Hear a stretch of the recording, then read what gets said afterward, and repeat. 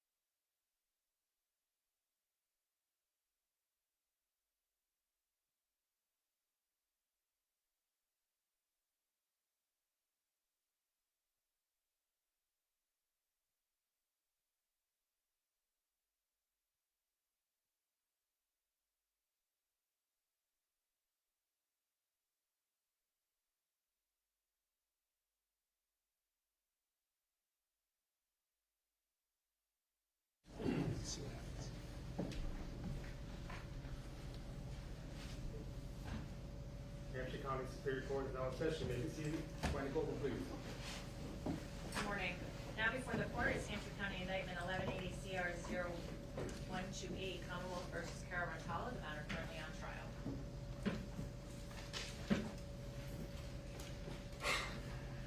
Morning. Good morning. Good morning.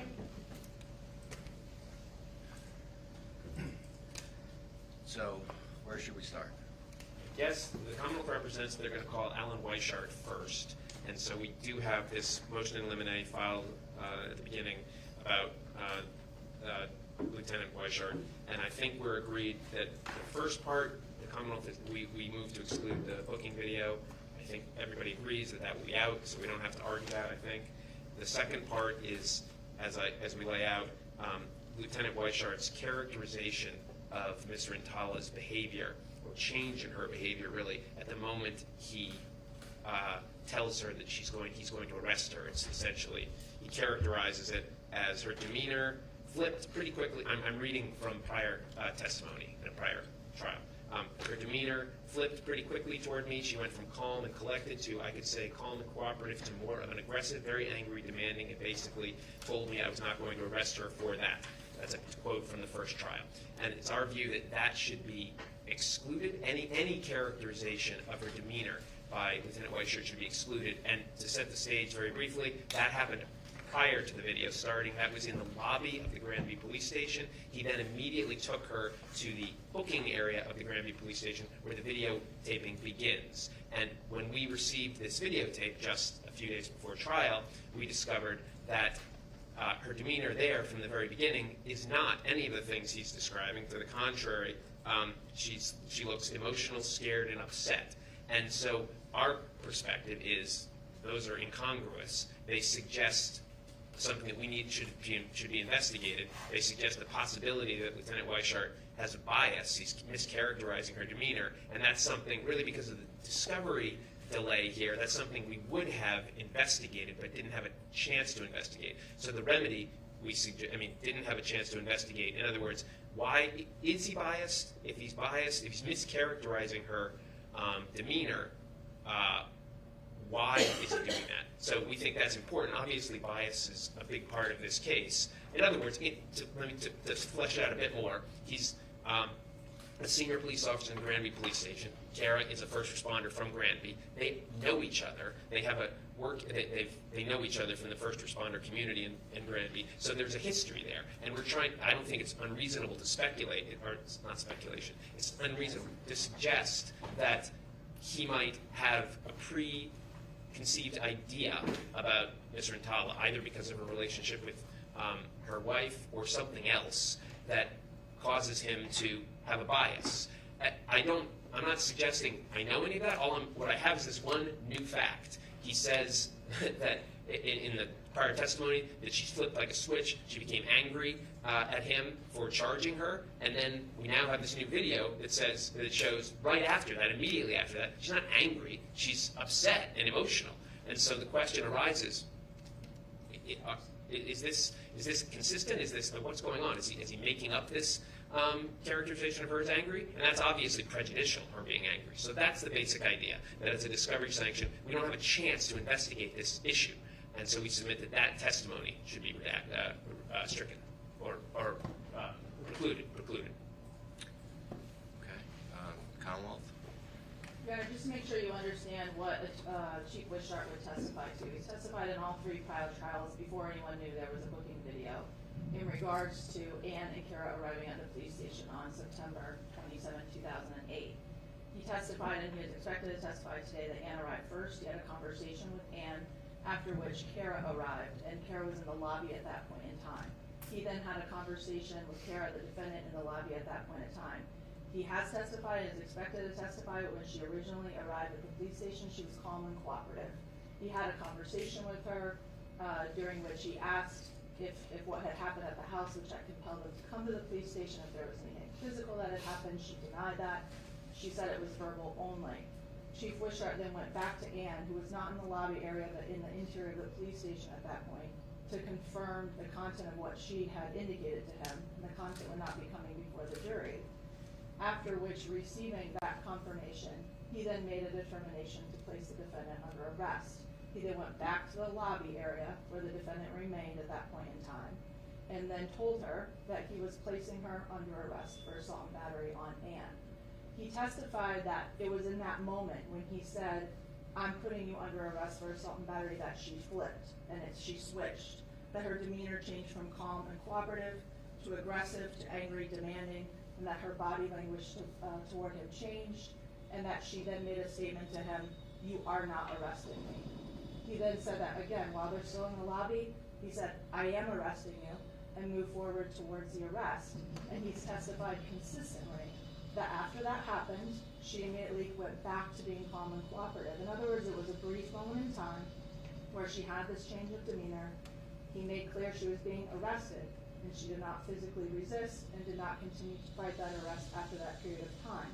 They then walked from the lobby, which is not recorded. Those interactions are not recorded.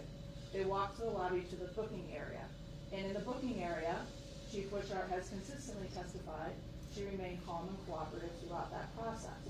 The booking video that we recently received corroborates everything that Chief Wishart testified to. And what I mean by that is that moment in time of the booking that is on video, which he has testified to about previously in the booking room what happened, and he would be asked to do it again. It corroborates not only her demeanor that he said at that point she was calm and cooperative, but all of the events that happened as well. So there's nothing contrary or inconsistent with anything he's testified to previously. The interaction about the change in demeanor is not on the booking video. He's always indicated it was a short moment in time in the lobby before they went to booking, when she became calm and cooperative again.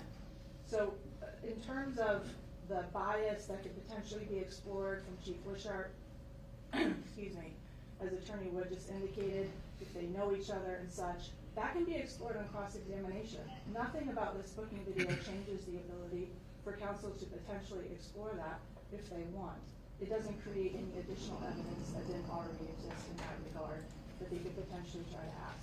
So for those reasons, Your Honor, and again, we're not trying to put the booking into evidence. I understand the defense will not be asking about the booking video with this witness, but you should be allowed to testify about what he observed that is not on the booking video. And her demeanor when she arrived, the change, and then back at booking. Okay, thank you. Could I just add one very brief point? Very briefly, it was suggested that the booking video was just suddenly discovered.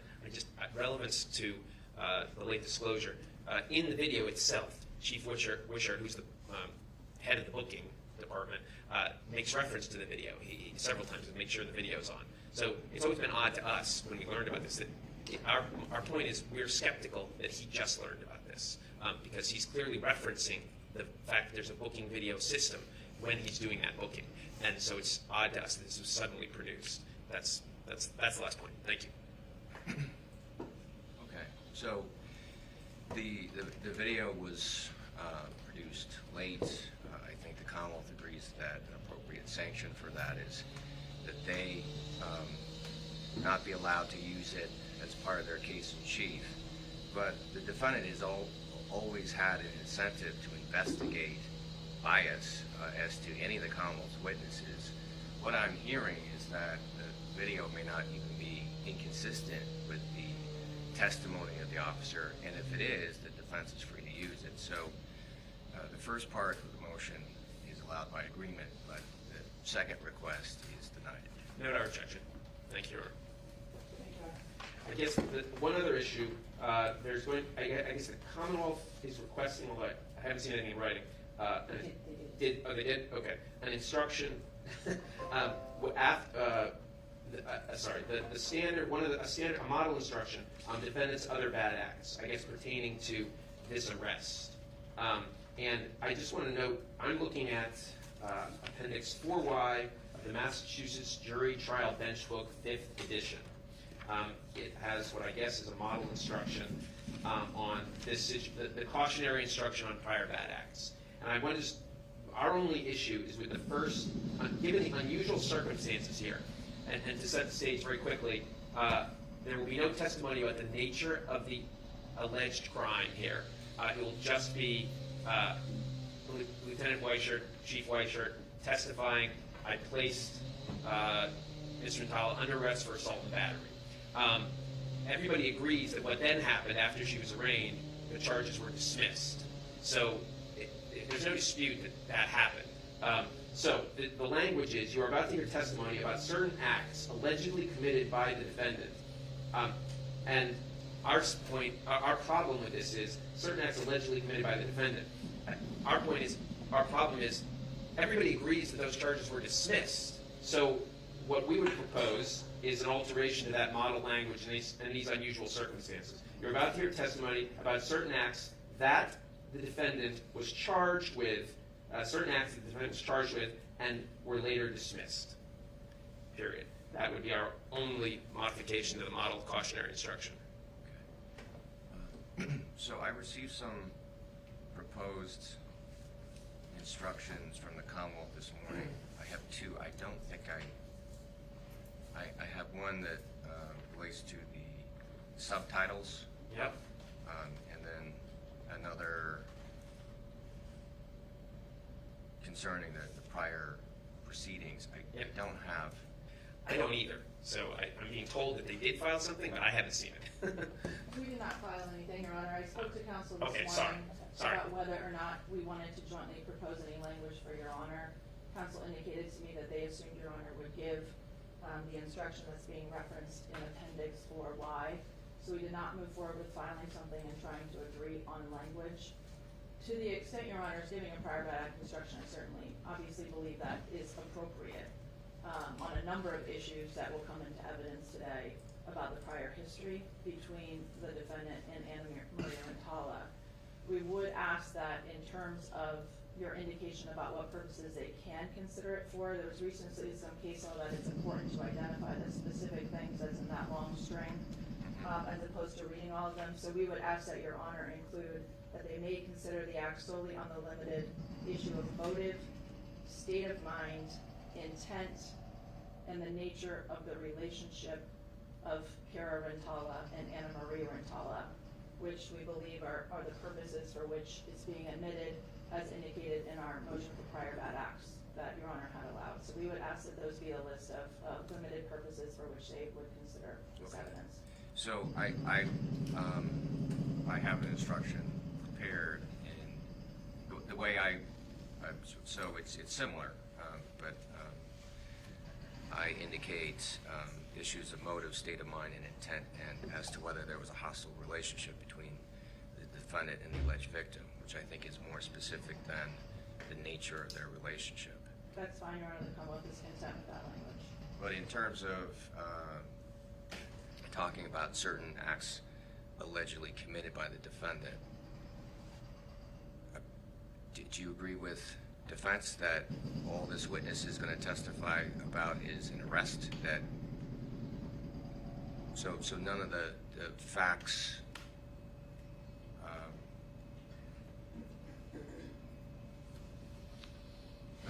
the underlying facts are coming into evidence through this witness? Correct. And would not be expected to come in through any witness. In other words, what Annamarie alleged to cause the police to file an application for a criminal complaint and for that criminal complaint to issue. The purpose of the assault and battery, the fact that she was charged with that, her reactions being charged with that, the outcome of those proceedings is relevant to all of the issues of intent, motive, and state of mind, and the hostile nature of the relationship between them. But we would not be seeking to admit the underlying facts as alleged by Ann that caused the police to make that decision. Okay. And so rather than you were about to hear testimony about certain acts allegedly committed by the defendant, what would you propose? I would be fine with the language proposed by Attorney Woods, which I understand is you're about to hear information that the defendant was charged with a crime of assault and battery on Annamarie Rintala, and that those charges were later dismissed. And I think that's factually accurate as to what they would hear. I also want to alert Your Honor that through this first witness, they would also hear testimony that a restraining order issued, that Annamarie applied for a restraining order at the time of this, that a restraining order issued against the defendant. They would be seeking to admit that physical restraining order that issued in the terms of that restraining order, which would also indicate that it was... Sorry, you're going to have to speak close to the Sure. microphone because it's picking up the job camera. Certainly. Our chief is Your going Honor. to check on it. The terms of the restraining order that included to give custody of Brianna to Annamarie. And then the restraining order did not continue after those couple of days when it went back to court. So the Commonwealth would be seeking to admit the restraining order itself, the fact of the restraining order issued, and also through this witness that he filed a mandated report to the Department of Children and Families. So just to make sure Your Honor understands the full scope of the issues that he would testify about.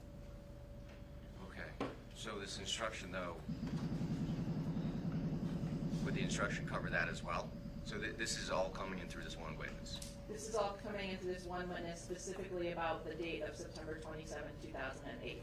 Yes. Okay. All flowing from that charge? Yes. Your Honor, I don't want to jump in. I have one narrow issue with this proposed instruction: the nature of the hostile relationship between the defendant and the decedent. We would not.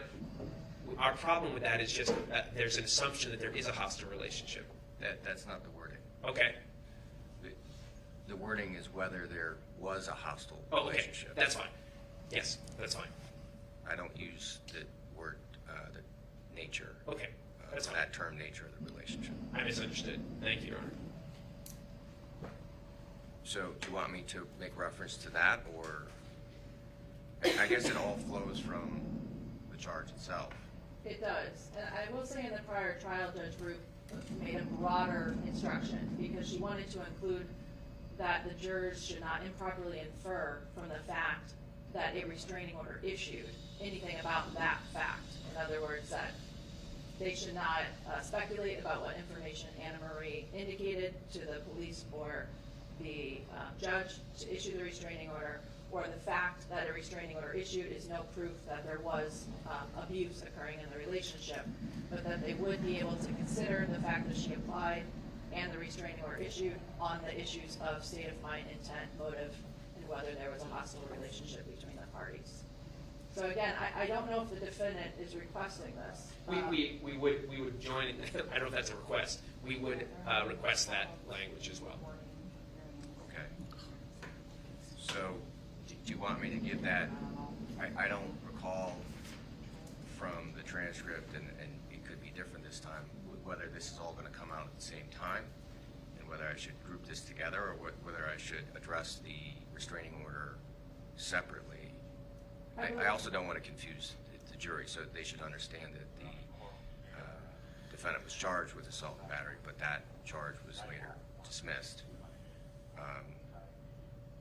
But a restraining order did issue, so my instruction there is that they shouldn't infer anything from that, but they can still use that as evidence, or they can still consider that as it relates to the defendant's state of mind, intent,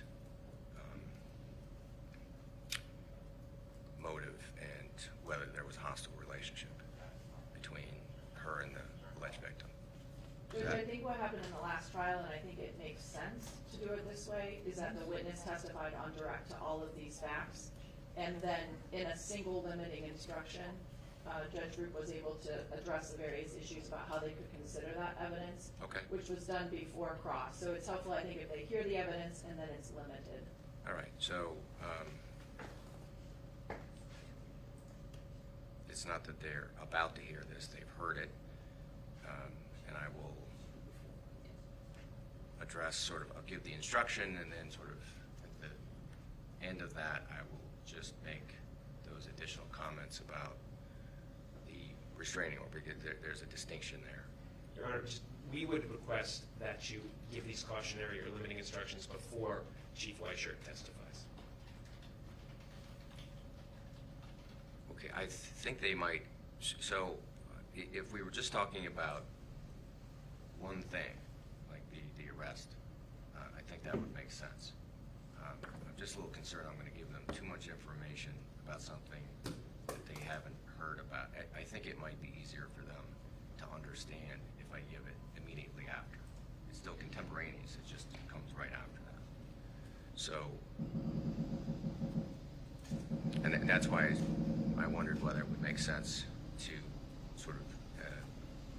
maybe start with the basic instruction, and I can make the point about the arrest, and then afterwards, because they've heard the arrest, but they've also heard these other things that sort of flowed from that arrest and charge, including a restraining order that did issue, I can add that.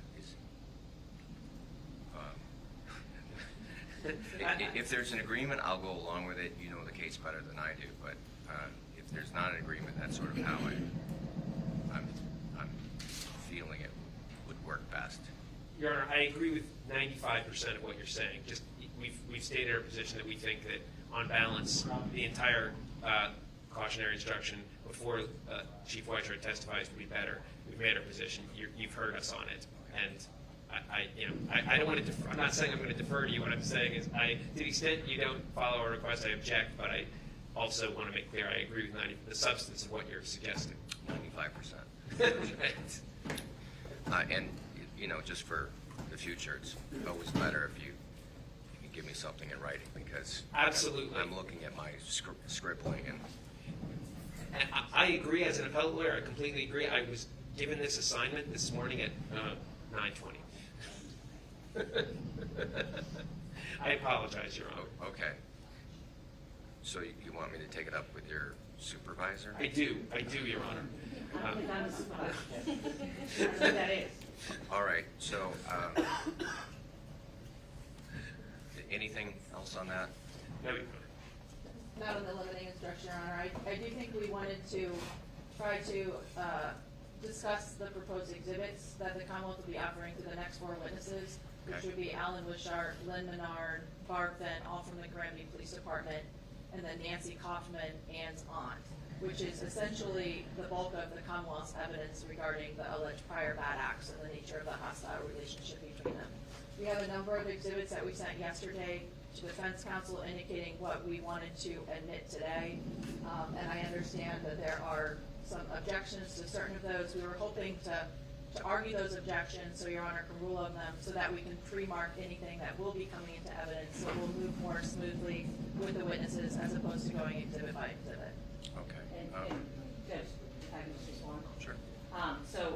We got the exhibits, we sent back a response to the Commonwealth in terms of, first of all, I can't agree because we objected to any of this evidence coming in. I need to preserve that objection. So I'm going to ask the court for a continuing objection for all of the prior bad acts evidence, the restraining order evidence, the 2008 and 2009.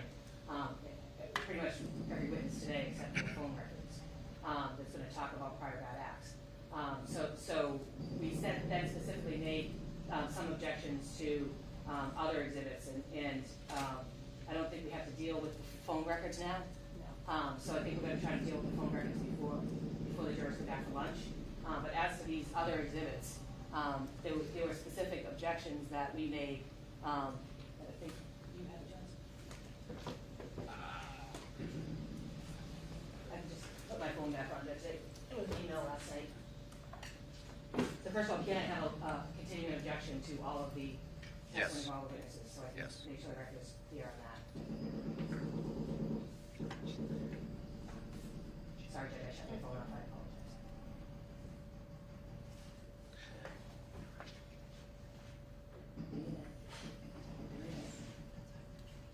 Then Judge, the other issue that, So I'm sorry, I don't, so are we going to take up these yeah, objections now? I'm just gonna get my notes on my phone.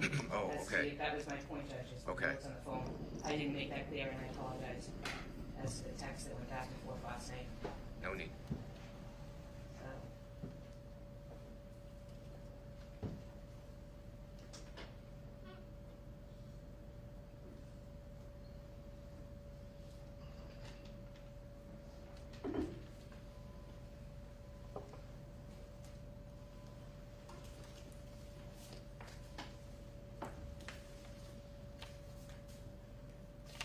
All right, so the other thing was the transcripts of the voicemails we don't have to deal with right now? Correct. Okay, so that's not recommending the first one.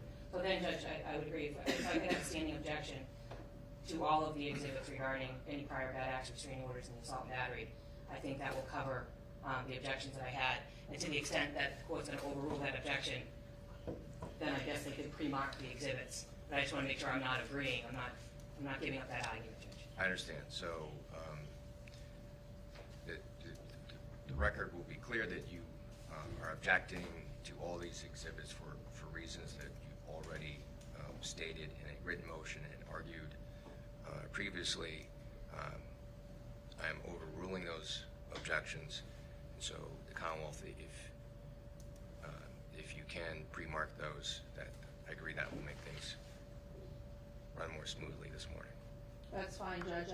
I just want to indicate that I believe, in addition to the overall objection regarding prior bad act evidence, counsel had indicated that they had another specific objection to 2 of the exhibits in this bundle. One is related to a 911 call made by the defendant on May 26, 2009, of which there's an audio recording, and the second being the portions of the restraining order hearing on that same date at the Eastern Hampshire District Court that were provided to Your Honor indicated would be allowed into evidence, the recording of that hearing. My understanding of the objection is not, again, beyond the objection to the general bad acts, but the 2 exhibits that the Commonwealth has prepared and which were admitted previously have subtitles and running language that correlates with the audio recording, so it's played essentially as a video with a transcript being viewed on the TV while the audio is occurring. The words that are on the screen are all from official court transcripts that were transcribed. In this case, we have all of the transcripts, and they were provided in discovery to the defendant back in 2016. These were introduced as exhibits in trial 3. They were provided to Attorney Wood in 2017 as part of post-conviction discovery. And obviously they've been in the clerk's file since the last trial of 2016 until recently. So the Commonwealth's concern is this is very untimely. This is a electronic exhibit that we would have to try to modify, and we wouldn't be able to play today, which is sort of deja vu of what happened on Friday. But I think the Commonwealth is certainly entitled to have a transcript, an official court transcript that was transcribed to go along with the audio. And I would direct Your Honor to Commonwealth versus Portillo, which is a SJC case from 2012, 462 Mass 324.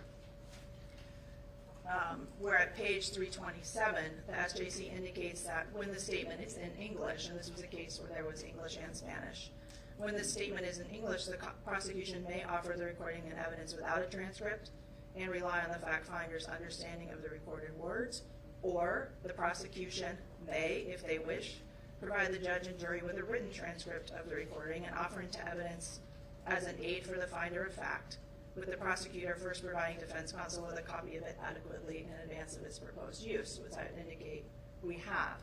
The defendant under Portillo would have an opportunity, if they wish, to provide their own transcript if they had a disagreement, and there would be an instruction to the jury to decide. But I would suggest, Your Honor, that Portillo supports the Commonwealth using the transcripts in this way. It will significantly aid the jury in being able to hear and understand the words in the audio recording themselves. And we propose to alleviate any potential prejudice, a limiting instruction that we filed, a request regarding subtitles, so that the jury is specifically instructed that it's for them to decide what's in the audio recording. If it differs from what's on the screen, then they use their own memory. So I would suggest, given all of that, Your Honor, I would ask that we be allowed to admit these exhibits again. Okay. So our position, very simply, is that they should be permitted to play the audio without subtitles, and I understand the case law that they're free to give the jury a transcript as an aid if they want to do that. The problem, from our point of view, the prejudicial problem, is that it's impossible for the jury to act as a fact finder, fulfill its role as a fact finder in listening to the audio to determine for themselves if the transcript, which I guess they're going to give, accurately reflects what they're hearing, if they're, in addition to that, getting this audio, this subtitle on the screen. That's too much, that's too many inputs for any juror to be able to exercise their own independent obligation as a fact finder. So, very simply, we submit they should play the audio, just the audio, and they can give, if they want, give them the transcript so that they can follow along, and a cautionary instruction that it's up to you, ladies and gentlemen, to decide whether this transcript comports with what you're hearing on the screen. That's what we want. Is there some point where you think the transcript is not accurate? I am standing here before you right now. I have not reviewed this recently, and so I don't even have a position on this. I can defer to my co-counsel about this. I'm just trying to be as honest and transparent as I can. I'm not sure. Yeah, yeah. So Judge, in terms of so my suggestion would be, Judge, that they can play the audio without using the TV. In other words, play the audio. That's what you can do. If, to the extent they want the jury to have the transcript, they can have the transcript playing. My concern is this implicit bias that comes with the determination of what a court reporter hears in terms of what the conversation of the voicemail is that the defendant is leaving. Do I have a specific example for you, Judge? I do not, and I won't say that I do because I do not. My concern is that that implicit bias is almost impossible to undo if they're listening and looking at the same time, and that was my concern, Judge. Okay, so I don't know that I see much of a difference between allowing the Commonwealth to play the video and then also give them the transcript so they can read along as they're watching the video, as opposed to having the transcript sort of be part of the video. I will give this limiting instruction so that they understand that the transcript is there to perhaps assist them, so that they understand what it is, but ultimately it's what they discern from the audio itself that determines what was said and by whom.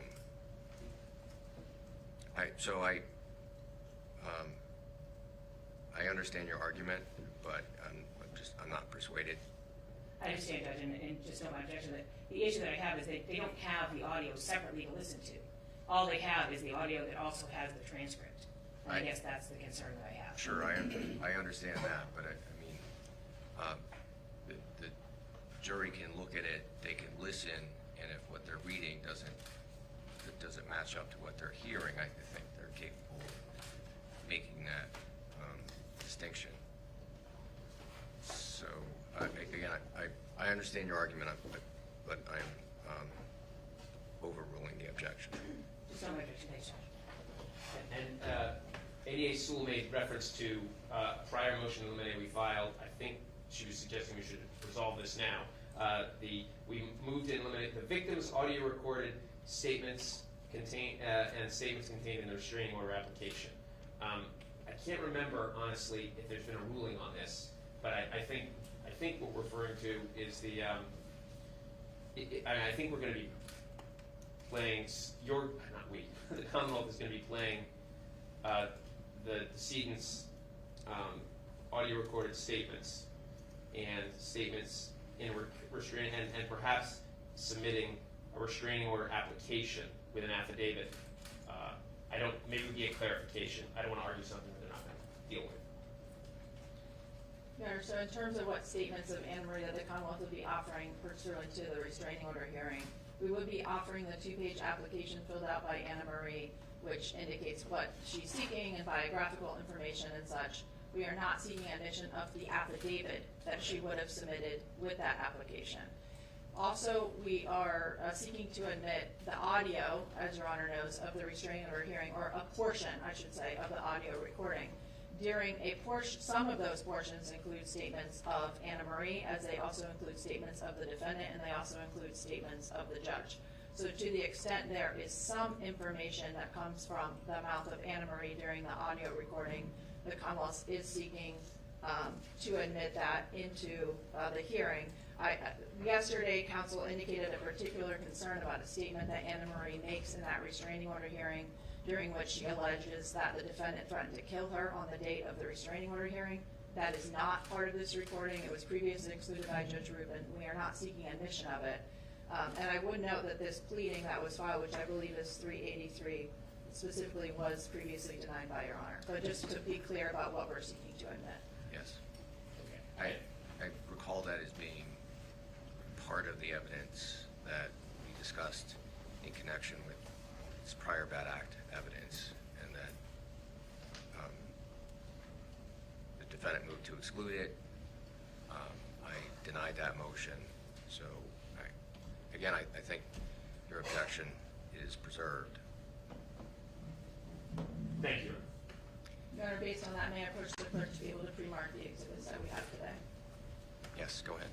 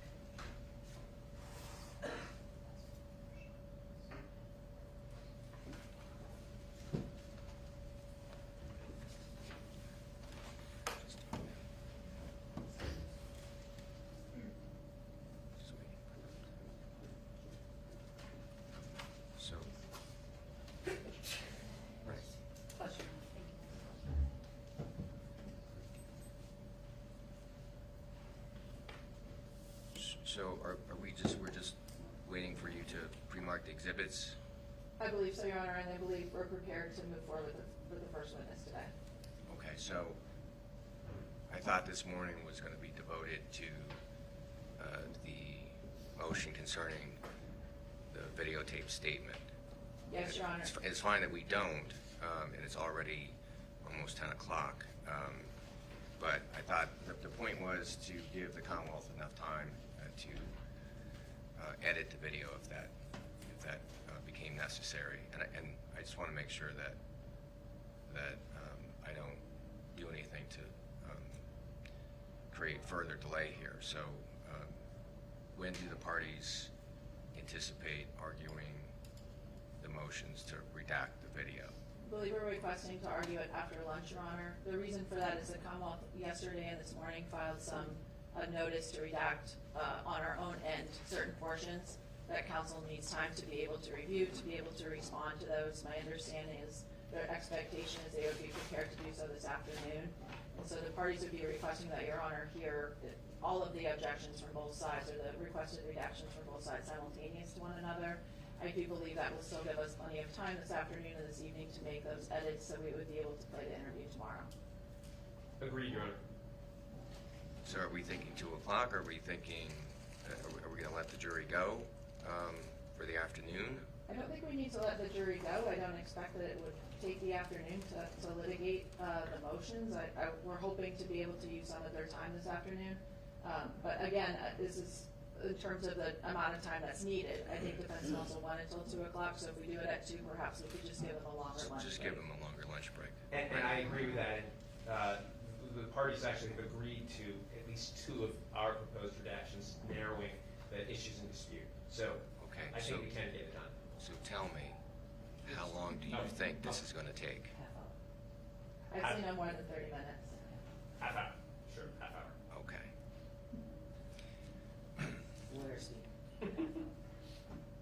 Okay, so there's also an instruction concerning prior proceedings. I don't know if you want me to give that right away. I don't know if that's agreed to. It's not agreed to, Your Honor. Yet. Okay, so I will hold off on that. Perhaps we can address that at 2 as well. Yes, that's fine. That's fine. Okay, so I have prior bad acts and the subtitles that I will give, and so I'm going to give at least a portion of the prior bad act instruction just prior to that testimony, so if you can just give me an indication as to when that's about to begin. Yes, Your Honor. And pause for that. And then perhaps right after there's testimony about the restraining order, I can just add that piece of it. Certainly. I'll indicate to Your Honor. Thank you.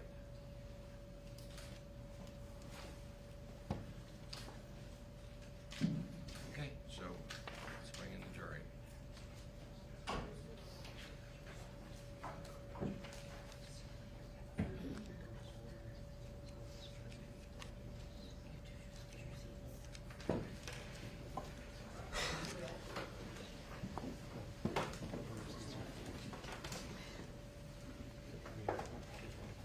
Jury entering.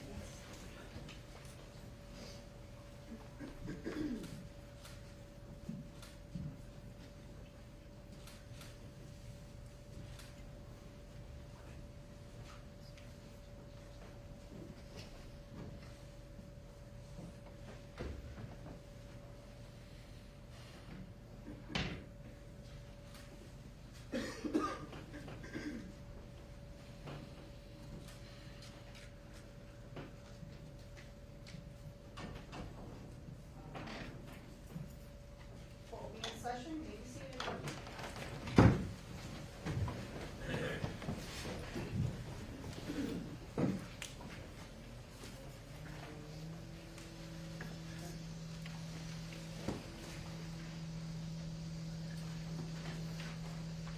I'll let you get settled. Good morning. Good morning. You had a nice weekend. As always, I must ask if anyone had any difficulty following the instructions.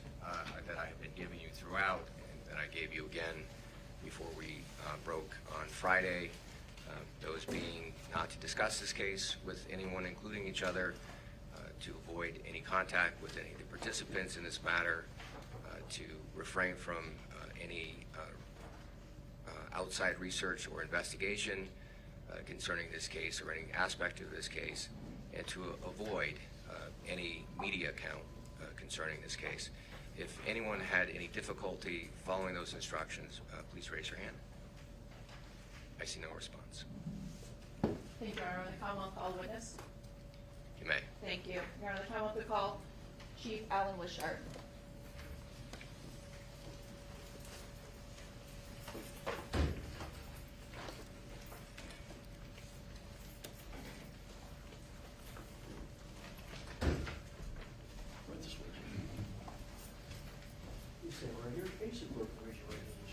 Do you solemnly swear or affirm that the evidence which you shall give to the court and jury in the case now in hearing shall be the truth, the whole truth, and nothing but the truth, so help you God? Do you so affirm?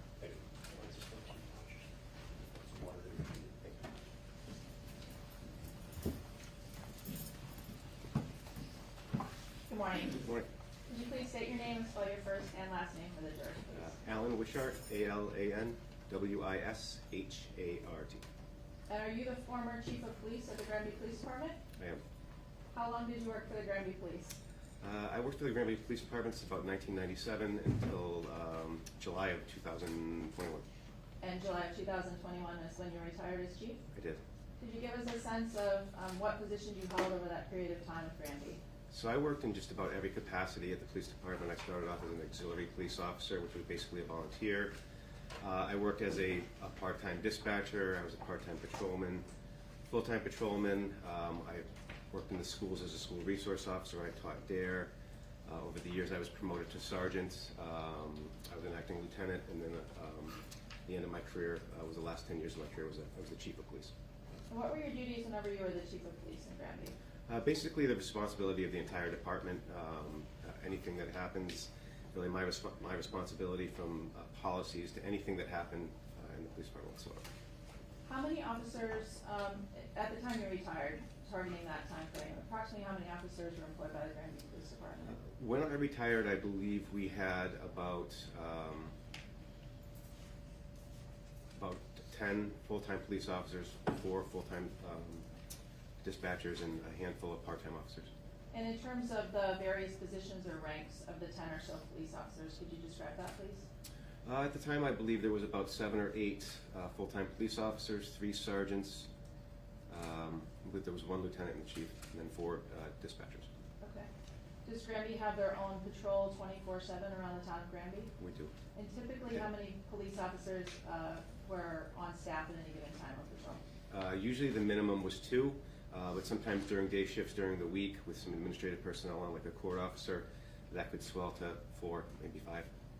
I know I've asked you about the time frame when you retired in 2021.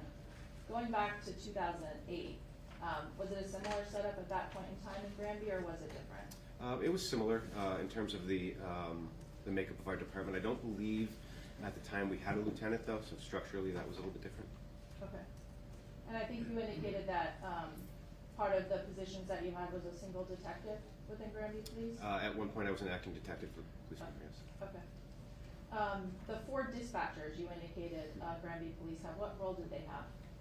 Dispatchers we man the station, or remember this is past. We man the police department with dispatchers, so somebody sitting in the dispatch area in the police department 24 hours a day, 7 days a week. Their responsibility was to answer 911 calls or business lines that came in, dispatch police officers, dispatch fire services, EMS services, basically kind of the first call front lines of the police department, or emergency services in general, I should say. Okay.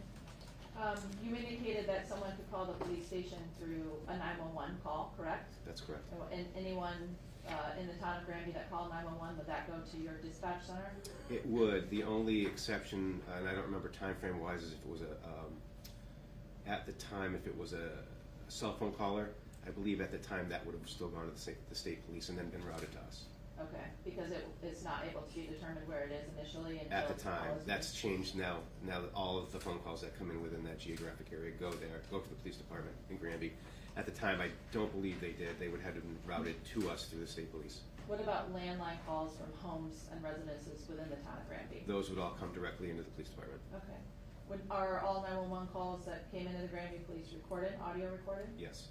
What about the business lines that you indicated that your police station had? If someone called in or if someone called out, would those be recorded? At that time, no, they were not. Okay, when you say at that time, specifically you're referring around 2008? 2008, correct.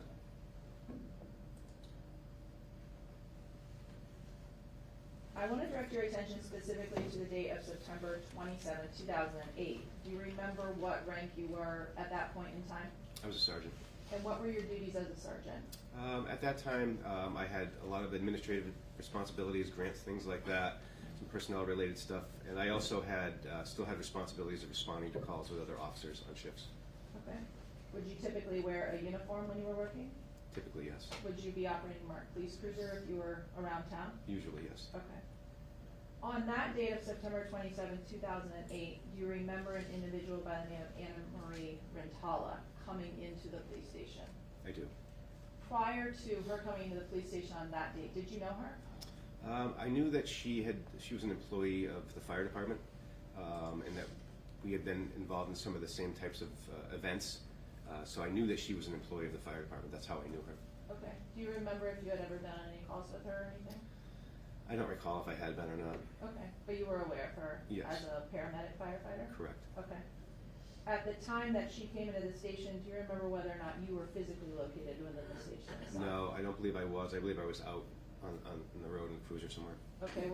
Did you go to the station at some point? Yeah, at some point they called me back to the station. Okay. And was that in part to be able to meet with Annamarie Cochrane-Rintala? Correct. Okay. When you arrived at the police station, do you remember having contact with Annamarie? I do. And where in the police station, if you remember? In the met police her? station, I met with her and another officer in the basement of the police department at the time. Do you remember what type of room it was? It was basically an open room. We used it kind of as a conference room. I would say the building itself was like a ranch house almost, and the room that we were in, I'm going to say, was just an open room with some desks in it, and I would say it was probably maybe 20 by 20, relatively small room. At the time that you met with Annamarie, did she have anyone with her? She did. Who was that? She had her daughter with her, Okay. Do you know her daughter's name? Brianna. And do you know approximately the age she was at that time? At the time, I believe she was about 16 months old. 18 months, 16 months. Prior to seeing and meeting Brianna on that date, do you remember knowing that Annamarie had a child before No, that? I don't believe I knew that. Okay. When you first came into contact with Annamarie in the basement of the police station, how would you describe her demeanor? She was upset. She was crying. Did you have a conversation with her? I did. And without getting into the content of that conversation, approximately how long would you estimate that conversation took place? Maybe 5 minutes. Okay. At the time, did you ask her to do anything? I did. At one point, we asked her to fill out a written statement. Did she do so? She did. Okay.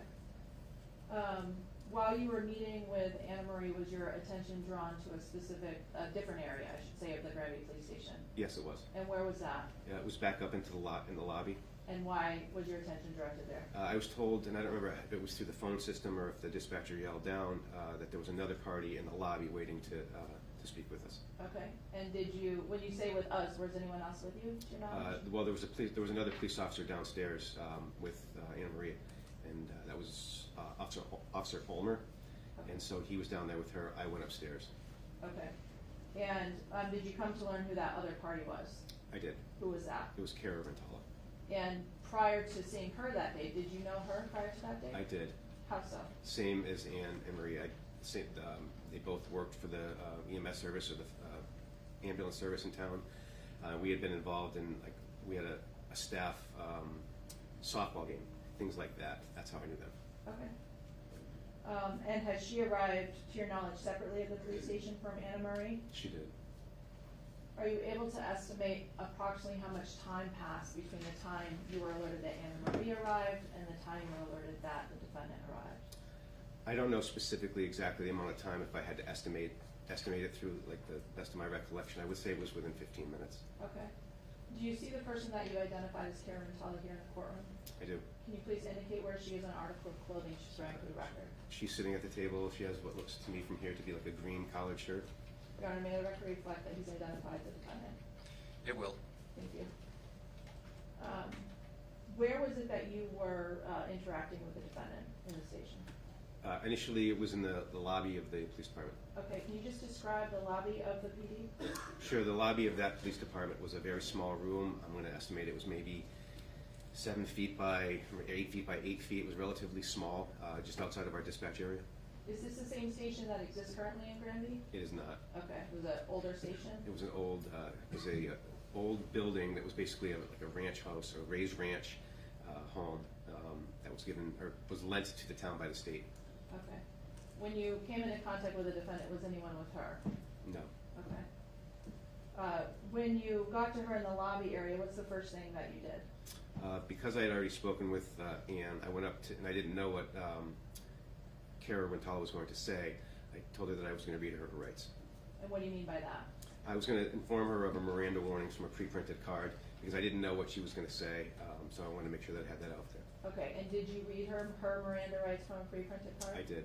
And just generally speaking, what are Miranda rights and Miranda warnings? The right to remain silent, the right to an attorney, the right to have an attorney present while they're being questioned, and the right to remain silent, basically.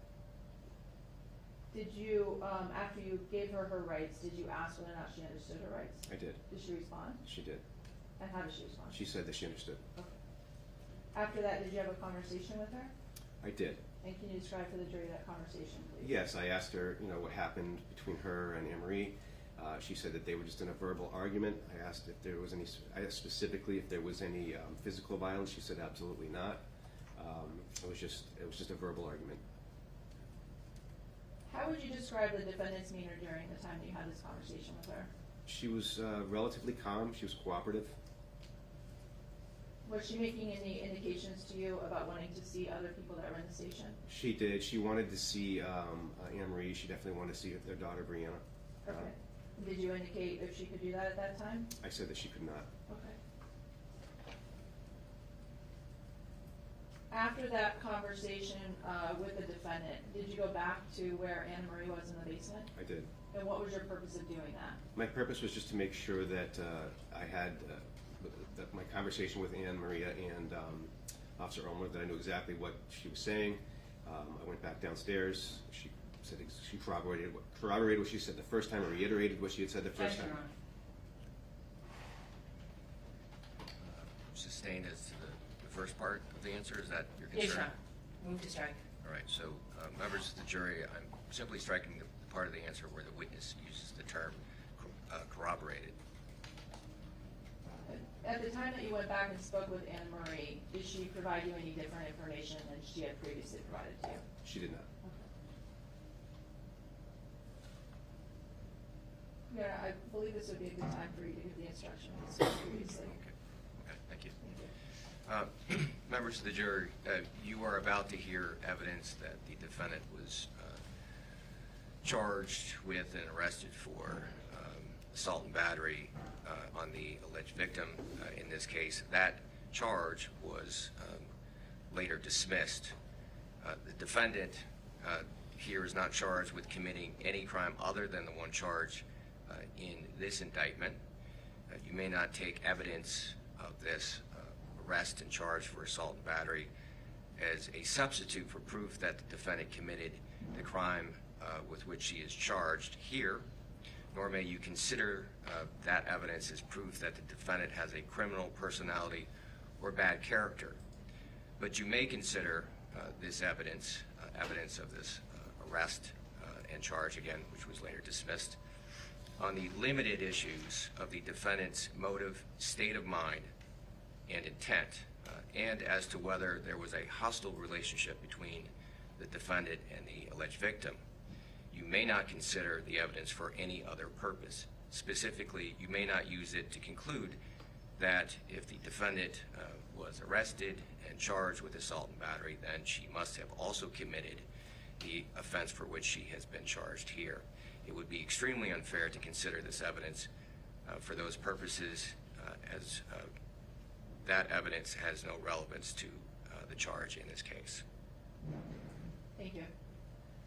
Chief, after you had the second conversation with Annamarie in the basement, did you at that point go back a second time to the defendant?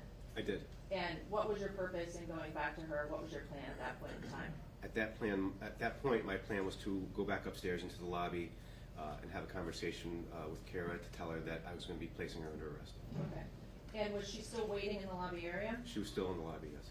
At the time when you first went back upstairs, how would you describe her demeanor when you came back into contact with her? Initially, it was exactly the same as when I left. Which was what? Just calm, cooperative. At some point, did you say something to her indicating what was going to happen? I did. Can you describe what happened and what you said? So I told her that because of what, I told her that she was going to be being placed under arrest for domestic assault and battery. And so that's what I told her when I went back up. Okay. How did she react to receiving that information? Her demeanor towards me changed pretty drastically. She got very demanding. Her body language changed towards me. It was aggressive. She said, "You're not going to arrest me. That's not going to happen." And it was just her complete change in attitude towards me as soon as I told her she was being placed under arrest. It was quite shocking. And what did Objection, you Your Honor. To that last comment. Okay, overruled. What did you do next? I told her that it was going to happen and that she was going to be placed under arrest. And then we began to walk. We had to walk outside to walk back around to the booking room. Okay. Was she placed in handcuffs at that time? She was not. I chose not to. Okay. And was it just the two of you, if you remember, walking together? It was. Okay. After that initial change in demeanor, as you just described, how was her demeanor now that you're walking from the lobby outside and going towards the booking room? She was upset, but she was cooperative from that point on.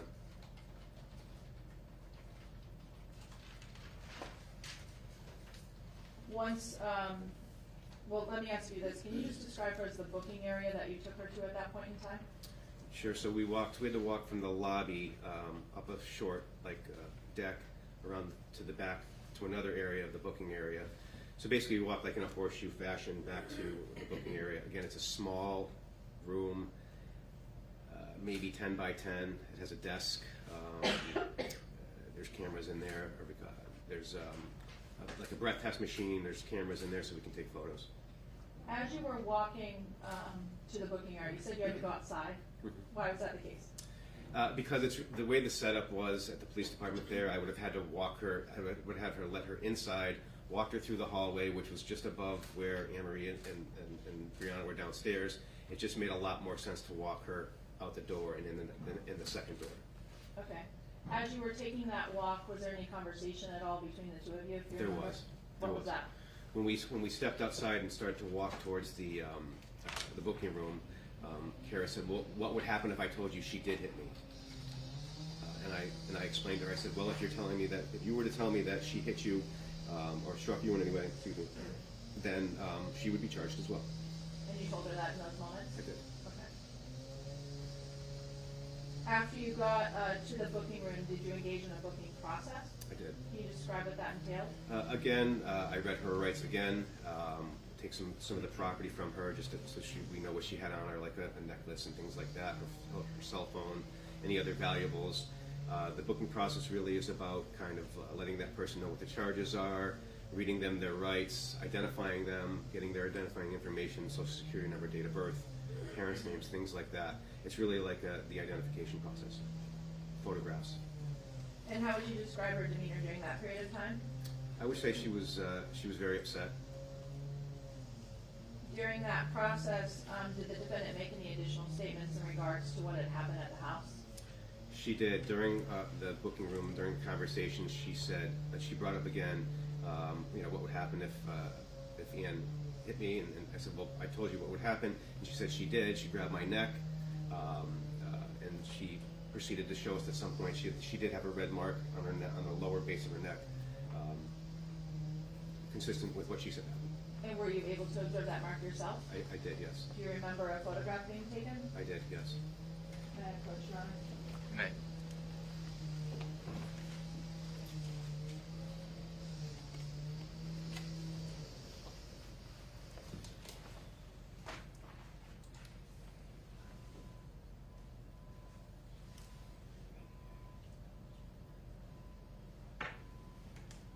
I'm just going to show you on the TV screen there, Chief. Are you able to see that? I can, yes.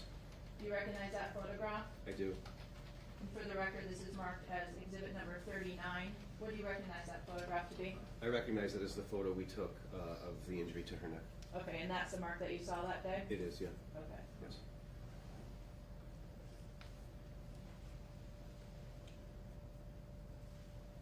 Now, you indicated before that you gave Annamarie an opportunity to write a written statement. Did you also give the defendant that opportunity as well? I did. And did she do so? She did.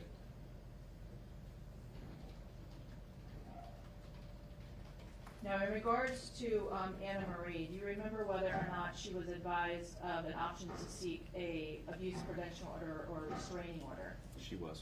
And do you remember whether or not she indicated she would like to pursue that option? She did. And did she fill out an application for a restraining order? She did. Can you just describe for us what the process is in terms of your department and your officers when someone is seeking a restraining order when they're at the police station? So generally speaking, at the time, the process was that we had an application that we would get from the court.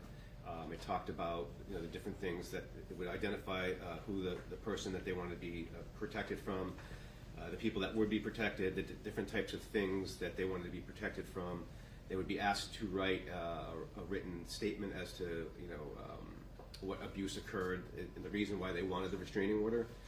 So we would get that, we would work with them to get through that, and then we would call an on-call judge. We would report to the on-call judge what the person seeking the order had told us, and then the judge would either issue it or not. Okay, and did that process happen in terms of Annamarie on September 27, 2008? It did. And ultimately, after that, did the restraining order that Annamarie was seeking issue? It did. Showing on the presenter what's been marked as exhibit number 37, do you recognize that, Chief? Yes. And what do you recognize that to be? That looks like the restraining order that was applied for and issued that day. Okay, are you familiar with this form in general?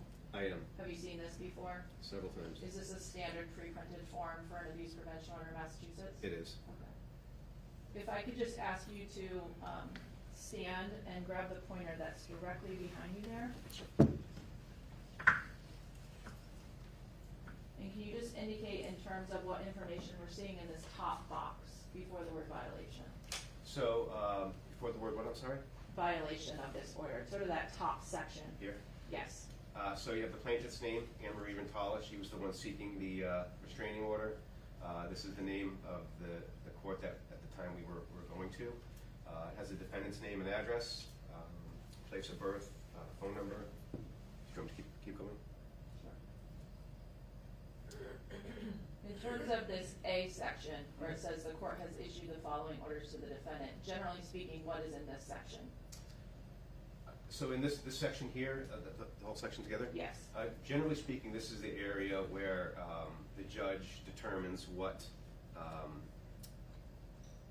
the defendant can and can't do in terms of contact with people. Do they have to stay away from a person, stay away from a residence or a place of work, things like that. And in terms of this specific restraining order, can you just walk us through what was ordered?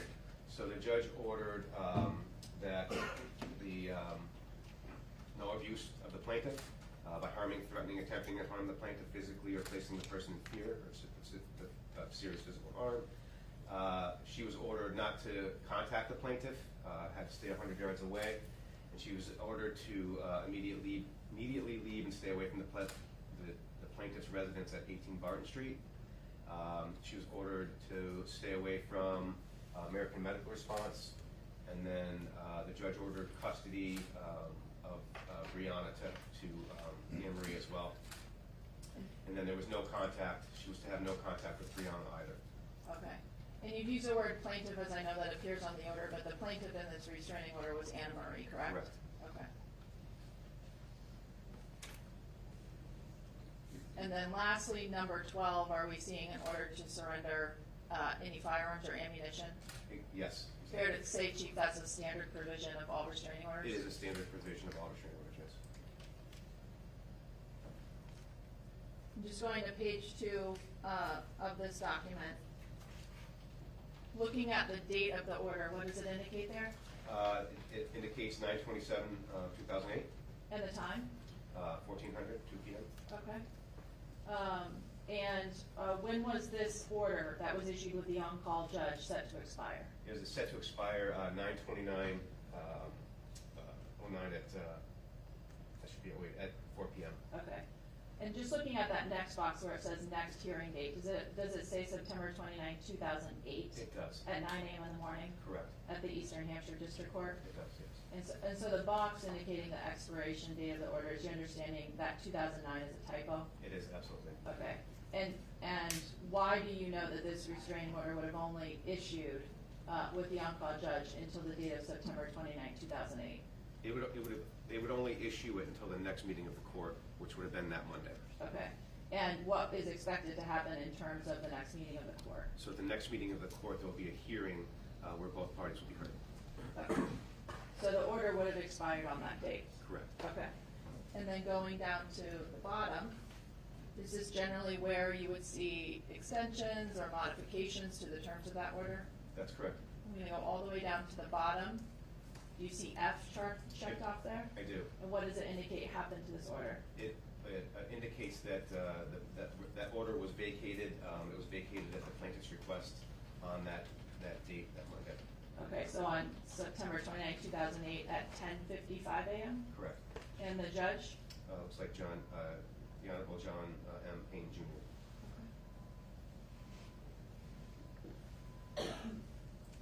Thank you. You want to resume your seat for a moment, Chief? Thank you.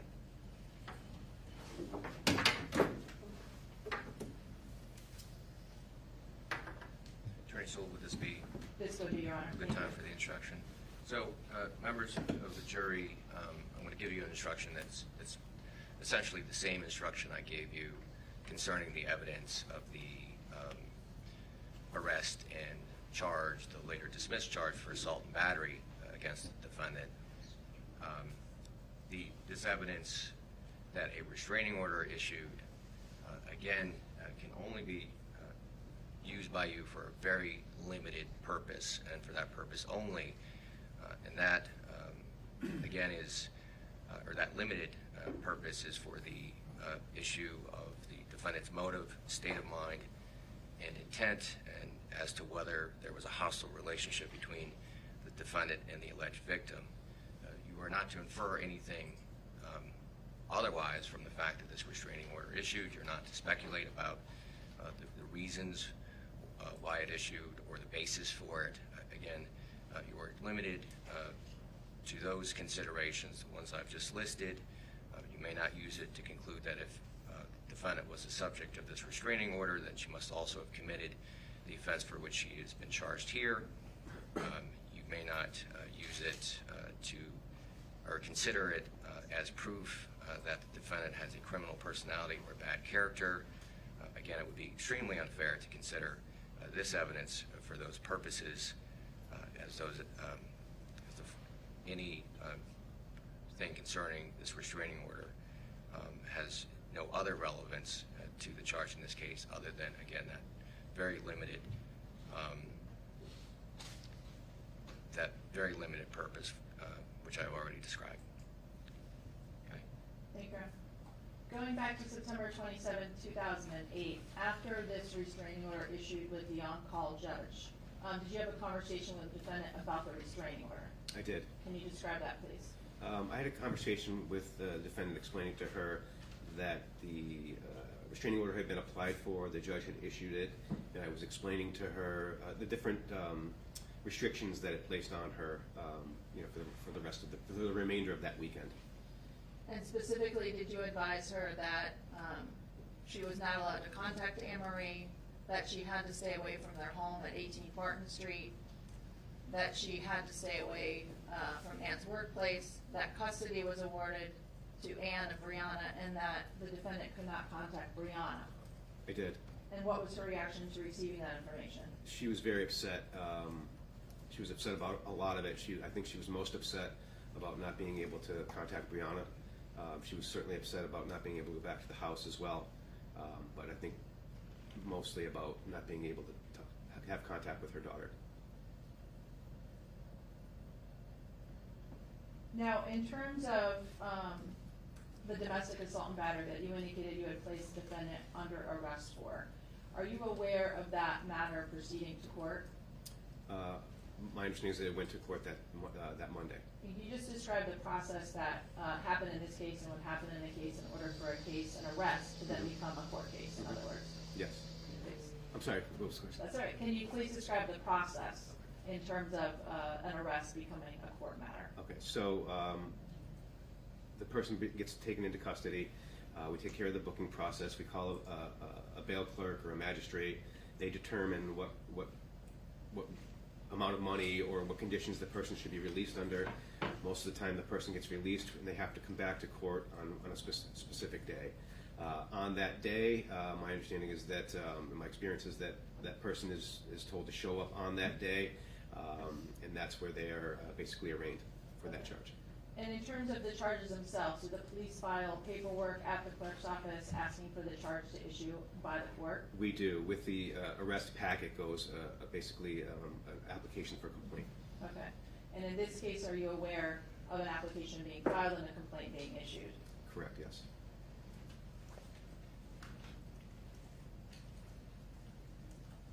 I'm just showing on the presenter what's been marked as exhibit number 38. Are you able to see that, Chief? I can, yes. Do you recognize it? I do. And what do you recognize that to be? It looks like the criminal complaint for the charges for that incident on the 27th.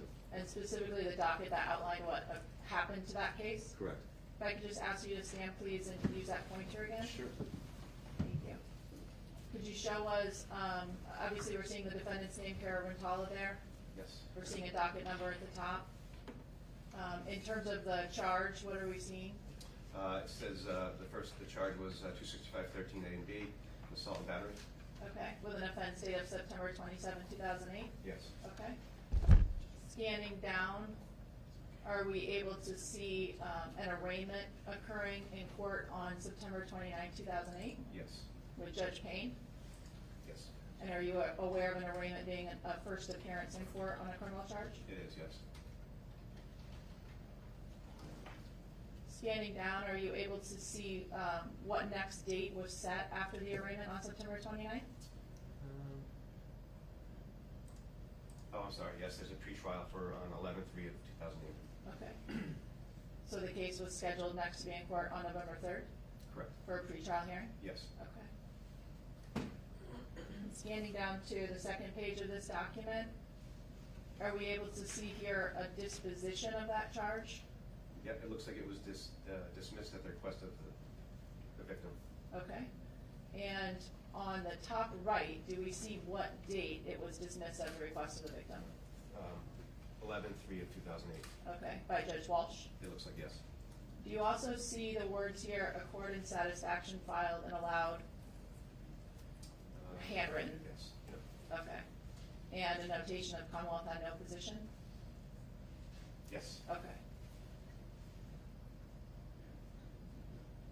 Just looking for a yes or no, are you aware of what an accord and satisfaction is? Yes. Okay. I'm going to scan down to page number 3 here. Do you recognize this as essentially an accord and satisfaction? Yes. Okay. Titled here, a motion to discharge the defendant and dismiss the complaint, correct? Correct.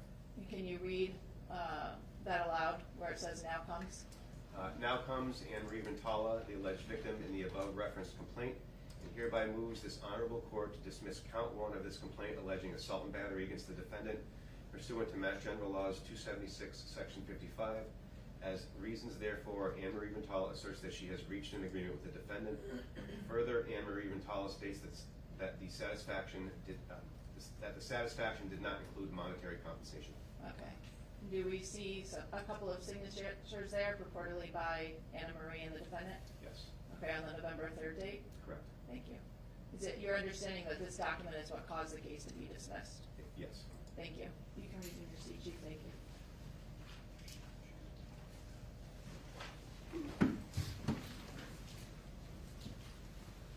Now, going back to your interaction with the defendant on September 27, 2008, you indicated that at some point she said to you, "What would happen to Annamarie if I told you that she hit me?" Correct? That's correct. And you responded that she would be charged as well? That's correct. And do you know whether or not any steps were taken by your police department or you to initiate that? We did. We did a report and filed an application for a criminal complaint against Annamarie.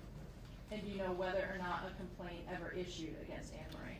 I do not believe that it did.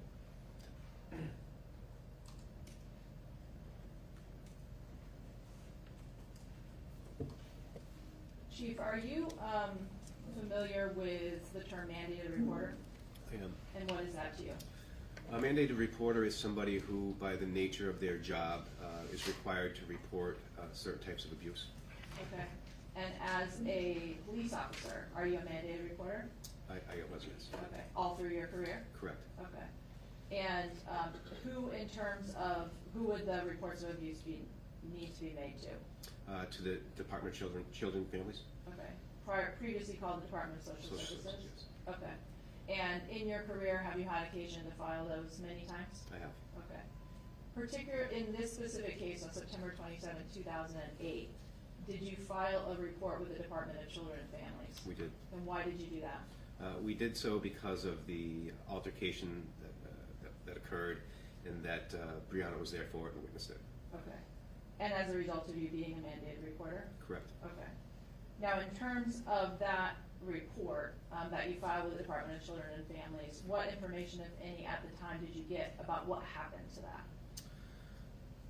When we file it, there initially is no indication. We make a phone call and we fax it, and then usually we would hear back at some point whether it was screened in or screened out. Okay. Beyond finding out if it was screened in or screened out, do you get reports of the substance of any investigation or interviews that they had? Not that I recall. Okay. If I could just want to have a moment now.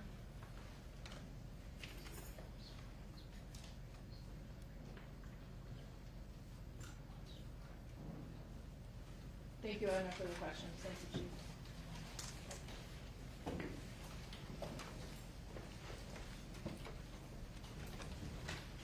Morning. Morning. I have a few questions for you.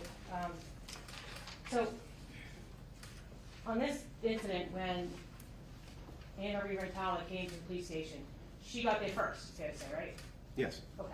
And she gave her statement, whatever that was, first, right? she did. And you didn't see any marks on her, is that right? That's correct. And she had nothing to corroborate whatever it is she said, it was just her word, right? That's correct. And very often that's what happens in these restraining order situations, is that somebody tells you what happens and you're the police and you try to protect the person who's saying that they got hurt, whether they're telling the truth or not, is that right? I think we try to determine if that person is telling the truth, and yes, we try to protect people, sure. Okay, so in this case, when Annamarie Rintala got to the police station first, she asked for a complaint to issue against Cara Rintala, is that right? That's not correct. No. Did she tell you she gave you information, right? She did. Okay, and as a result of that, you went and you talked to Cara, is that right? Correct. And Cara stayed there the whole time, is that right? She did. And then you went back down and spoke to Annamarie again, right? Yes. And then you spoke to Cara again, right? Correct. And then you made the decision to arrest Cara Rintala, is that right? That's correct, yes. Okay. And when you arrested Cara Rintala, she was upset, right? She was. And that's pretty normal, that when you're gonna arrest someone, people get upset, right? No one's happy to be arrested, right? I would say that's fair to say, yes. Okay. And so there wasn't an abnormal reaction that someone's upset that you're saying you're gonna get arrested, right? I don't think it's abnormal that people that are told they're going to be placed under arrest generally are upset. Okay. And in this case, with respect to what happened here, when Cara Rintala found out that she was going to be arrested, she asked you some questions about what would happen if she told you that Annamarie had assaulted her, right? She did. That was after she told me that nothing physical had happened, yes. That wasn't my question. My question is, that she told you that Annamarie had assaulted her, right? She told me that in the booking room afterwards, yes. Okay. And you actually saw physical manifestations of a mark on her neck, right? That's correct. And she told you that Annamarie did that, right? She did. Okay. So you had enough evidence right there to arrest Annamarie, right? I did, yes. Okay. And Cara asked you not to do that, right? She did. Okay. And she said she didn't want Annamarie arrested because she was concerned for Brianna, right?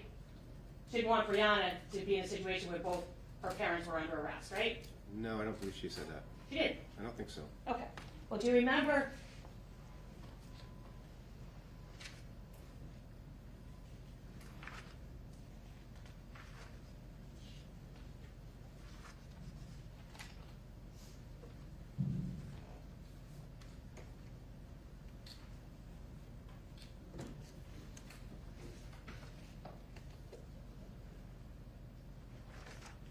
Do you remember Cara Rintala speaking to you about her concern for Brianna that night?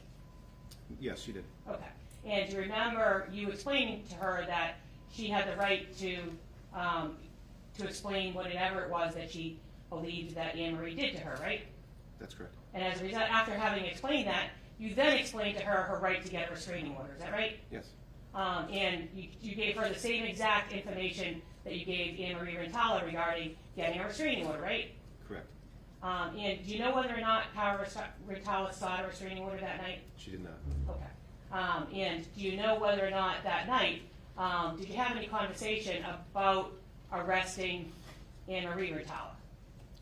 I had a conversation about not arresting Annamarie Cochrane-Rintala with Cara in the booking room, yes. Okay. And that's because Cara asked you not to, right? Not because she wasn't assaulted, but she asked you not to, right? No, that's not why. That's not why she asked you? That's not why I didn't arrest her.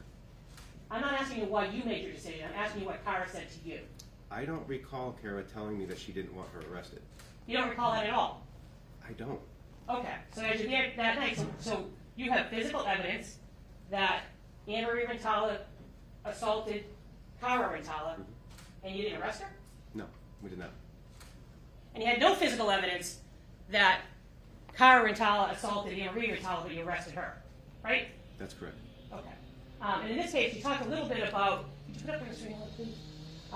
You talked a little bit about the restraining order that got issued in this case for Annamarie Rintala, right? Correct. Okay. And Annamarie Rintala, it's fair to say when those restraining orders get issued, especially over the phone, it's all done just on the word of the person who's saying that they were assaulted, right? That's correct. Okay. And you said at one point you believed that Cara Rintala was ordered not to go back to the residence. Is that right? That's correct. Can you look at number 3 and see whether or not it's checked in the boxes of the restraining order, sir? It's not checked.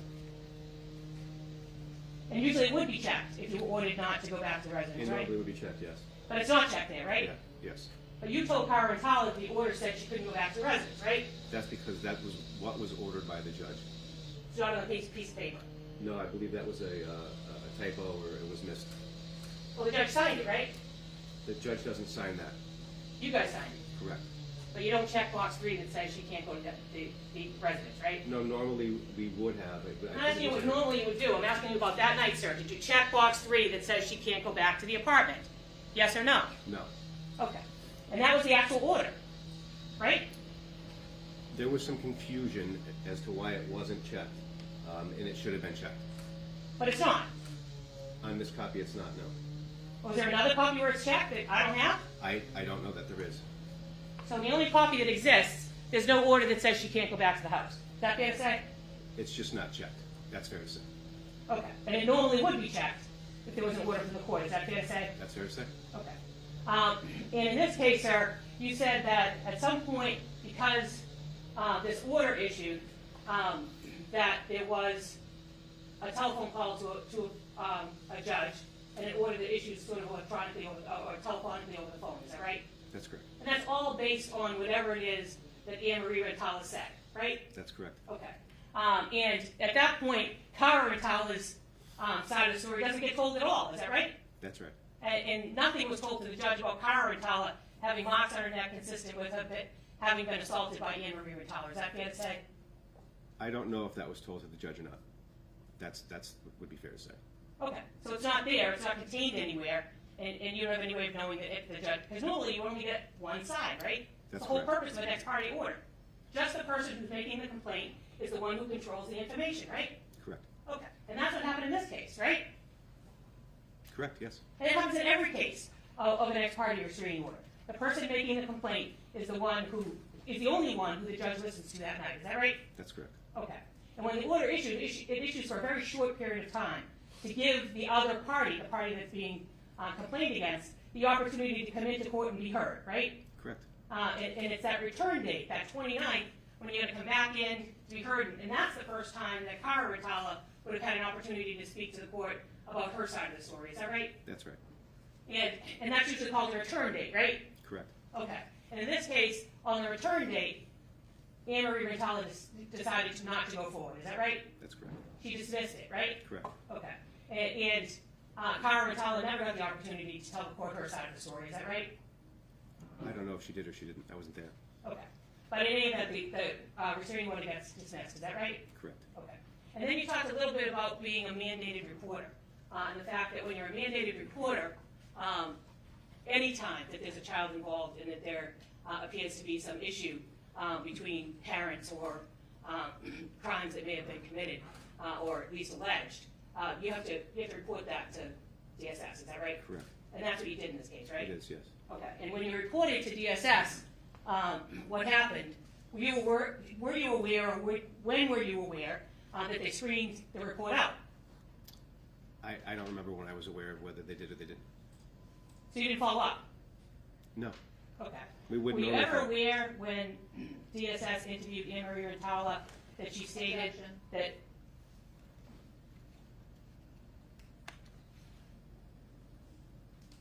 Was he aware? In terms of foundation before.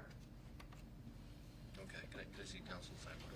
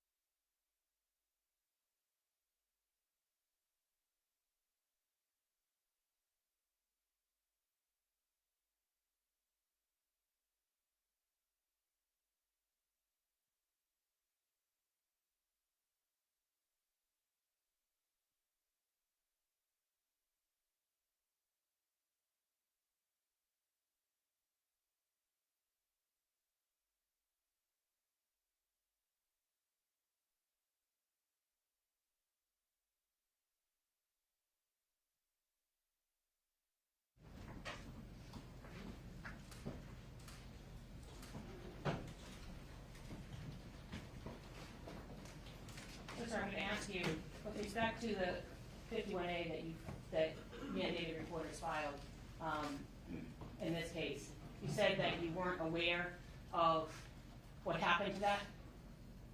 After I filed it, Yes. I'm not sure what happened to it. So as you say today, you don't know that it was dismissed? I don't know that, no. No one ever told you it was dismissed? I don't know that anybody told me that it was dismissed or that it went forward to anything past what I It was screened out. You learned that at some point, didn't you, sir? It was screened out. I don't remember if it was screened out or not. Okay. So in all the times that you came in here to testify, nobody ever asked you to look at any of the DSS reports? I know that they exist. And you looked at them, right? I know that they exist. I have not looked at one. You haven't looked at one DSS report. You're the one who made the complaint, and you haven't looked at any DSS reports. No, I've seen a DSS report. I know it exists, but I have not read it. Okay. Well, when you saw the DSS report, did you see the part that said that Annamarie made a claim against the Granby Police Department? Is that the total question? I'm sorry? Is that the end of the question? No, I was going to continue the question. Okay, so sustained. Well, when you saw the file, can you just read this paragraph to yourself, please, sir? Which paragraph? The one highlighted, one on the top, highlighted in orange.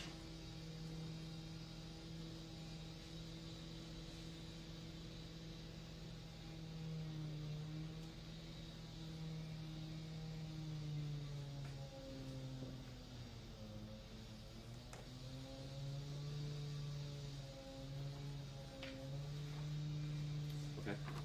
Sir, does that refresh your memory as to whether or not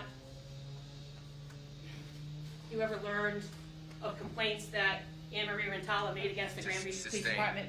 Sustained. Sir, does it refresh your memory as to the DSS file? No. It doesn't. No. Okay, sir. In terms of the DSS file, you knew you were coming in here to testify today, right? I did. And you knew you were the one who had filed the 51A, right? Correct. And you knew you were going to be asked questions about it, right? About my part in it, yes. And you never looked at the file, is that I never fair to looked. say, sir? The only file that I looked Sir, at. you've never looked at the file, is that fair to say? And that's the DLO to answer the question. Cross-examination.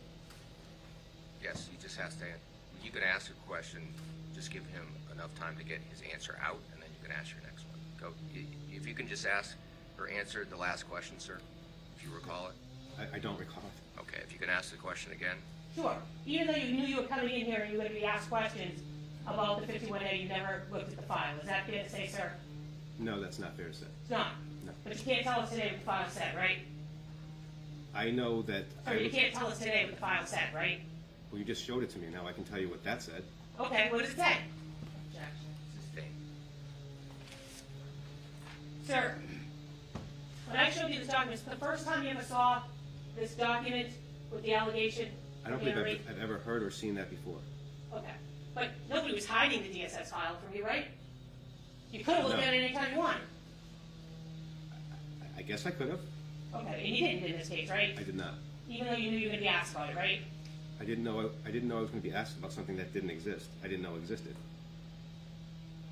I don't understand, sir. I put forth a 51A report. Yes. I know that existed. I know what I put in that report existed. Right. The report that you just showed me is something that I didn't have any involvement in. I didn't create it. I didn't really, so it didn't involve me. That's how I looked at it. So to answer your question, no, I was not aware of that. It involved the Granby Police Department, right? Apparently it does, yes. Okay. And with respect to the Granby Police Department, sir, do you know, as far as this allegation is concerned, whether or not, and without talking about what the allegation is, do you know if the allegation about the Granby Police Department was ever communicated to anybody in the Granby Police Department? I don't recall that it ever was. Okay. And you know that usually when you file these 51As, they get screened out fairly quickly, right? Because the safety of the child is at stake, right? I don't know. I can't say that I know how quickly they get screened in or screened out. Okay. Do you know in this case that the allegation of 51A got screened out within a day or two? I do not know that. Okay. But you could have found it in the file, you just didn't look. That's correct. I don't have any further questions. No, Your Honor. Just in terms of that question, Chief, in terms of looking at quote-unquote the file, in terms of what is at the Granby Police Station in the file there, does it include follow-up reports that may or may not have been completed by the Department of Children and Families? To my recollection, at the time, that was not part of the file. Okay. Now, Attorney Scapicchio asked you in regards to box 3 on that restraining order in terms of whether or not there was a vacate order at 18 Barton Street. Do you remember those questions? I do, yes. And fair to say 18 Barton Street is written into number 3? It is. Okay, but the checkbox is not marked. It was not. It was an error. Can you just describe how you know that the judge made the order when it was not noted as a checkbox on that form? Because I spoke with the officer who spoke with the judge. Judge and Nero. clarified it. Move to strike. Yeah, this is a reaction to cross-examination to clarify how he has that information. He was asked this on cross. All right, so it's being introduced for his knowledge or state of mind? Correct. It's what he heard somebody else say that somebody else said. I understand that, but it's not being introduced for its truth. It's simply being introduced for this witness's state of mind at the time. So I will allow it for that purpose. So much action. Can you answer the question, Chief? if Can you you're ask it one more time, sorry? Sure. How do you know that the judge made that order to vacate the home if it's not checked on the form? Because I clarified with the officer who the order was issued to. Okay. And did you tell the defendant, when you were explaining the terms of the restraining order to her, that she was ordered to vacate and stay away from 18 Barton Street until the return date 2 days later on that restraining order? I did very clearly, several times. Attorney Scapicchio asked you about the decision not to arrest Annamarie after Cara made an allegation against her. Do you remember those questions? She did, yes. And you don't remember Cara making a specific request not to arrest Annamarie, correct? I don't recall that, no. Why did you not arrest Annamarie? We did not arrest Annamarie because, generally speaking, we try not to make dual arrests, both parents, when a child is involved. So in most circumstances, you try to figure out who was the aggressor with the information that you have at the time, and you move forward with that. The idea is it's in the best interest of the child that both parents aren't arrested. Okay, and so that was a decision that you made based on your practices and procedures? That's correct. I believe you indicated in response to Attorney Scapicchio's questions that generally it's not abnormal for people to be upset when they're arrested, correct? That's correct. And that's something that you see, people are upset when they're arrested, right? That's right. Would you describe the defendant's reaction when you told her that she was being arrested as abnormal? I thought it was, yes. And what about it made you believe that? Her demeanor towards me changed. It was a stark change. It was shocking. It was very aggressive. She looked right through me. It's the only way I can describe it. It was like, you know, I'm not a big guy, but she's not a big person either. And she looked at me like she was. Objection, Your Honor. Sustained. Move to strike. I don't think you got to the part that you were Well, objecting Judge, to, at she least. looked right through me. Okay, well, I'm not gonna strike any portion of the answer, but he can't go any further with it. Understood. Did you determine that it was abnormal and not within your common experience? Yes. Thank you. I have no further questions. Abnormal? Remember testifying before in this case? Yes, I testified before. Yes. Okay. You remember testifying on September 22nd of 2016? If that's the date, yes. You remember being asked the question, and it's not an unusual thing for you to experience in these situations, talking about somebody getting arrested. And your answer being, in situations where people find out they're under arrest, they can be upset, they can cry, they can be angry, sure. Remember saying that? I did. Okay. And so, that's the normal reaction. Upset, angry, cry, right? It can be the normal reaction. Yes. Well, you just said it was the normal reaction. Didn't you say that before, sir? Didn't you say those words when you testified previously? Let me just, this is page 77, lines 15 and 16. Can you read those to yourself, please, sir? No one will do one. Oh, sure. What lines? 15 and 16? 15. Yeah, the highlighted ones. 15, Do you want me to read it out loud? You said? No. Read them to yourself. Okay. Now, sir, you were being asked questions about a reaction, a normal reaction of somebody having been arrested, right? Yes. And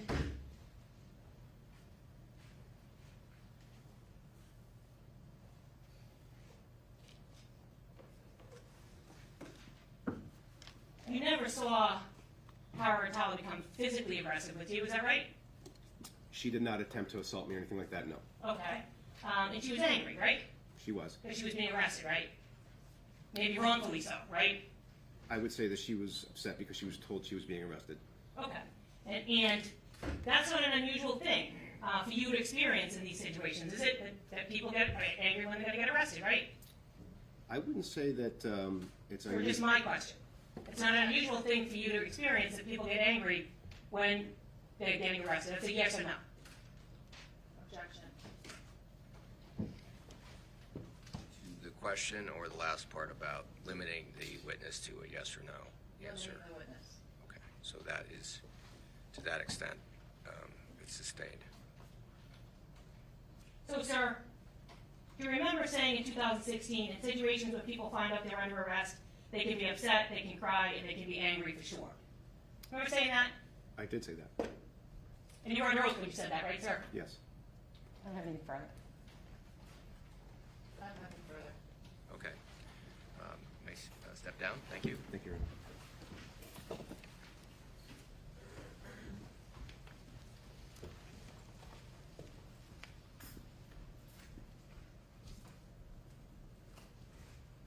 May I call the next witness, Your Honor? You may.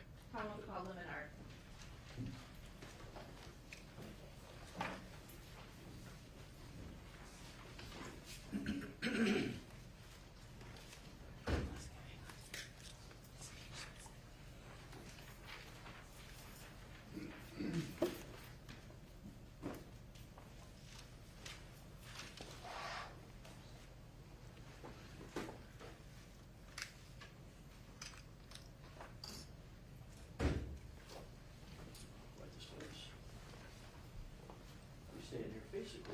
Do you solemnly swear or affirm that the evidence which you shall give to the court and jury in the case now in hearing shall be the truth, the whole truth, and nothing but the truth, so help you God as you so affirm? I do. Thank you.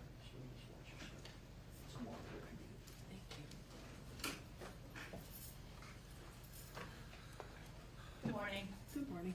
Could you sit a little bit closer to the microphone so we all can hear you? Could you please state your name and spell it for the jurors, please?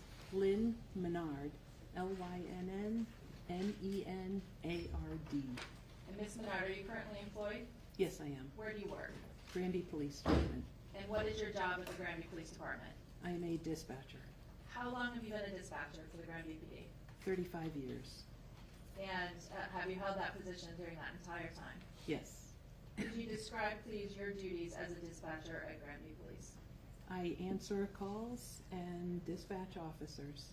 Okay. And in addition to dispatching officers, do you sometimes dispatch other? I also dispatch ambulance and fire. Okay. At the Granby Police Station, I guess speaking now, how many dispatchers work there? 4. Okay. And has that been the case fairly consistently over the time that you've worked there? For the majority of them. Okay. What shift do you normally work? I normally work 7 to 3, 7 a.m. to 3 p.m., Any particular days of the week? Monday through Friday. Okay. Are you aware of how many 911 calls there are at the Granby Police Station? No, Okay, more than one? more than one. Yes. Okay. Or do you work alone at times, or do you work with another dispatcher? I work alone. Okay. If you have to step away from the desk at any period of time as a dispatcher, when you're on your shift 7 to 3, what happens to the lines coming I in? call an officer in, they sit the desk for me. Okay. And so they cover whenever you need to step away? Yes, In terms of the 911 calls, are you aware that they're recorded? yes they are. Okay. What about business lines at the Granby Police Station?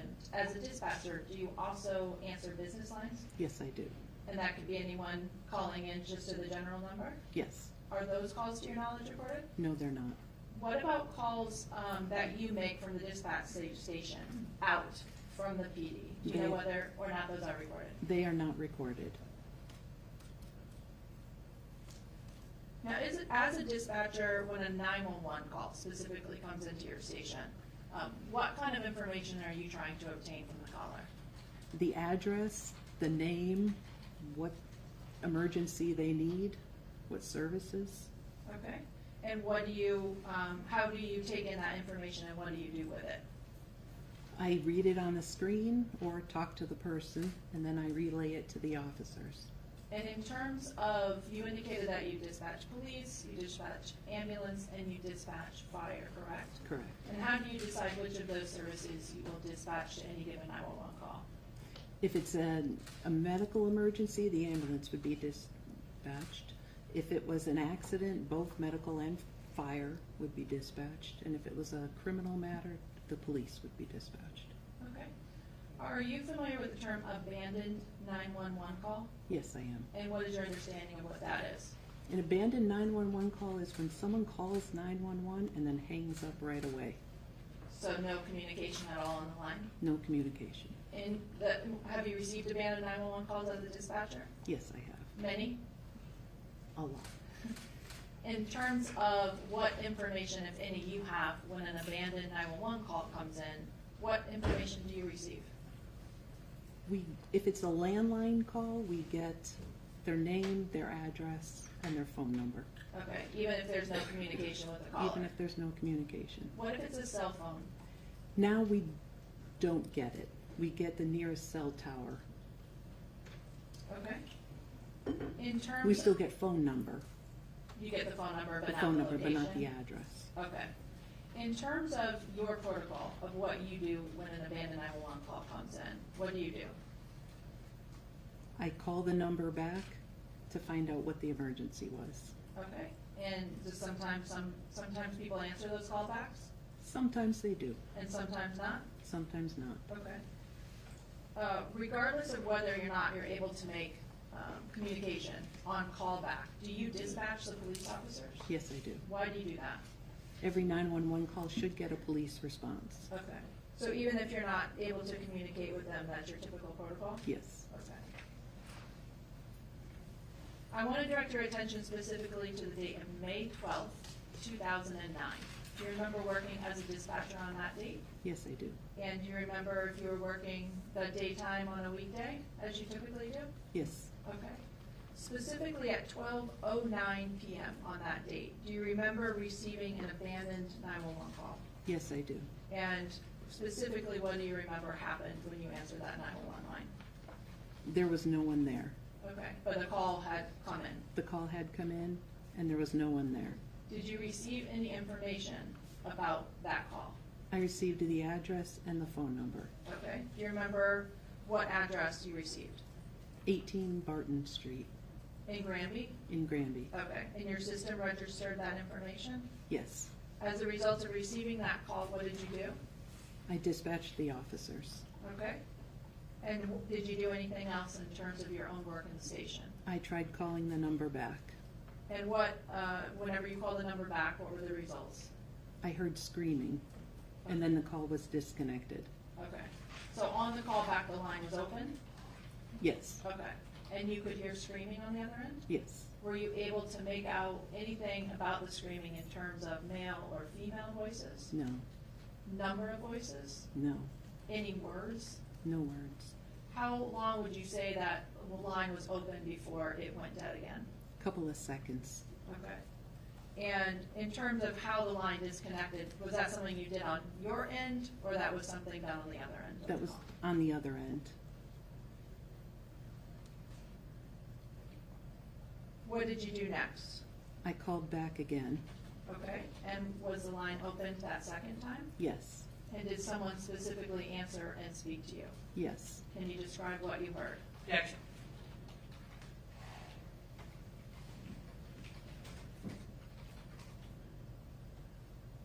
You know, these are statements of the defendant. Well, she doesn't know that. May we approach? You may.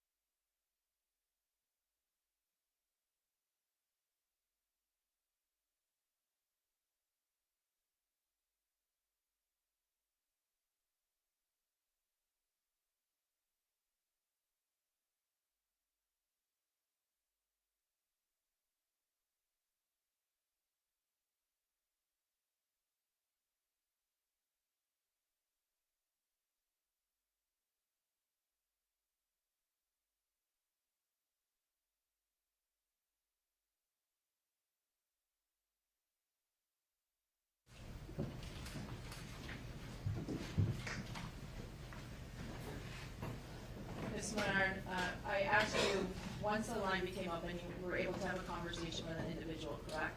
Correct. Do you know if it sounded to be a female or male voice? A female. Okay. And what was the conversation you had with that individual? She said her daughter was playing with the phone and it hit her in the head. It hit her. Hit the phone. Her daughter was playing with the phone and it hit her in the head? Yes. Okay. Did the person that you were speaking to identify themselves? Mrs. Rintala. Mrs. Rintala? Yes. Okay. Did they provide a first name? No. Okay. During the course of that call, the second call back that I'm talking about, did you hear anything else said by anyone on that line? I heard just leave, just leave. And did that appear to be the same voice that you had been speaking to about the phone falling on the child? Yes. How would you describe the tone of voice of that individual? Objection. I don't know the individual, how do you know the tone of voice? Overruled. New answer. Stern. Do you remember any other conversation or words that you heard coming from the other line of that call? No. What happened to that call? The call was disconnected Again? again. Do you know about how long it was open on the second occasion? Maybe a minute? Okay. Mm, Okay. Now, I think you indicated previously that when you get an abandoned 911 call, you always dispatch the police officers. yes, Do you remember in this situation, on this 911 call, if you had dispatched the officers? I did. Do you know who specifically was dispatched by you? Sergeant Wishart, Detective Fenn, and Officer Jason Richard. And did you specifically dispatch them to 18 Barton Street? Yes, I did. Okay. And other than dispatching the officers and perhaps communicating with them about their response, did you have any further involvement after that point in time? No. No additional callbacks to the residents? No.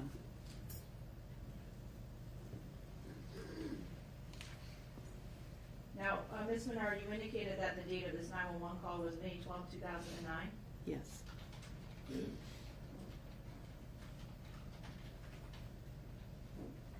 Just going to show, and the presenter was been marked as exhibit number 40.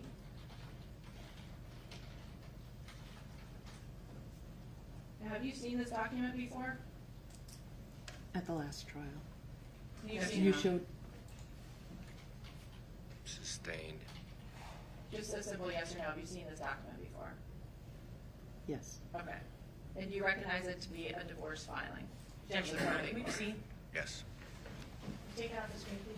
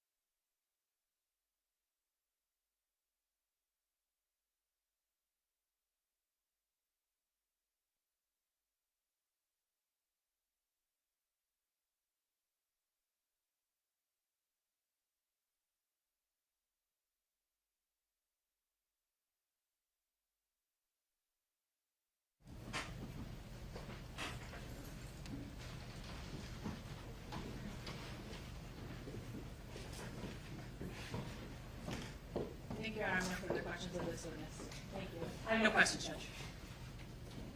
All right, you may step down. Thank you.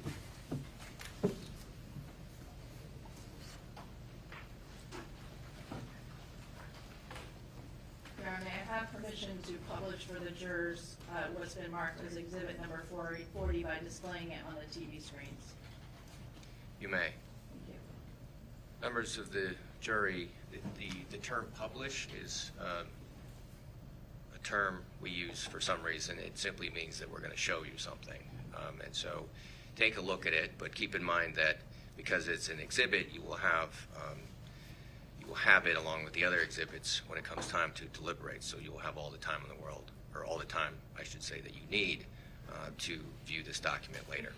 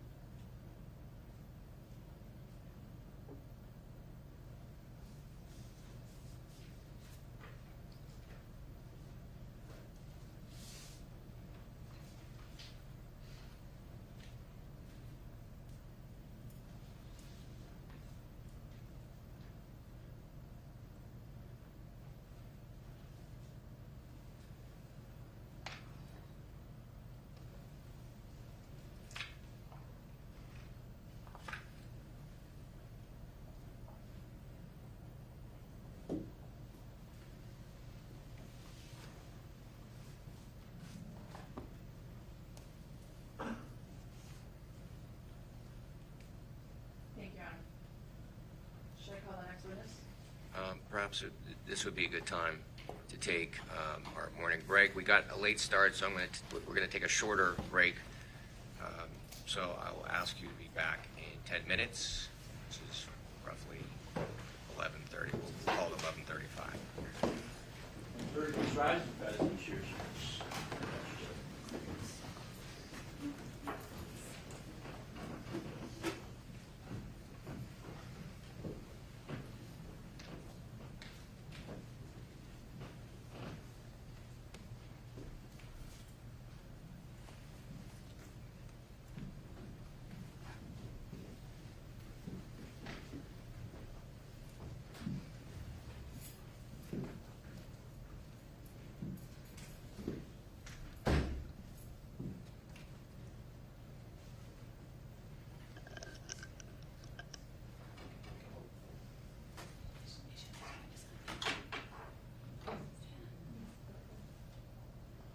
Okay, so that's, we don't need to do that.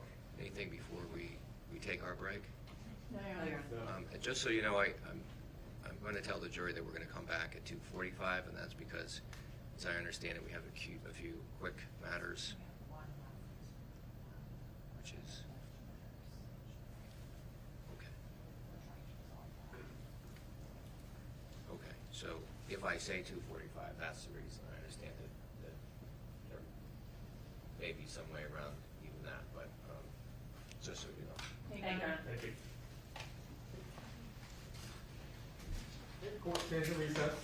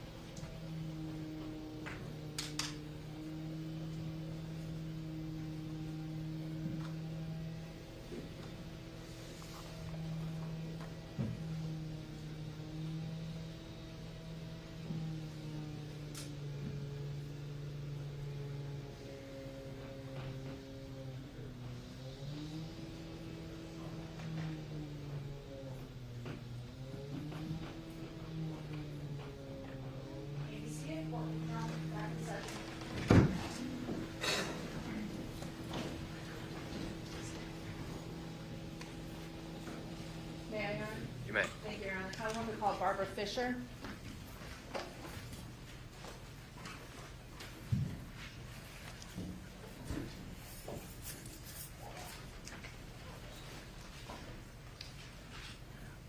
You stand for face of court and raise your right hand. Michelle? You solemnly swear or affirm that the evidence which you shall give to the court and jury in the case now in hearing shall be the truth, the whole truth, and nothing but the truth, so help you God, or do you so affirm? I do. Thank you. Good morning. Good morning. Could you please state your name and spell it for the jurors? Barbara Fisher, Barbara-Fisher. Ms. Fisher, did you previously go by a different name? Yes. What was that? Barbara Fenn. And when did you use that name? When I was employed with Granby Police Department, it was changed in 2018. Okay.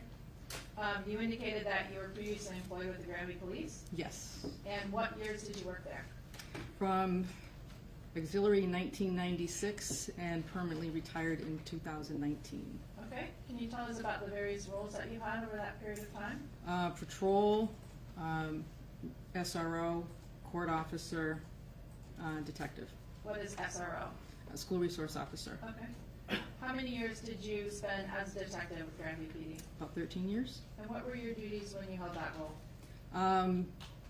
Primary investigations, And what types of cases would you primarily investigate? from B&Es, breaking and enterings, sexual assault cases, various types of car accidents, crime scenes. Okay. And you indicated you retired in 2019? Yes. Officially. I want to ask you about the date of May 26, 2009. Do you Yes. remember that date? Yes. And do you remember what you were doing at 1:18 p.m. in the afternoon? I was in dispatch. And why were you there? The dispatcher had to leave the room. And do you remember what dispatcher was working that day that had to leave the room? Lynn Menard. Okay. And why was it that you were, what were you doing for her? I was just covering the phones. Would that be any types of calls that had come into the Granby Police? Yes. That include 911 calls? Yes. Or calls into the business line? Yes. Is this something you had done before when Ms. Menard or another dispatcher had to step away from the desk? Yes. At approximately 1:18 p.m., do you remember a 911 call coming in that you answered? Yes. And do you remember who it was that was speaking to you on that 911 call? Yes. Who was that? Cara Rintala. And prior to that 911 call, were you familiar with Cara Rintala? Yes. How so? She did work the town's ambulance service. Okay. And so you knew her professionally Yes. as a paramedic and a firefighter? Yes.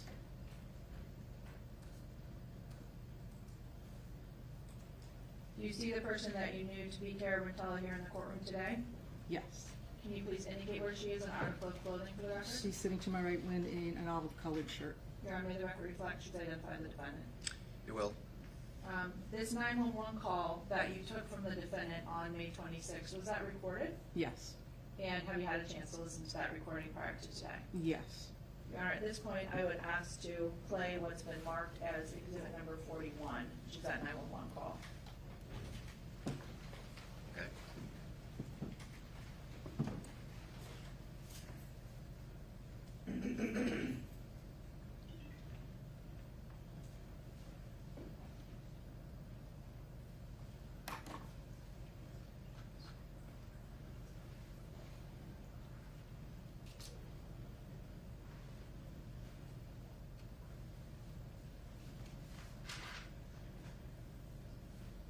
If I could just have 1 second, Your Honor, get the TV working again.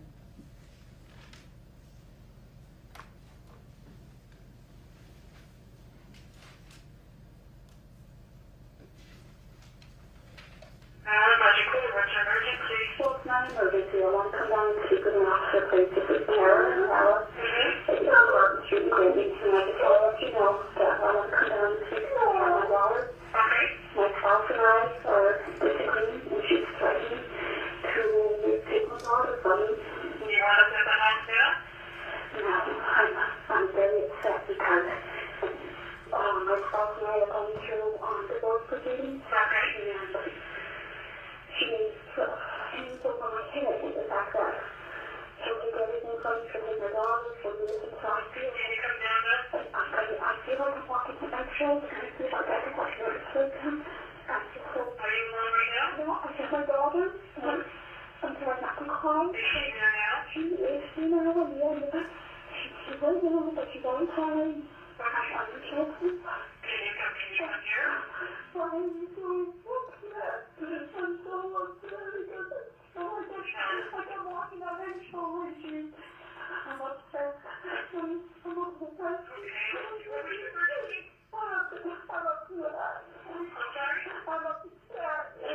I feel like I'm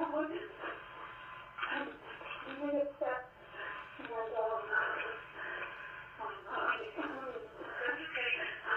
And my daughter's fine. Okay. And what's your first name? Cara. Cara. Cara, can you come here? Do you want to sit down here? I know. Do you want Cara with you? I feel like I'm being my world is everything. I don't have time to do anything other than be upset. We're getting a divorce and we are, and that's okay. It's okay we don't agree. So I'm okay. I get some help. Okay. Cara, we're going to have someone come out and talk to you. I'm just very upset.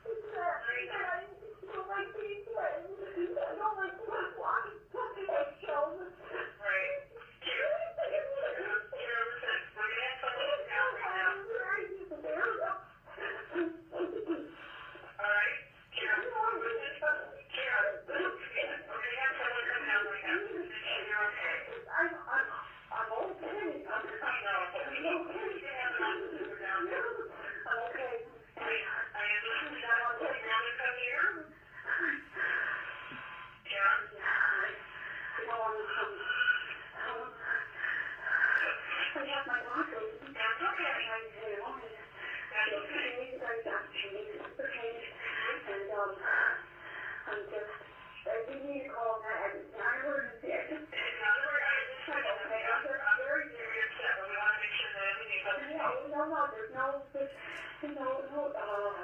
No physical progression by all means, It's more emotional. It's terrible. I can't get along with my lawyers.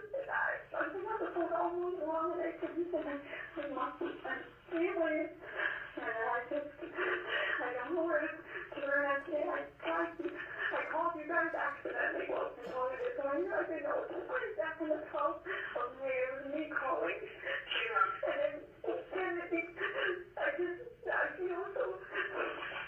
Sarah, why don't you come here? Okay? I don't want to call my daughter. Well, why don't you bring her? Okay? Because if you don't come here, then we're going to be going here. Okay? I'm being so here. If I want to go here, I will wind up on the moon. I just daughter. I know. It's got to go either way. You know, you go there, you got to come here. What happens if I call into the faculty she's there, and then she tries to hurt me on my arm? What do I do? I don't want to. We're going there. Okay? That's okay. Someone needs to be arrested. We just need to go make sure that everything's okay. I need help. I know. That's why we're going to go to you. Okay? I just want you to understand that. Okay. Okay? All right. Okay, bye.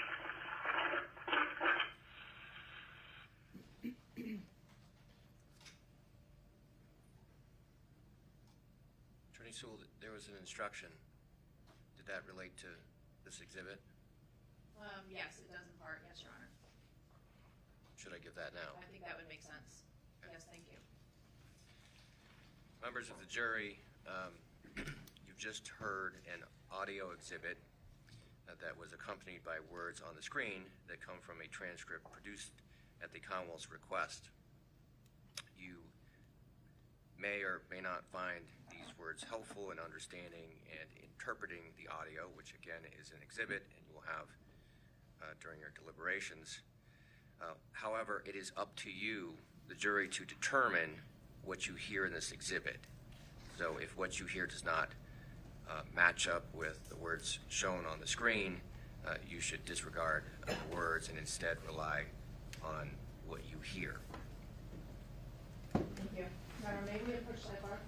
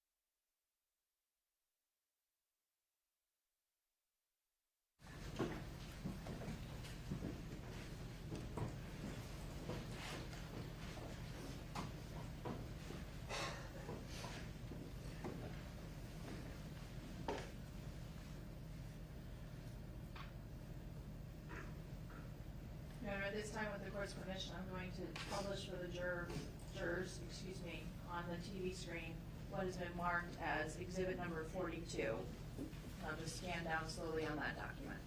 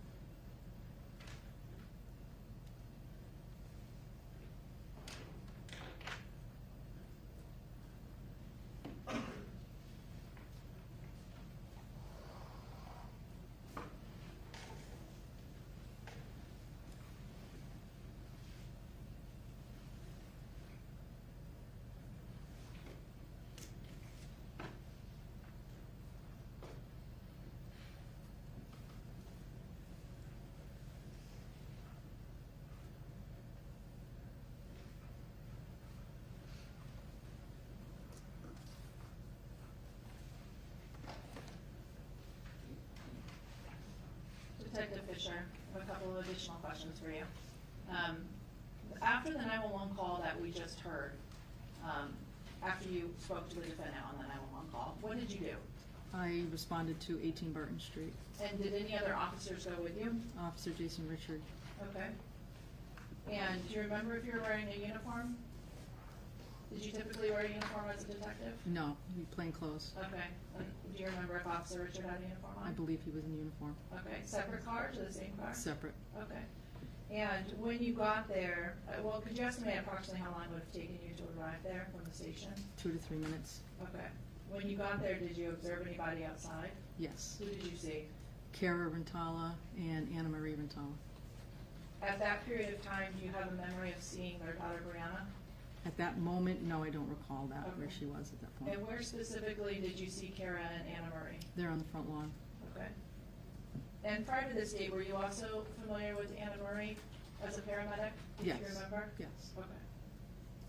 And who did you speak to either one of them? I did. Who did you speak with? Ann. And who did Officer Richard speak with? Cara. Okay. Without getting into any of the content of your conversation with Ann, how would you describe her demeanor? She was upset.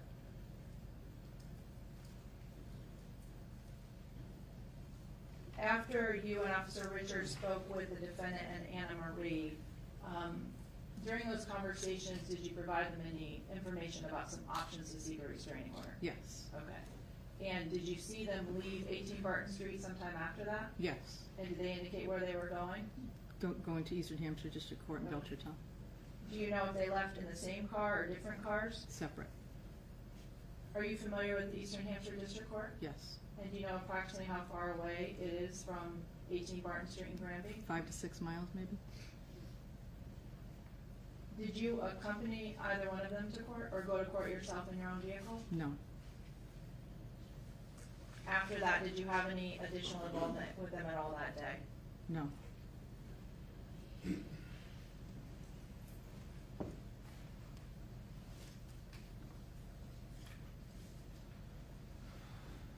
Honor, with the court's permission, I'd ask to display what's been marked as exhibit number 43 for the jurors on the screen. May.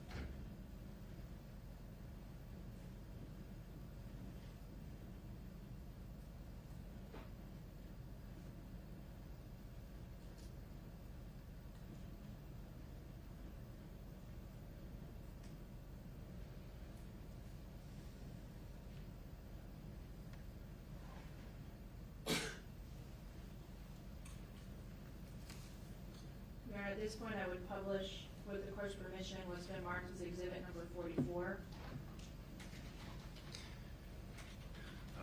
May do so. Thank you, Your Honor.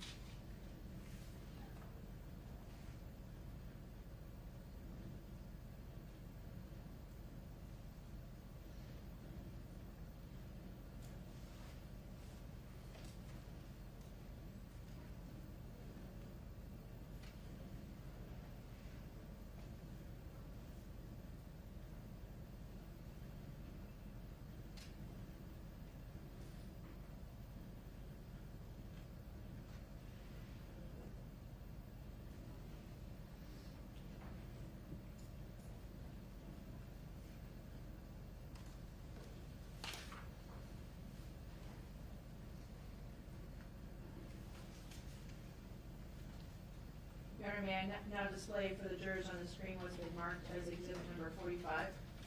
You may. Thank you.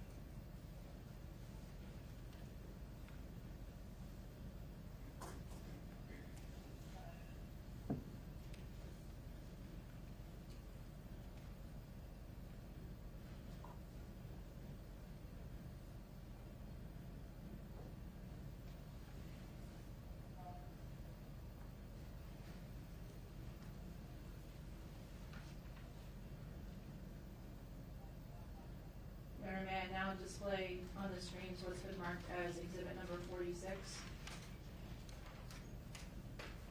Yes. Yes, thank you, may. Your Honor.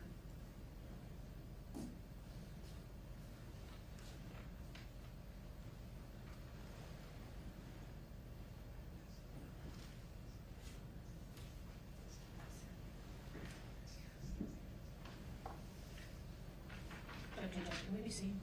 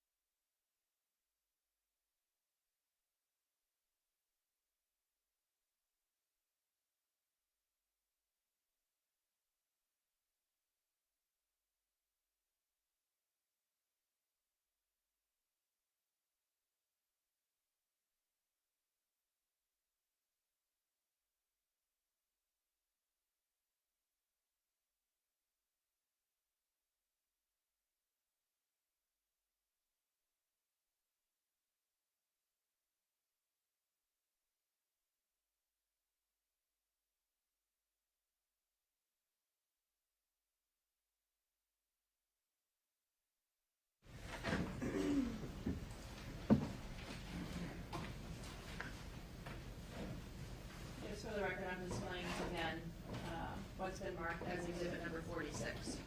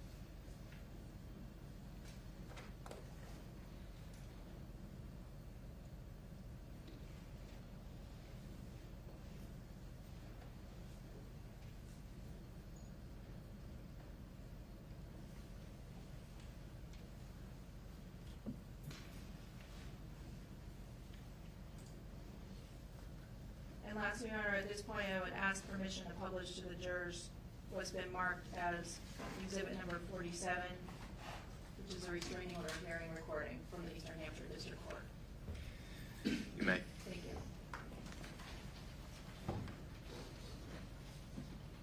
Judge, do we have that same instruction? Yes. Thank you.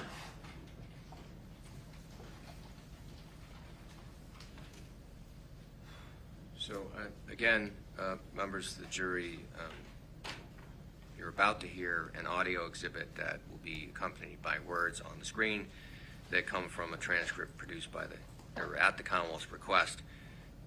Again, you may or may not find these words helpful in understanding and interpreting the audio.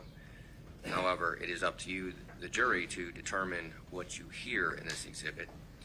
if what you hear does not match up with the words shown or what you see on the screen, you should disregard the words and instead rely on what you hear. In other words, what's important is what you hear, not what you read. And if those two don't square or match up, then you need to consider only what you hear. Go ahead. Thank you, Your Honor.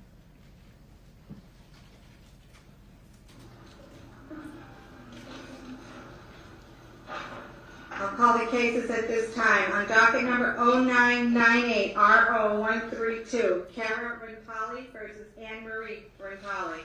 On docket number 0998 RO133, Annamarie Cochrane-Rintala versus Cara Rintala. Would you please raise your right hands? Do you solemnly swear or affirm to make true answers to such questions that shall be put to you by the court in a matter now pending? So help you God. Thank you. All right, and for the record, who is Cara Rintala? And you are Annamarie Cochrane-Rintala?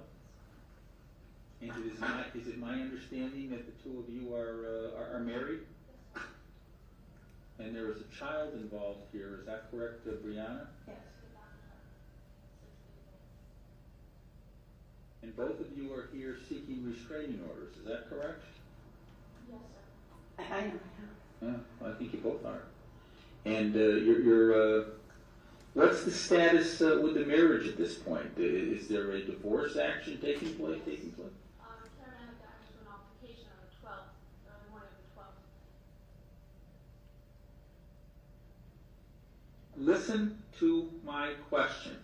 This incident happened on the 12th.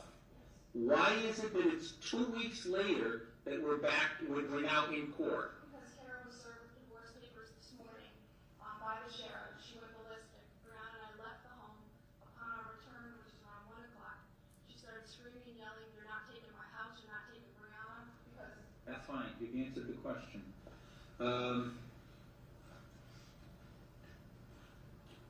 The Cara Rintala, what is the basis of you seeking a restraining order?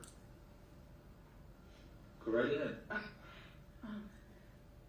Today I reached all that I can take, and I'm afraid to be in my house because of what Ann's going to say, because I'm constantly threatened, verbally and bodily, as far as in my personal space all the time. And I called the police department twice, and I had asked what to do about it.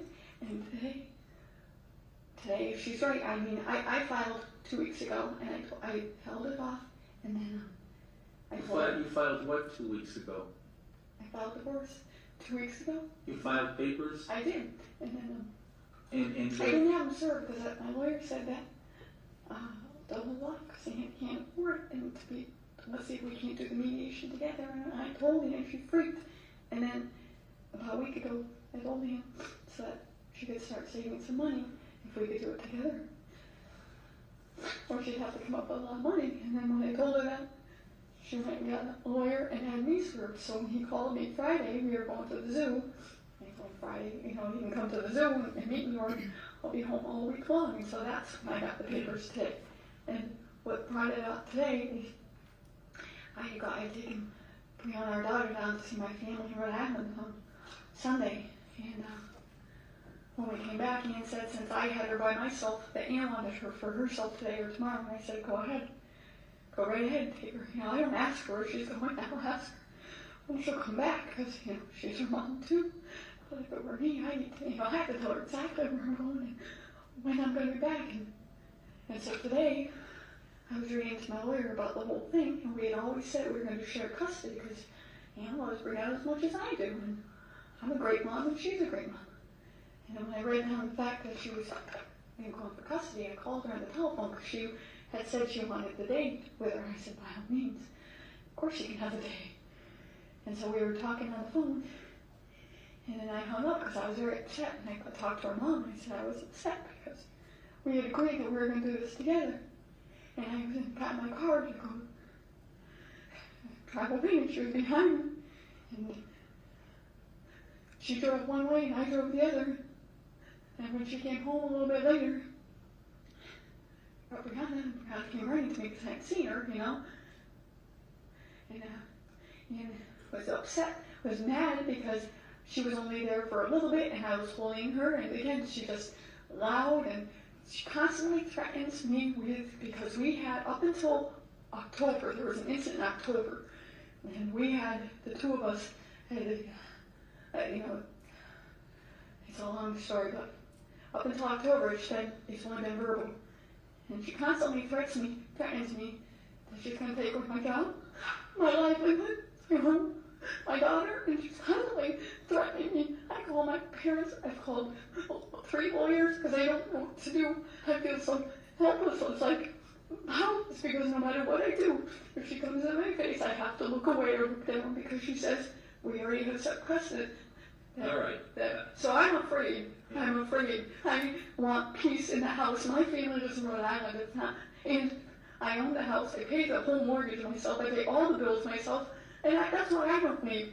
And Aunt's family lives 1 town away. I said, is there any way you could just stay with your family for a little bit? Just because, so we don't, there's no volatility in front of Brianna, and that's all. I'm just nervous. I don't know what to do. Well,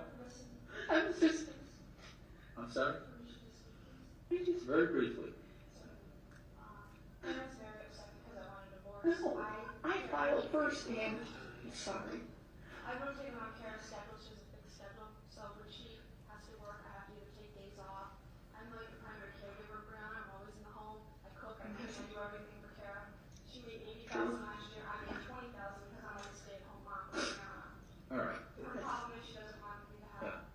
I filed for divorce. She's very upset with me. But we had a court case. I have a restraining order against Cara. And that case was All dismissed because there were lies. Honestly, that she would go forward. all right.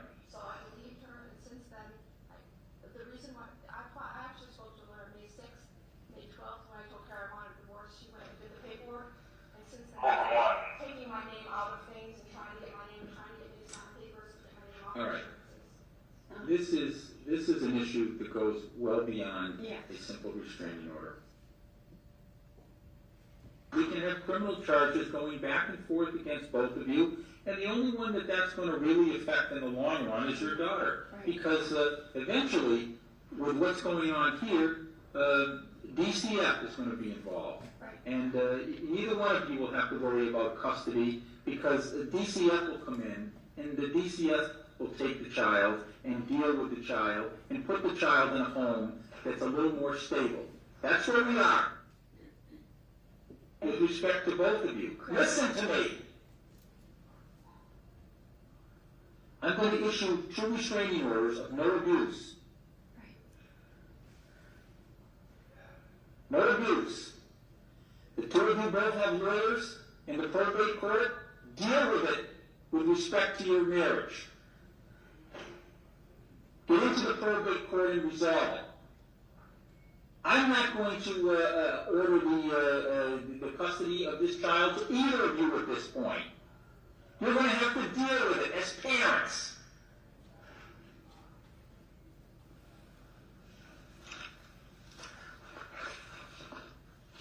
Did I say something? Very briefly.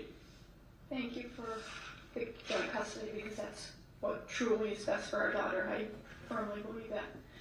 Second of all, as far as the home situation, it's very volatile as far as like arguments, and it's not healthy for us folks to be there, which is what I called the Granby Police Department. They came down today and they told me to come here because I fear that Brianna hears, this, and we can't both be there. Yeah, then you know There's something? 1 town away. Is there any way, Ann, please? That's my home. I paid. If my family lived the next town, I would go there. If you want her to go there, I'm going to give her the custody of the child at this point. I'm not going to play games with this. The 2 of you can either deal with this as adults and deal with it in the probate court as your marriage dissolves, or I'll take, if you want, I'll call DCF right now. And I'll have DCF come in here, and I'll indicate to them that I don't think either one of you is stable enough to deal with that child. That's how close I am to going off this bench and picking up the phone right now. Is that what you want? Definitely not. Is that what you want? And the ultimate issue of custody and visitation and support, all of that's going to come out of the probate court. But right now, the two of you are going to walk a very fine line. You're either going to exist in that house until you get this straightened out, or you're going to look at criminal charges, one or both of you, and I can promise you this. If one of you makes an allegation of abuse against the other, you better have documentation, because the other one's going to make the same allegation, and at that point there's going to be criminal charges against both of you. And I promise you, if I see that come into this court, I will be on the phone to DCF so fast, they'll be here before you get out the door.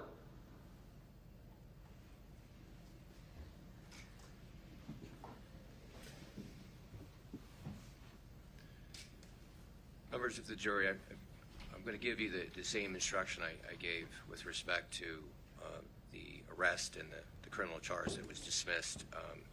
Again, this evidence is being introduced for a limited purpose.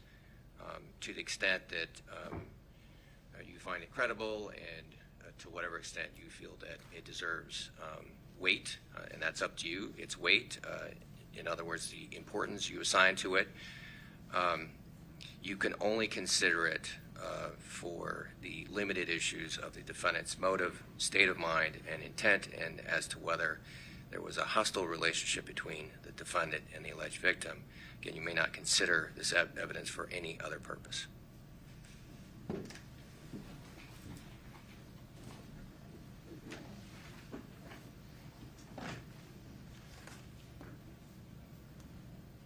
Detective Fisher, the day that you responded to the home at 18 Barton Street and the day of these restraining orders was May 26, 2009.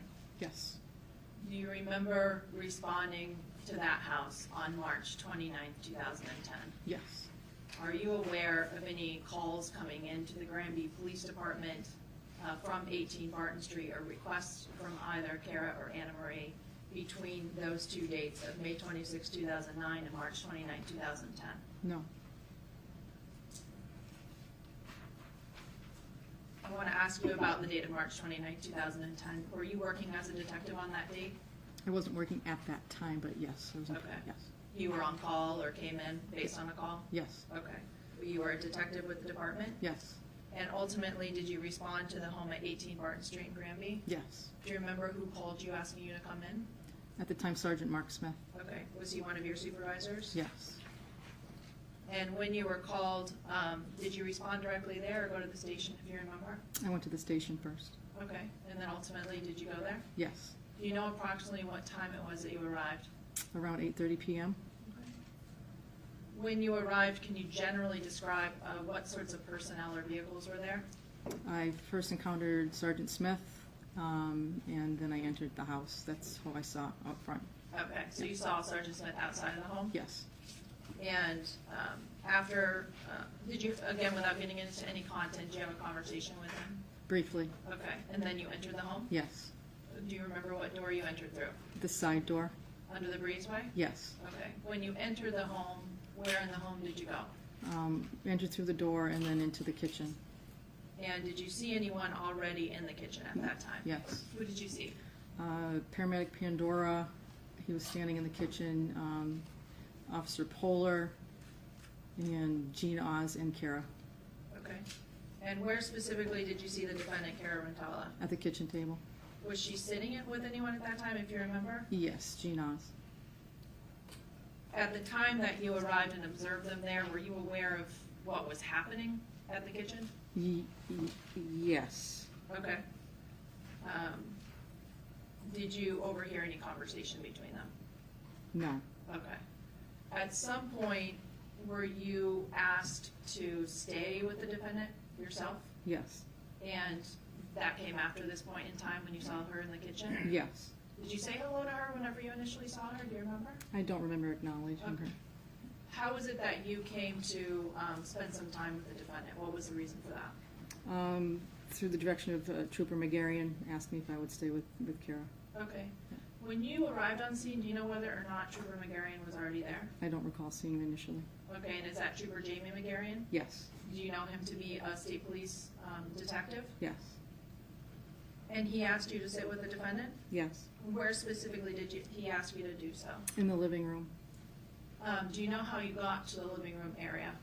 At one point, we all exited from that side door and were asked to enter through the front door. Okay, and did you do that? Yes, Did you see the defendant do that? yes, And then were you with her in the living room area? yes. Does the front door to the home go into the living room? To your memory? I don't recall if it was Okay. directly into there. Okay, but you went in the front door and went to the living room there? Yes. Did you sit down with her? I don't recall if I was sitting, but I was in the same room with her, yes. Okay. And were you within her presence for a period of time? Yes, At some point after that, were you asked to do anything in regards to the defendant's clothing? yes. What were you asked to do? Trooper McGarren asked if I could seize her clothing. Okay. And how did you go about doing that in terms of a conversation with the defendant? I asked her if I could escort her to the bathroom, and then she'd have to disrobe, and I'd have to take her clothing that she was wearing at that time. Was she cooperative with you? Yes, And where specifically in the home did you go? in the bathroom. Okay. In terms of the bathroom itself, do you remember the size of the bathroom? Very small. Okay. Did you go physically into the bathroom with her? Yes, And just the two of you? yes. Okay. And do you remember if the door was closed or open? I think it was small enough that the door wasn't quite closed completely. Okay. Yeah. Did she take off her clothes in the bathroom? Yes, And did that include all of her outer garments? yes, Okay. As well as some jewelry? yes, Now, did you take possession of it while you were in the bathroom? yes. Okay. And while she was disrobing, were you watching her at that period of time? I was watching, making sure nothing was disturbed at that point, yes. Okay. Were you examining her body? No, After the bathroom, where did you go with her? to her bedroom. What was the purpose of that? So she should get put on clean clothes. Okay. And was that down just a couple doors down that Feet. same hallway? Yes, Just the two of you still? yes, All right. And was she able to retrieve some clean clothing in there? yes. Did you do that for her, or did she do that herself? She did, All right. Were you with her during that period of time? yes. Did you examine her body at that period of time? No. In terms of the clothing that you had collected from her, what did you do with that? That was placed in paper bags and was turned over to the state police. When you took the clothing, do you remember if you were wearing latex gloves? Yes, Okay. And the paper bags, was everything put in a single paper bag or individual bags? each item was placed in an individual bag. All right, and you turned that over all to the state police? Yes, After the defendant was able to retrieve some clean clothes from the bedroom, where did she go? right back to the living room. Did you go with her? Yes,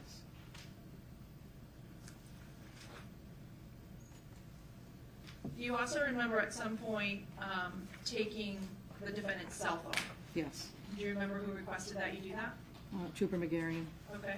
And did you have a conversation with the defendant about that, or Trooper McGarrion, to your memory? I believe I presented her with the consent form to take her phone. Okay. And did she sign that? Yes, she did. Would you describe her as cooperative? Yes,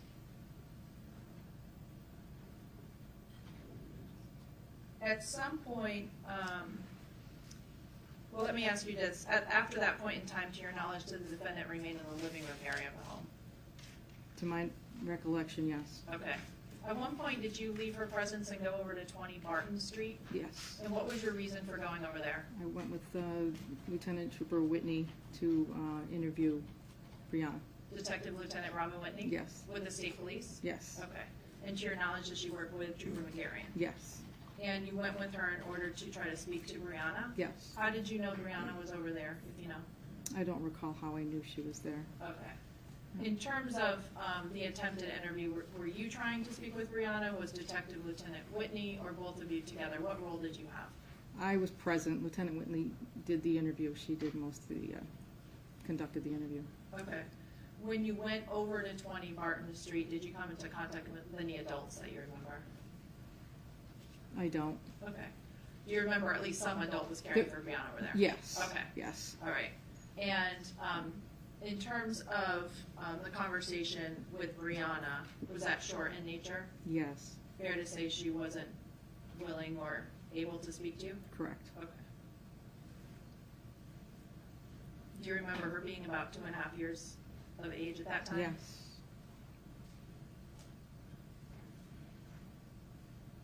Now, at some point later that night, did you go to the Granby Police Station? Yes, And ultimately, were you present during an interview conducted by the Detective Lieutenant Whitney of the defendant? yes. And what role did you have in terms of the interview with the defendant at the Granby Police Station? I was present in the room. And was that audio and video recorded? Yes. Now, before, at any point, before you left 18 Barton Street, before you went to the station and were present during the interview of the defendant, did you go down into the basement at 18 Barton Street yourself? No, Okay, so you never saw the basement yourself? no.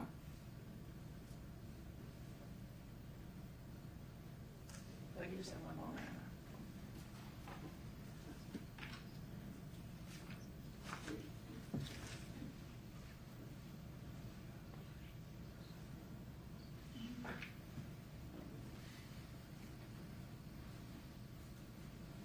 After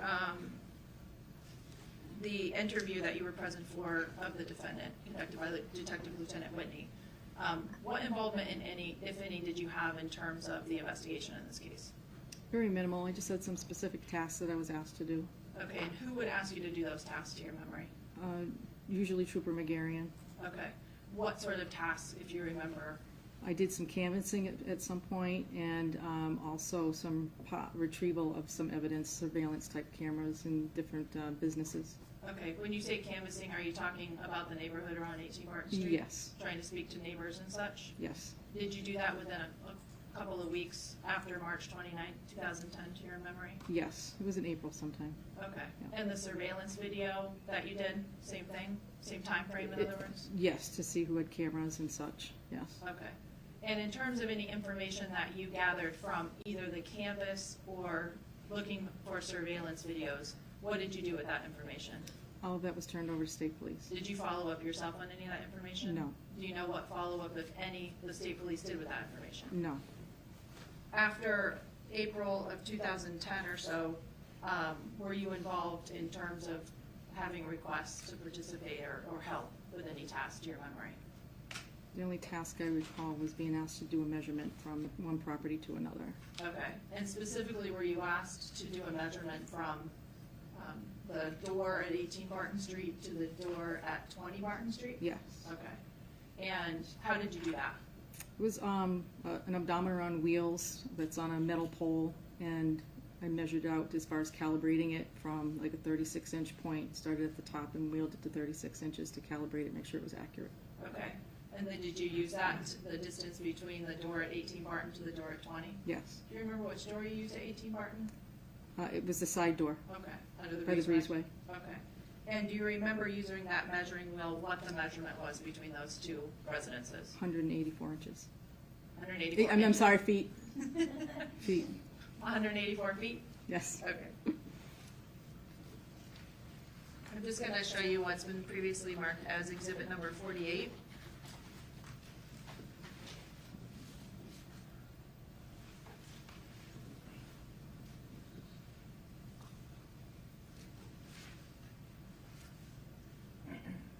Do you recognize what's depicted in that photograph? Yes. And what do you recognize that as? The house on the left? Or Both. Both, yeah. 18 and 20 Barton Street. Okay, and are you able to show us with the pointer that's located right behind you, propped up there? If you could, you see it on the back wall? Oh. If you could just stand and show us which house is 18 and which house is 20. This is 18 and this is 20. Okay, and that's the measurement you took? Yes. On the Okay. side over here to the front door here. Okay, thank you. You can resume your seat. Thank you. I have no further questions, Your Honor.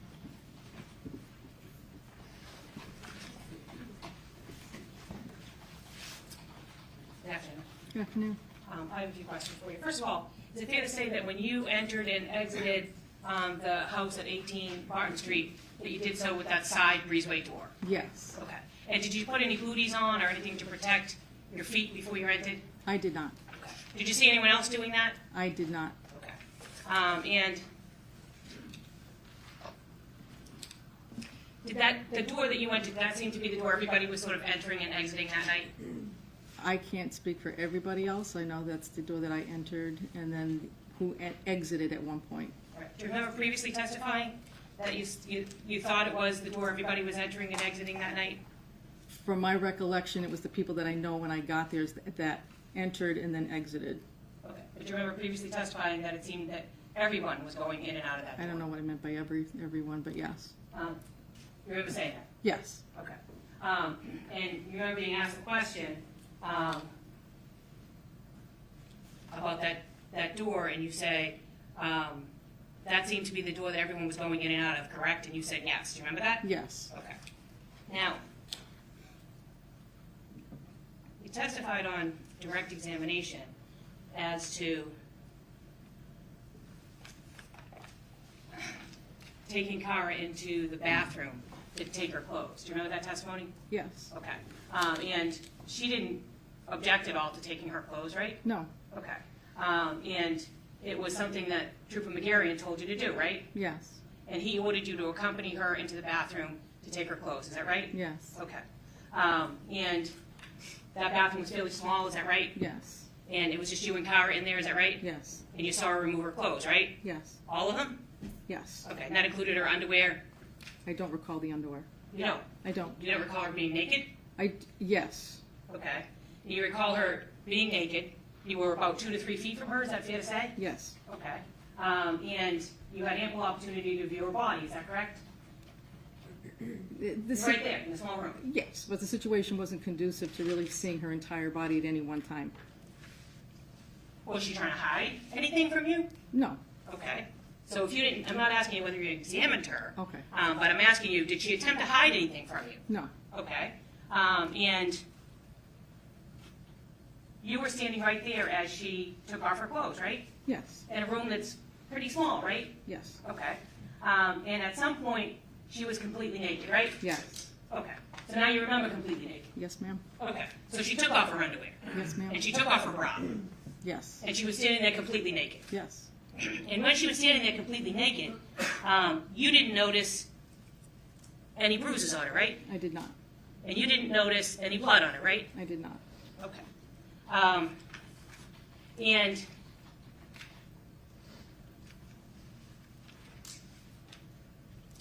when she went into the bedroom, so when she's naked in the bathroom, she walks down the hall of her house naked to her bedroom, is that what happens? Yes, but it's not a very far distance from the bathroom to the bedroom. Okay. Very short. And just to be clear, you didn't see any abrasions that caught your attention, is that right? No. Okay. And if you had seen abrasions, you would have made note of it, right? Yes. Okay. And you didn't make any notes that there were any abrasions on her body anywhere? Correct. Okay. And there was nothing in your notes regarding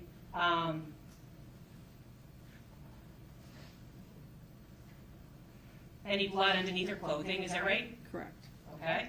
And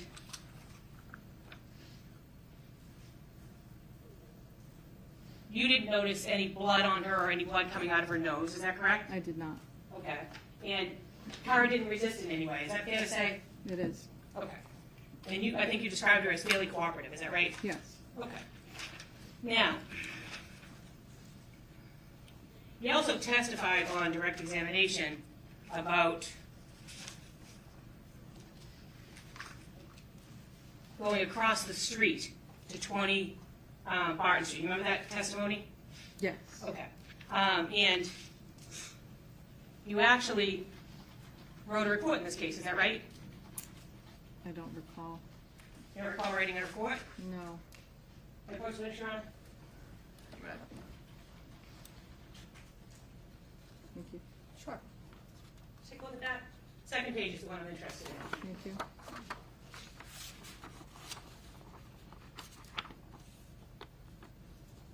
Okay. Is that your report? Yes. Okay, and it appears to be the report you wrote after this incident, is that right? Yes. Okay. I have to just have that for a second. After having read that, does it refresh your memory as to whether or not you interviewed Roy Dupuis, who lived at the house at 20 Barton Street? From reviewing that, yes. Okay. And it's fair to say that he said that Cara came over around 7:15 and said Ian was in the basement and to call 911. That's in your report, is that right? I recall him saying they called 911 or to call 911. Well, The report's a little more than that, doesn't it, ma'am? I'm still going by memory. Okay. I want you to read your report and see.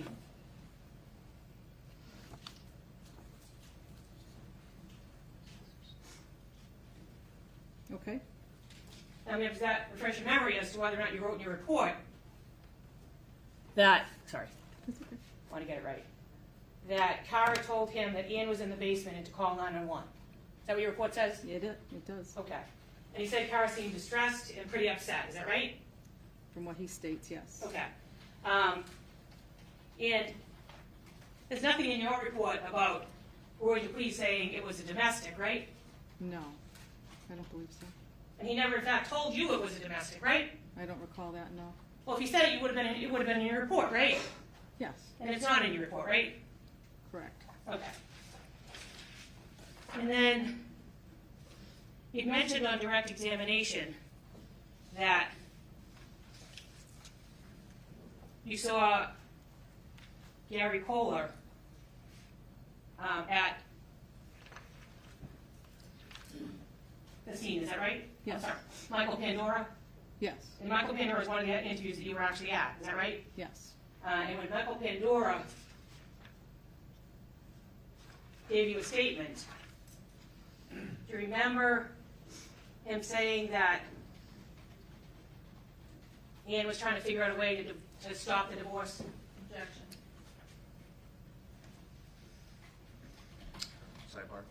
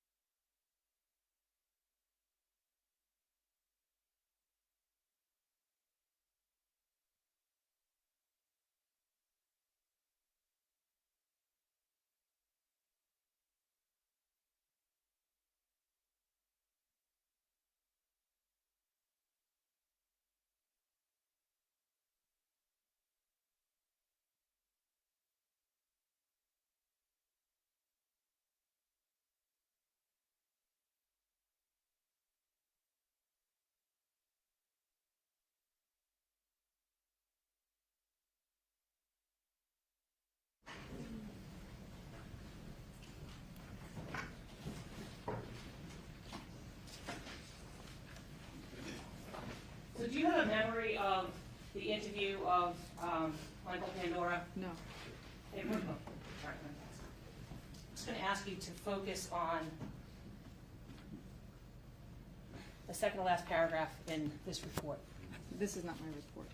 This is the interview that you were at. I was at, but I did not write this report. Or- Right. I'm not asking if you wrote it. You were there, and I'm asking you questions about it, Okay. because you were there. Can you read that paragraph to yourself, please? Which ma'am? one? The second to last paragraph on that page? Several months after. No, that- to yourself. Oh.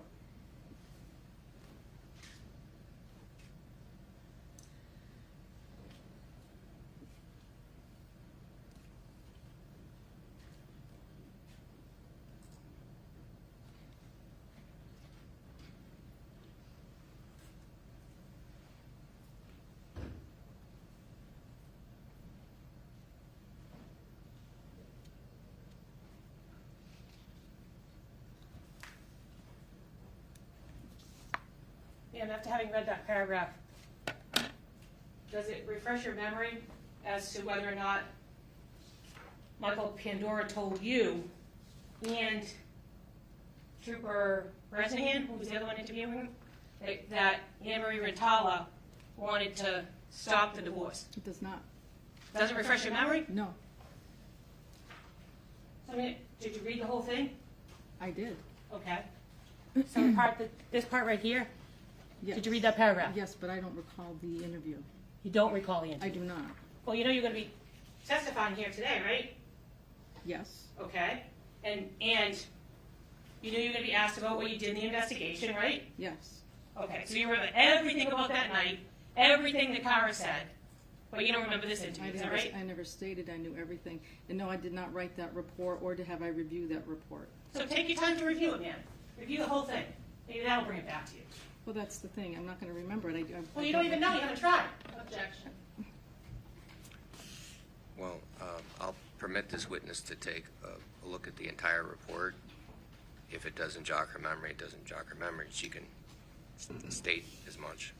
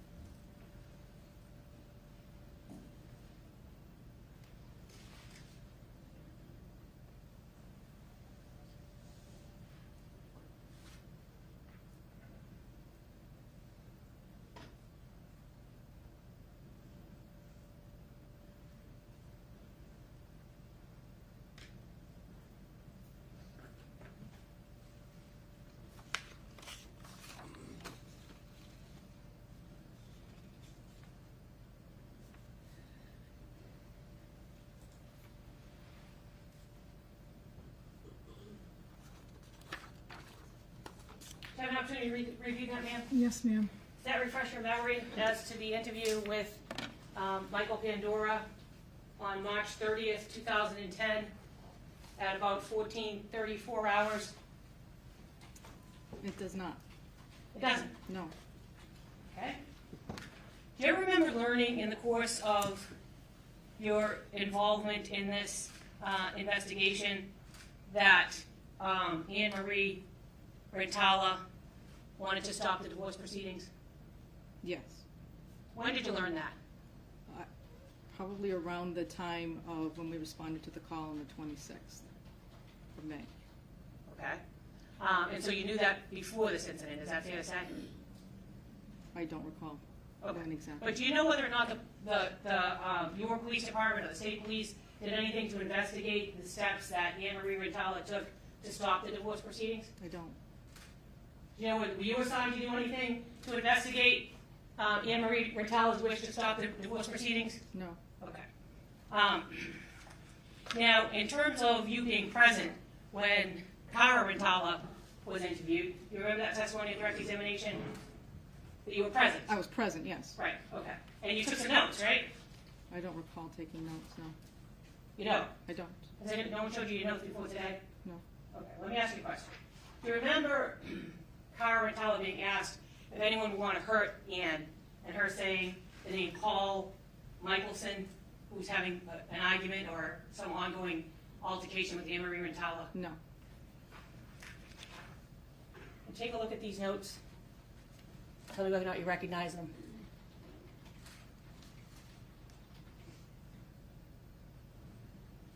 Those appear to be your notes? They are not.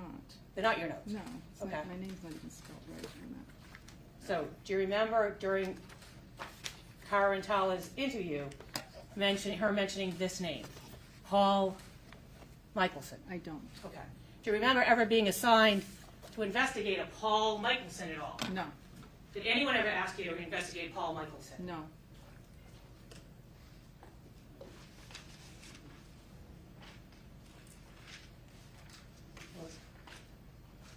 I have no further questions.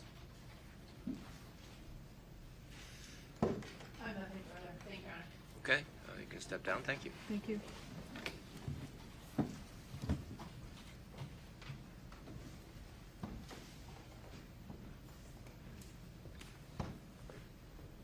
So it's almost 1 o'clock. We're going to take our lunch break. I have a few quick matters at 2 o'clock that I have to attend to. I apologize for that, but I am the only Superior Court judge who sits in this county. Only one judge sits at a time, and we've done our best to reschedule other things, but there are a few things I need to address. So I'm going to give you a longer lunch break and ask that you be back here for 2:30.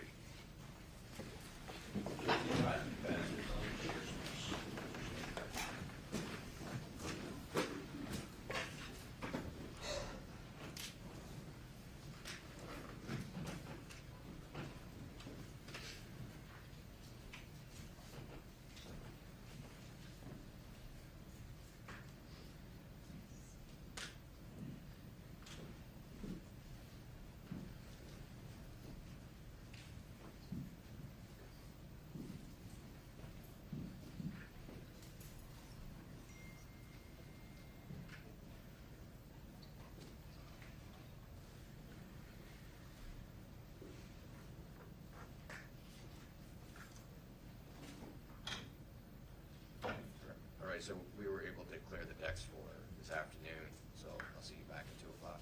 Thank you, Your Honor. Thank you, Your Honor. Court stands at recess.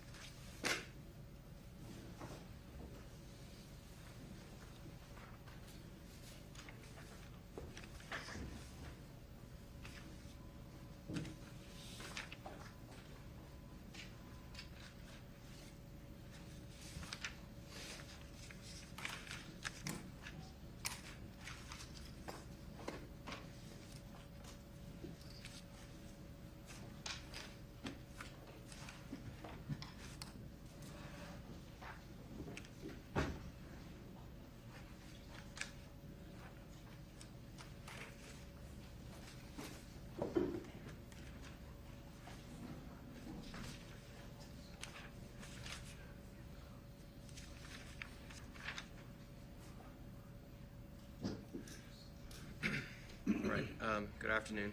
Good afternoon. Do you want to start? Sure, yeah, sorry. Okay, I think that since Nancy Kaufman is about to take a stand, I think that maybe it makes sense to first begin with, we had an objection to one of Nancy Kaufman's statements we know from prior testimony. So we filed a motion to exclude defendant's irrelevant comment. And the specific irrelevant comment that we're talking about is that Mr. Rintala was embarrassed to go to the beach with Ann because of Ann's weight. Again, we know this because Nancy Kaufman has testified previously. And in a nutshell, we submit that this is inadmissible under 401, 403, and 404B. It's irrelevant. It is more prejudicial than probative, and it's a 404B prior bad act that's just prejudicial. And on 401, I know that the court just today noted that, instructed the jury that evidence that's relevant to determining whether the defendant has a hostile relationship with the decedent is relevant, but calling your partner fat, I submit, is miles away from that sort of evidence of a hostile relationship. And in fact, the real danger here is in our current environment. Maybe even there's a difference between 13 years later than there was in 2010, I don't know. But in any event, in the current environment with this current jury, we're obviously worried about the notion of calling somebody fat might be viewed as, I don't know the best way to put it, but very unpopular and very prejudicial sort of thing to say. But it's very prejudicial, and that substantial prejudicial effect outweighs any relevance. Because again, the only thing you might plausibly argue that this is relevant to is the evidence of a hostile relationship. But hostile relationship to kill somebody is simply an unreasonable stretch from the statement, you think she's fat. And by the way, we dispute that she even said that. But that's the nutshell of the argument there. Okay. Commonwealth? Your Honor, just to clarify what the evidence would be expected to be, this is Annamarie's aunt. It's weeks before the murder, at the end of February, beginning of March. Ann and Cara travel down to Florida to go on a cruise together. They visit Ann's aunt, Nancy Kaufman, who lives in Florida at that time. They stay with her for a few days both before and after the cruise. And Nancy's able to make observations of how they behave with one another, how they're interacting or lack of interaction between them, and some comments that are made. What she would be expected to testify is at some point during that trip, her and Ann and the defendant, and the fact that Ann is present for this conversation is important, I believe, for the evidence, that Nancy makes a reference, why don't I take the baby, why don't I take Brianna, and you guys can go to the beach together. And in response to that, the defendant said, with a gesture, why would something like this take something like that to the beach? It was within earshot of Ann. Ann had a reaction visibly, according to Aunt Nancy, receiving the information. She began crying and left the room. The importance of this testimony is time frame, in addition to the nature of the relationship. The defendant has argued and presented in past trials happy cruise photos, that they were reconciled, that everything was great among the relationship at that time, that the past issues about which we've heard testimony this morning in 2008 and 2009 were over, the divorce was done, and they're in a great relationship at this point in time.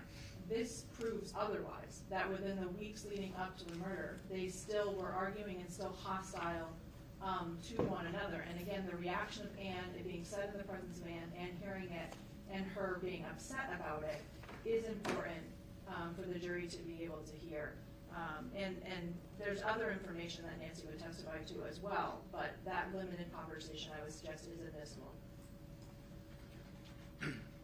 Did you want to add something? Just very briefly, I think it's important to keep in mind the evidence that the Commonwealth submitted to this point is custody over a child in restraining orders, fear of bodily harm, fear of being excluded from your own house. Those are all, I submit, exponentially different than what we now have. In other words, this is, I think they're arguing, that's all, to the extent the defense is arguing that's in the past, and there's been a long period of reconciliation where they move back in and are in counseling. We see, aha, the problems are all still there. And my point is, what are they talking about? It's a completely different, those are apples and oranges. We're now talking, you're saying that a cruel comment about body image is the equivalent or somehow evidence of the old problems. And I submit that that's a false dichotomy. Those are apples and oranges, and it's more prejudicial than probative. Okay. Well, given the context and without considering what the defense may offer in rebuttal, I do find, again, given the context and also given the time frame here, that the evidence is probative on the issue of the relationship between the defendant and the alleged victim, specifically whether it was hostile or still hostile, and that probative value outweighs any prejudicial effect. So I am denying the motion.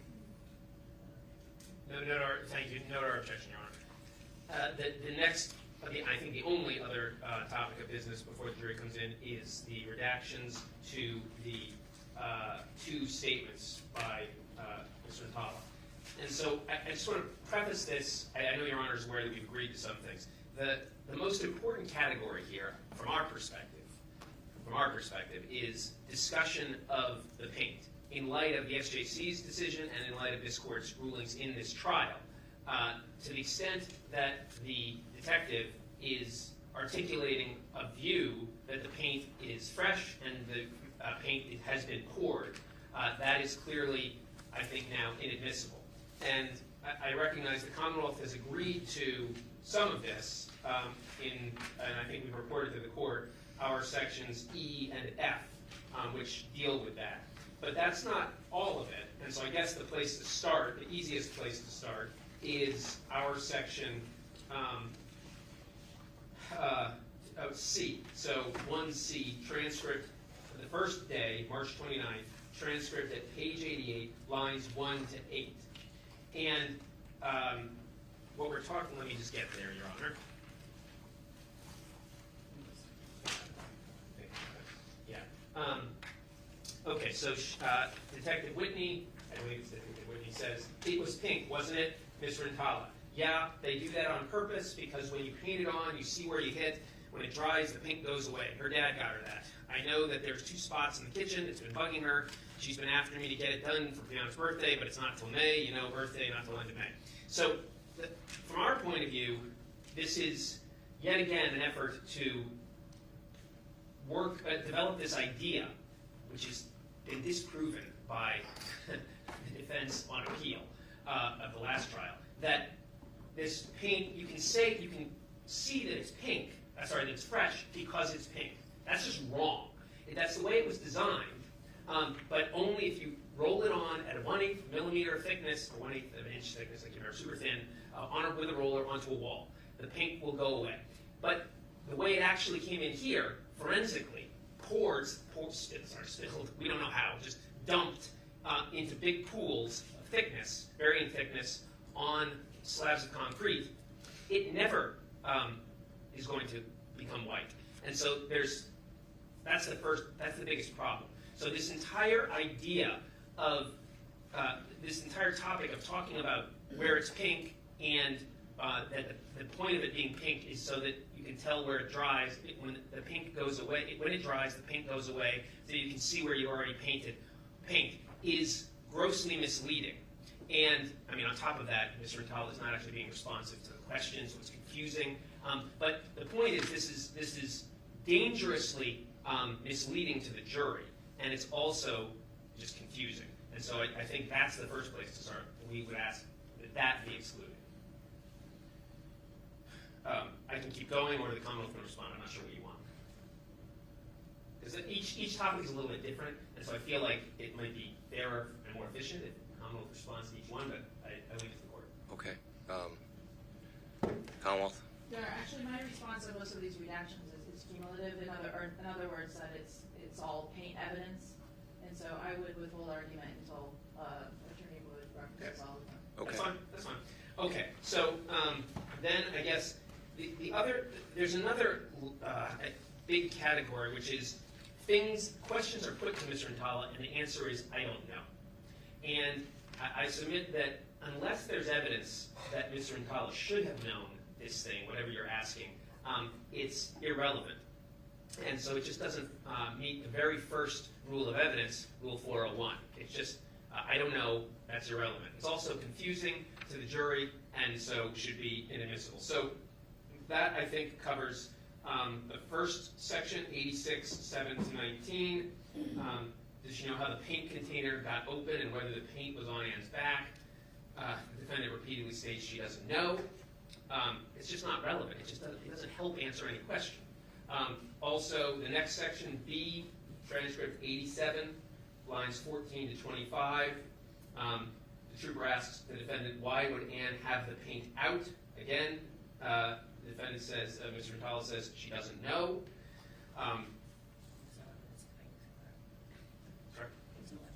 Right, and there's also a false premise buried in the question. There's no evidence that the paint was out.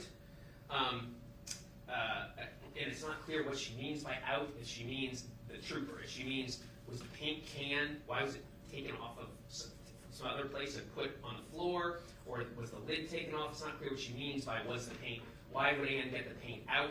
So it creates a lot of confusion. In any event, again, Mr. Rintala says simply, I don't know. And then our next objectionable section, transcript page 88, lines 1 to 8. Sorry, I've covered that. That's the pink roll. It rolls on pink. I've talked about that.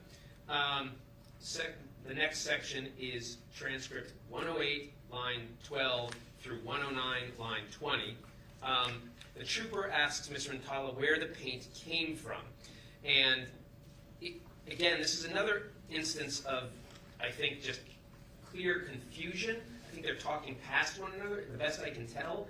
I think that the trooper's question is really, how did the paint get spilled, poured, dumped onto this crime scene? But Ms. Rintala clearly understands the question as sort of, how did the paint come to be in the basement? And she starts talking about how her father got, or Ann's father, I can't remember, got it for them, and then sort of why they have paint and who's in charge of painting in the house. It's all a bunch of non sequiturs that's completely irrelevant to the case. And so it's, again, completely confusing. Oh, okay. Also, in that same section, the detective asks, so she's saying, where did the paint come from? This is the detective's question. This is her specific question, the most problematic part. It looked like the paint was, well, clearly the paint was still wet. So where did the paint come from? So, sorry, the officer's question is pretty clear. She's talking about this paint and that's on the crime, at the crime scene, and characterizing it as wet. And again, the idea is, what she's getting at is an idea of freshness. And Mr. Rintala is misunderstanding the question, saying all the things that I said before. So her answer is not responsive, and it's clearly an indication of confusion. She doesn't understand the question. So those are the sections that we are asking to be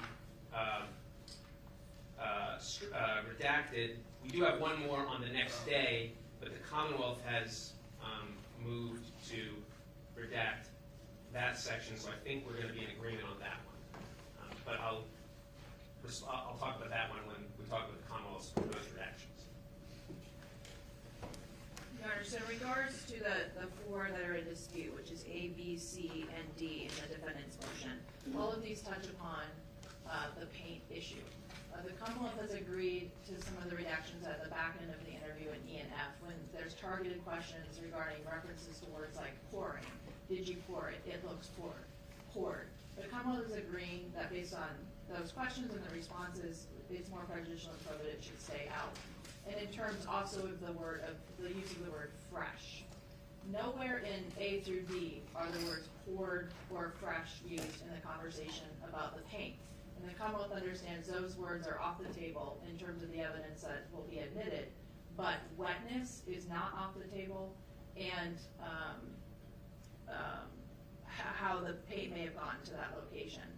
in the big picture, these 4 passages, A, B, C, and D, all are relevant because the Commonwealth alleges in this case, as Your Honor knows, that the paint is an instrumentality of the cover-up of this crime.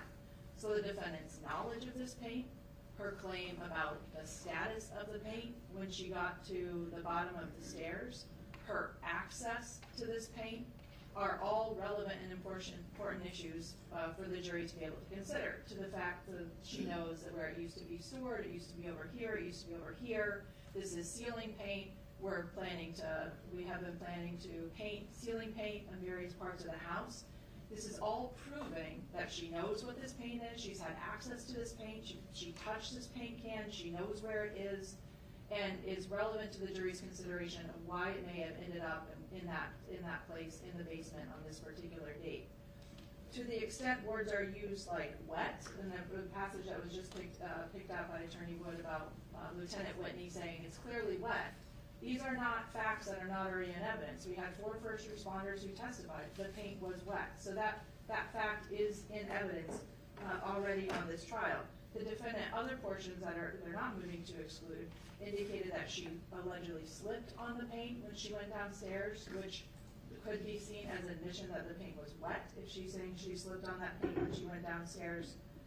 To the extent that the reference of pink is brought up in that one passage, and I want to clarify that, the Commonwealth is not intending to argue that because the paint looked pink, it therefore was fresh. That is not part of the Commonwealth's case. It's not what we're planning to argue. We're focusing on the observations of the first responders in terms of it being wet with no coagulation, it being shiny, the fact that it transferred on the shoes. So to the extent the defendant has some knowledge about the pink and the fact that it changes over time, again, it shows her knowledge and access to this particular paint can, which is highly relevant to the Commonwealth's theory of why this was used. To the extent there are statements made by Lieutenant Whitney that are or are not adopted by the defendant, there could be a limiting instruction if necessary to say statements made by interviewers that are not adopted by the witness are not evidence, a statement or assertion in a statement. But it's the context of that and her responses about the paint issue, I would suggest, Judge, are admissible in the ones that are left in A through D. Just very briefly, the thing that's most problematic to us in all of that is the pinkness of the paint. The fact that the paint is pink. And because I think it's simply, well, the great danger, at the very least, if not unavoidable danger, is that the jury will infer that from this statement about it going on pink and then drying white, that, oh, okay, there's a clue. And they'll look at the crime scene and see pink paint. And then somebody will infer, aha, we can put it all together, this is clearly fresh.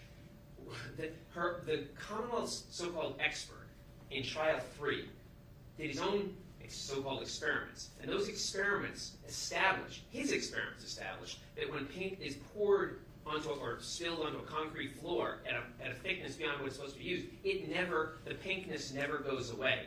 And so what I'm worried about is that little passage giving the jury a false train of thought to conclude erroneously that the paint in this situation was freshly poured because it was pink. That is demonstrably false. That's the big problem with that. Okay. So let me just be clear about paint and the role it plays here. Based on the SJC's ruling, I precluded the Commonwealth from asking or eliciting lay opinions from its witnesses about when the paint was poured. And out of an abundance of caution, I forbid witnesses to use terms like fresh, even though I think in all likelihood they are simply shorthand for the observations that the witnesses did describe. In other words, that the paint was wet, that it was shiny, that there was no film that had developed on the top. And I will permit the Commonwealth to argue that that evidence is consistent with its theory that the defendant poured the paint at some point shortly after she arrived back home and before the first responders arrived. because it is consistent. But it's also consistent with a defense theory that the paint was poured at some point earlier. I think it's within the knowledge of the lay juror that paint starts off as liquid, and when it leaves the can, when it's exposed to air, it begins to dry.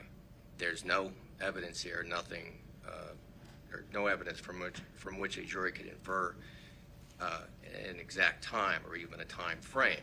But again, it's consistent with that, and they're permitted to argue that.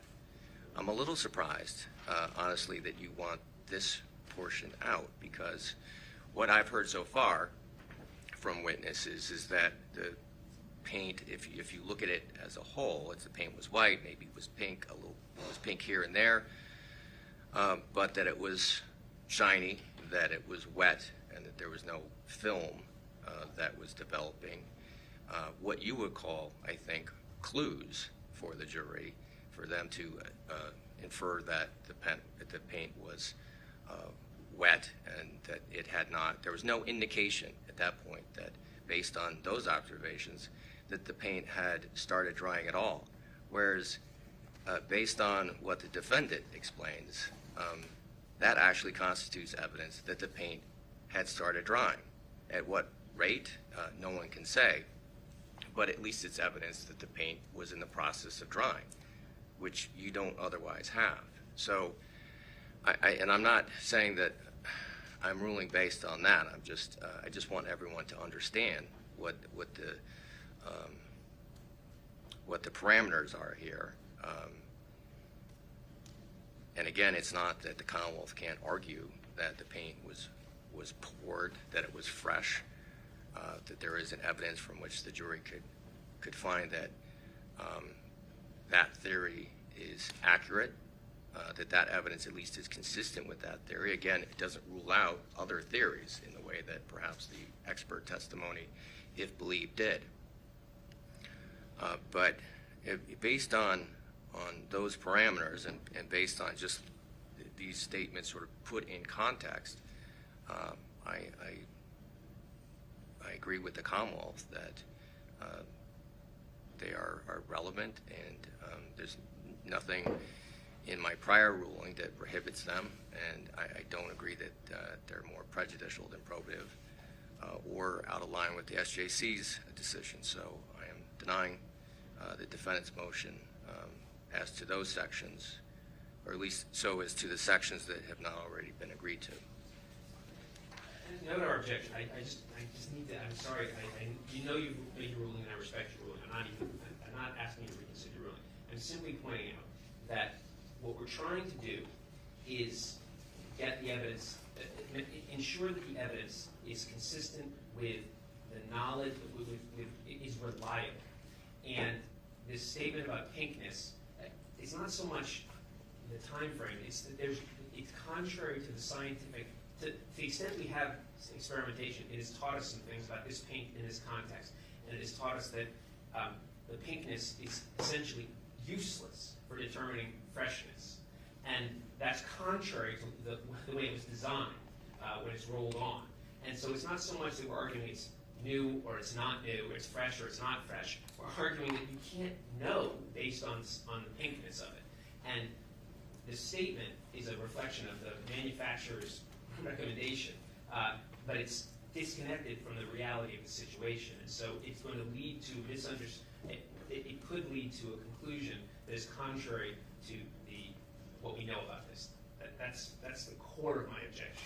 All right. Well, that expert testimony isn't in play here for good reason. Right.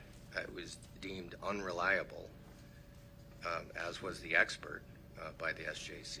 Right. We have testimony that the paint, in addition to being shiny and wet and free of any sort of film or coating, was at spots pink. And I think that that's a little confusing. That's confusing for the jury, just to sort of leave it out there, because I think they would assume from that somehow that's a mixture of blood and paint, which it's not. That's not.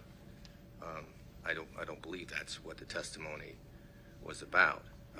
Again, this is simply the defendant giving a statement as to her understanding of the qualities of this paint in a way that, if anything, is helpful. But I don't think it's misleading. At some point, this paint maybe starts off pink and then eventually turns to white. And obviously, there's a difference between spreading a thin layer of paint onto a dry surface and paint that's been poured or spilled, an entire container's worth.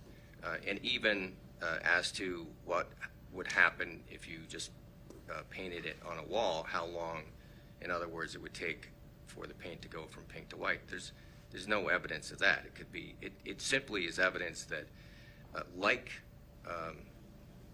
the fact that the paint is shiny and wet, etc., is consistent with fresh paint, but it's also not inconsistent with paint that was poured or spilled an hour, 2 hours, or 3 hours, or however long before that.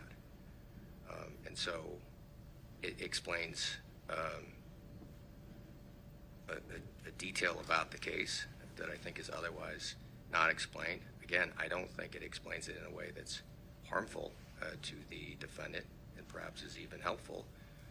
If the Commonwealth decides on its own to redact it, I would understand that, but I'm not going to exclude it based on the defendant's motion. Thank you. No objection. Okay. So that takes care of the redactions.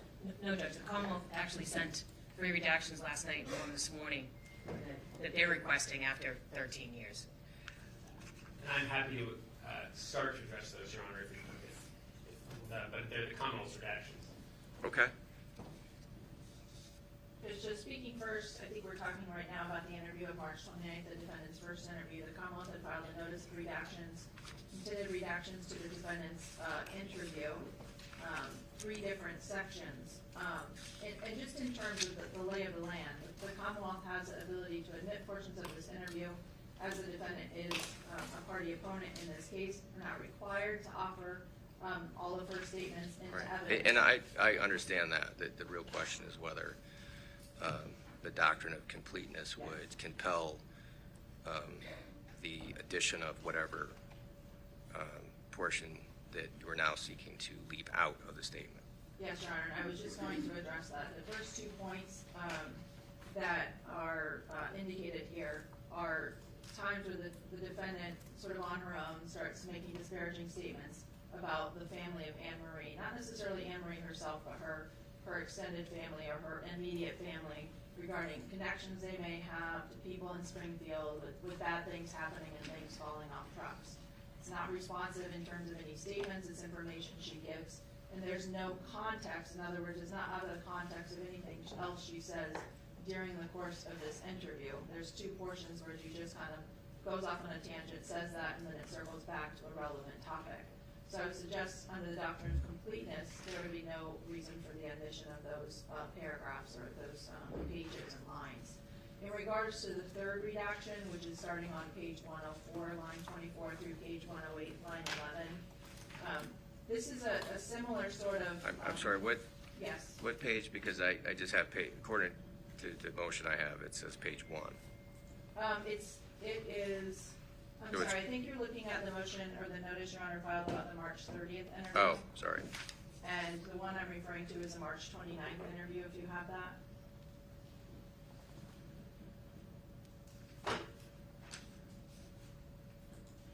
Right, and this is transcript page 10, line 18 through 11. Yes. And then the second, which is page 32, line 7 through 23. Okay. Those both are sections that I just indicated. Yes, okay, okay. Yes. And then turning the page, Your Honor, on that same document, there's a 3rd indication of a redaction the Commonwealth intends to make, which is starting at page 104, line 24, through line 108, line 11. During this portion of the interview, the defendant is asked about the coldness of the defendant's body, her training in regards to what coldness means. There's a reference to rigor mortis in her body in terms of what she understands that to mean, and in terms of the coldness.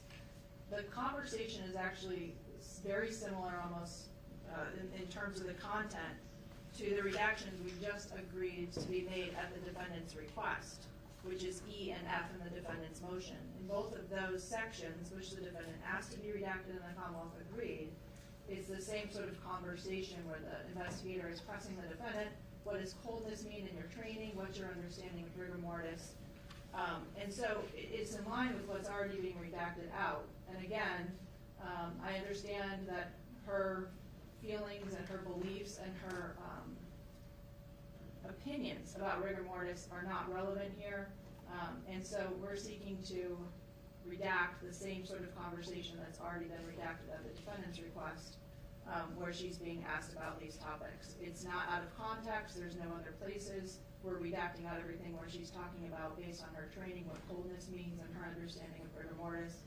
So it's consistent with the redactions already made at the defendant's request. On that last point, I apologize, it's just moving quickly. We agree with the Commonwealth on that last redaction. So the 104, line 20, I just make sure I'm understanding.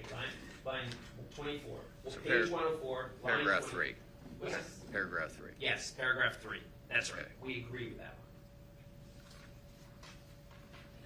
one. Okay, so that's I didn't want to be early, other two, but we sure. agree. But why don't we also, so let's address the March 30th. Yeah. Yes, Your Honor. The Commonwealth had filed a separate notice of an intended redaction in regards to that interview, specifically the very beginning of the interview, starting at the top of the interview through page 12, line 18. I don't know if Your Honor had an opportunity to review this interview, but I did, but I'm sorry, this is the one maybe that's confusing me. It Sure. says transcript page 1 on my motion. So is it, the very start of the interview. okay, so all I have is a cover sheet, and the numbering starts with page 2. My apologies, Your Honor. It is page 2, line 2. Oh, Which okay. is technically where the substance of the interview begins. I apologize. Page 1 is a cover sheet.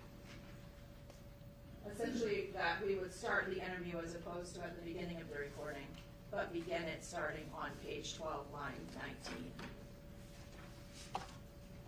If Your Honor had an opportunity to observe the interview as you Oh, I said see. you did, you might remember that the interview recording sort of starts in the middle of a conversation that's already occurring, sort of some rapport building that's happening between the detective lieutenant and the victim, where they're just sort of talking generally about matters, not about this case, not about the relationship with Anne, not about any of that, during which the defendant makes many sort of statements about how she's feeling and what she thinks of the investigators, and the investigator also makes statements in regards to other officers.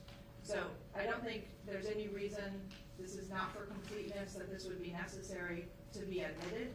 It's general conversation where the defendant makes several statements unsolicited that have nothing to do with the facts of the case or, again, her relationship to Anne or anything relevant.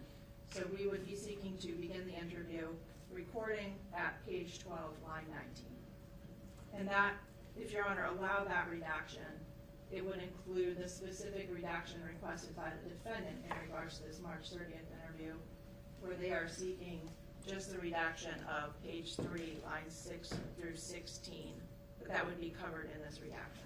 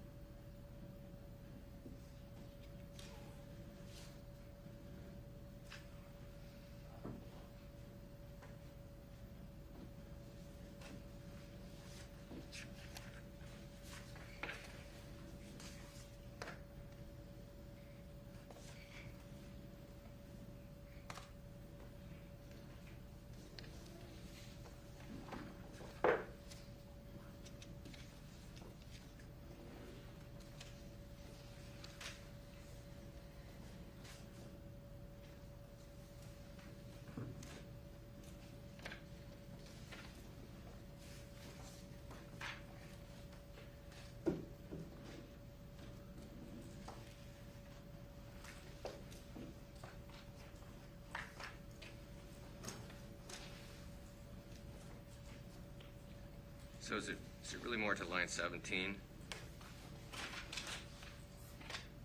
Line 18 is a sort of mid-sentence.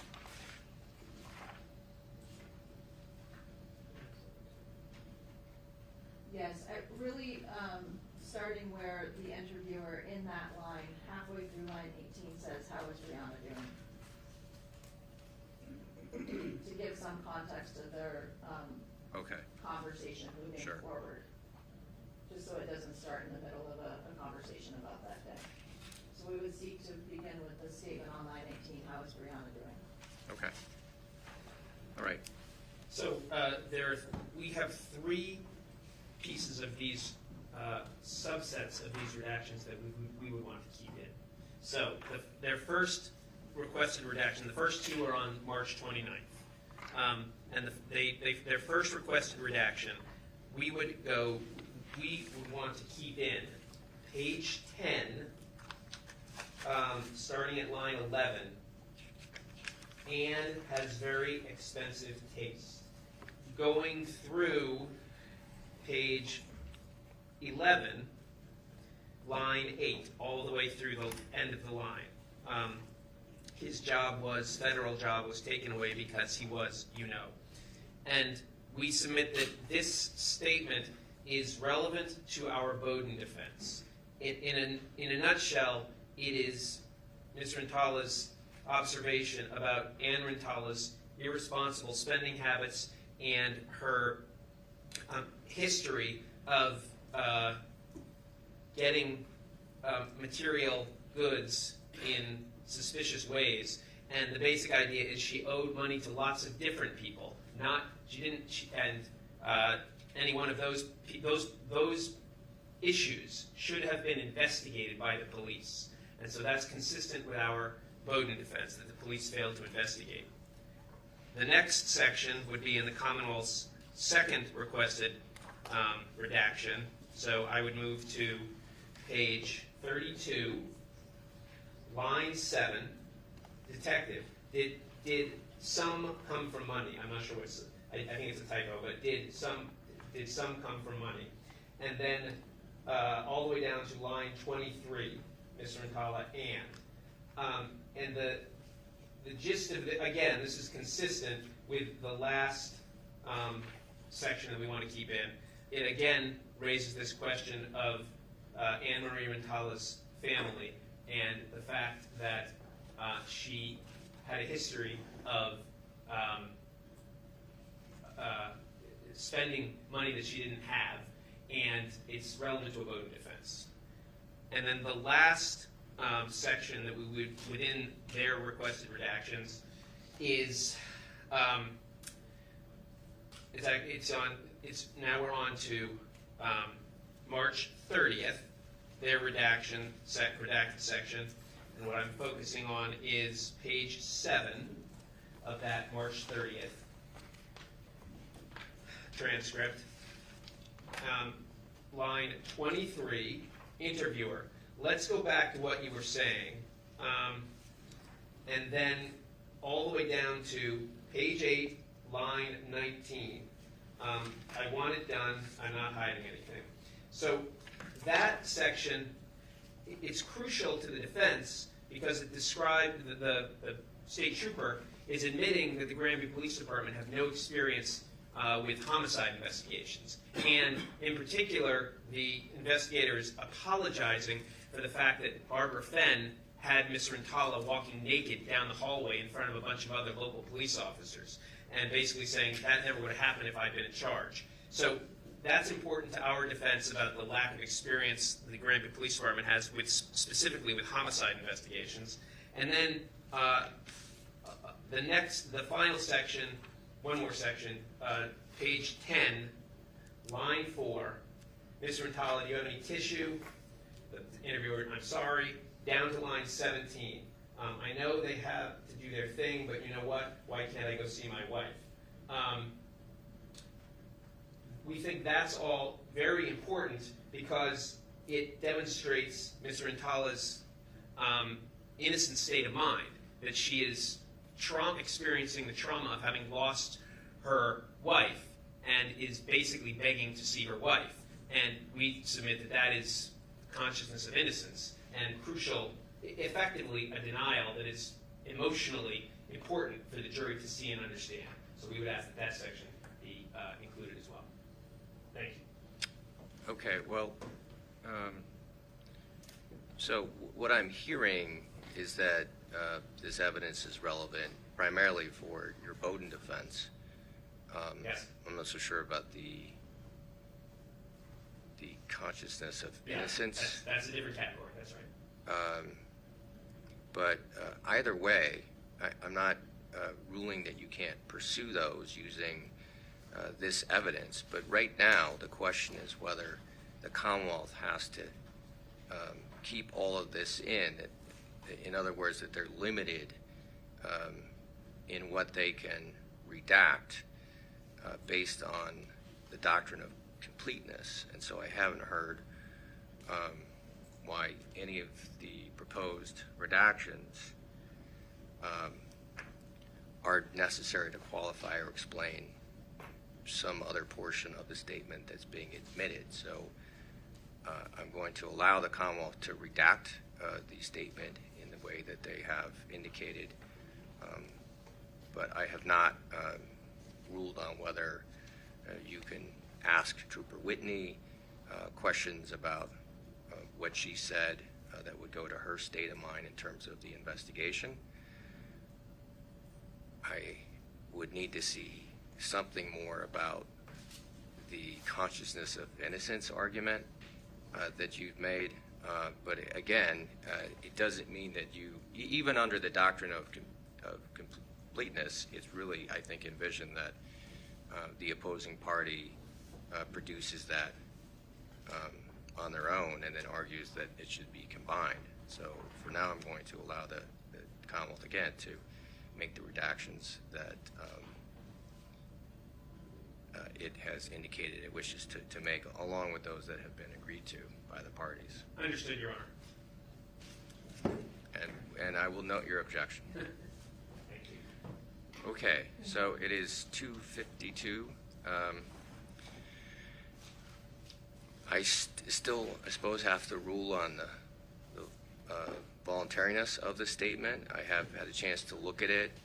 I'll hear arguments on that, but perhaps we can, I think right now that the more pressing point was to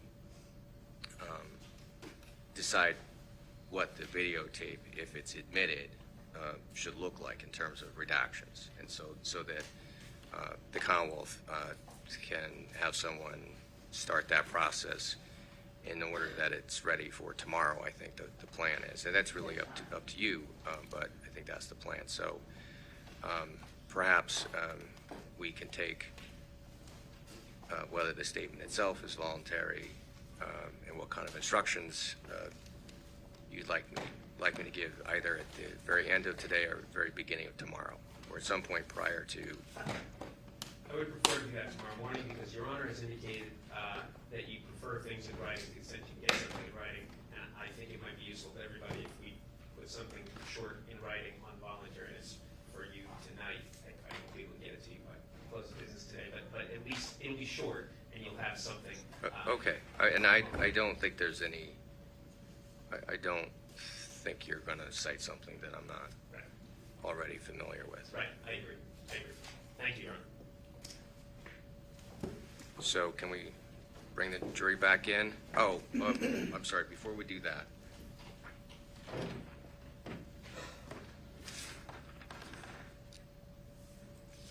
I think I need to instruct this jury on the references to prior proceedings and at times prior trials.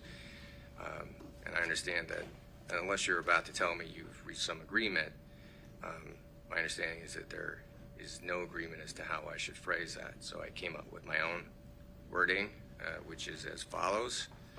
At various times during this trial, you have heard and will likely continue to hear references to prior testimony or proceedings.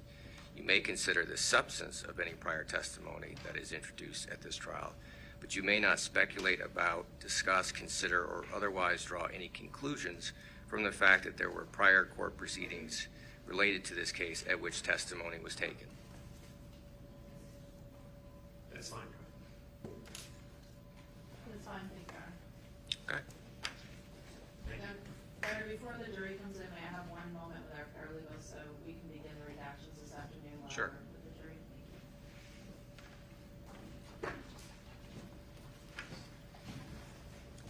perhaps the rest of us could approach Tyler with just a quick question regarding the scheduling. Okay, is that okay without Attorney Sewell, or would you? I can handle that.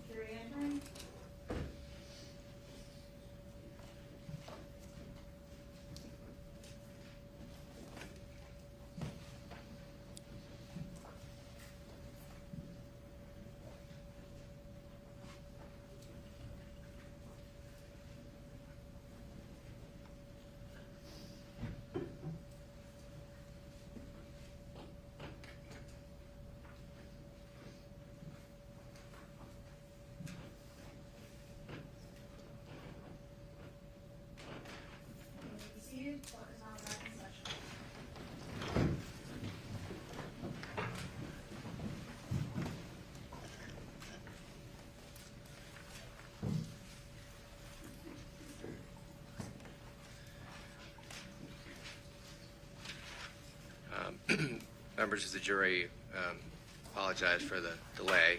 I'll say that a lot, I think, during the course of this trial, as you lose belief in my ability to estimate time. I do want to give you one instruction before we move on to our next witness, which is as follows. At various times during this trial, you have heard and will likely continue to hear references to prior testimony or proceedings. You may consider the substance of any prior testimony that is introduced at this trial, but you may not speculate about, discuss, consider, or otherwise draw any conclusions from the fact that there were prior court proceedings related to this case at which testimony was taken. Thank you. Now the call will call Nancy Kaufman.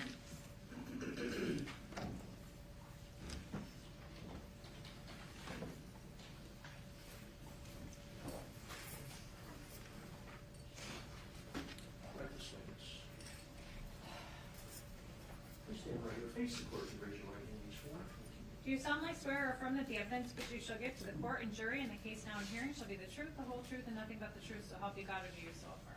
I do. Watch your step. That doesn't matter. Thank you.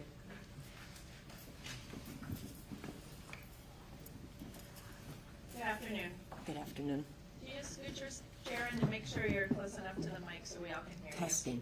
You don't have to be right on it. Could you please state your name for the jurors and spell your last name for them? Nancy Marie Kaufman, Kaufman. Ms. Kaufman, how old are you? 63. And where do you currently live? Tampa, Florida.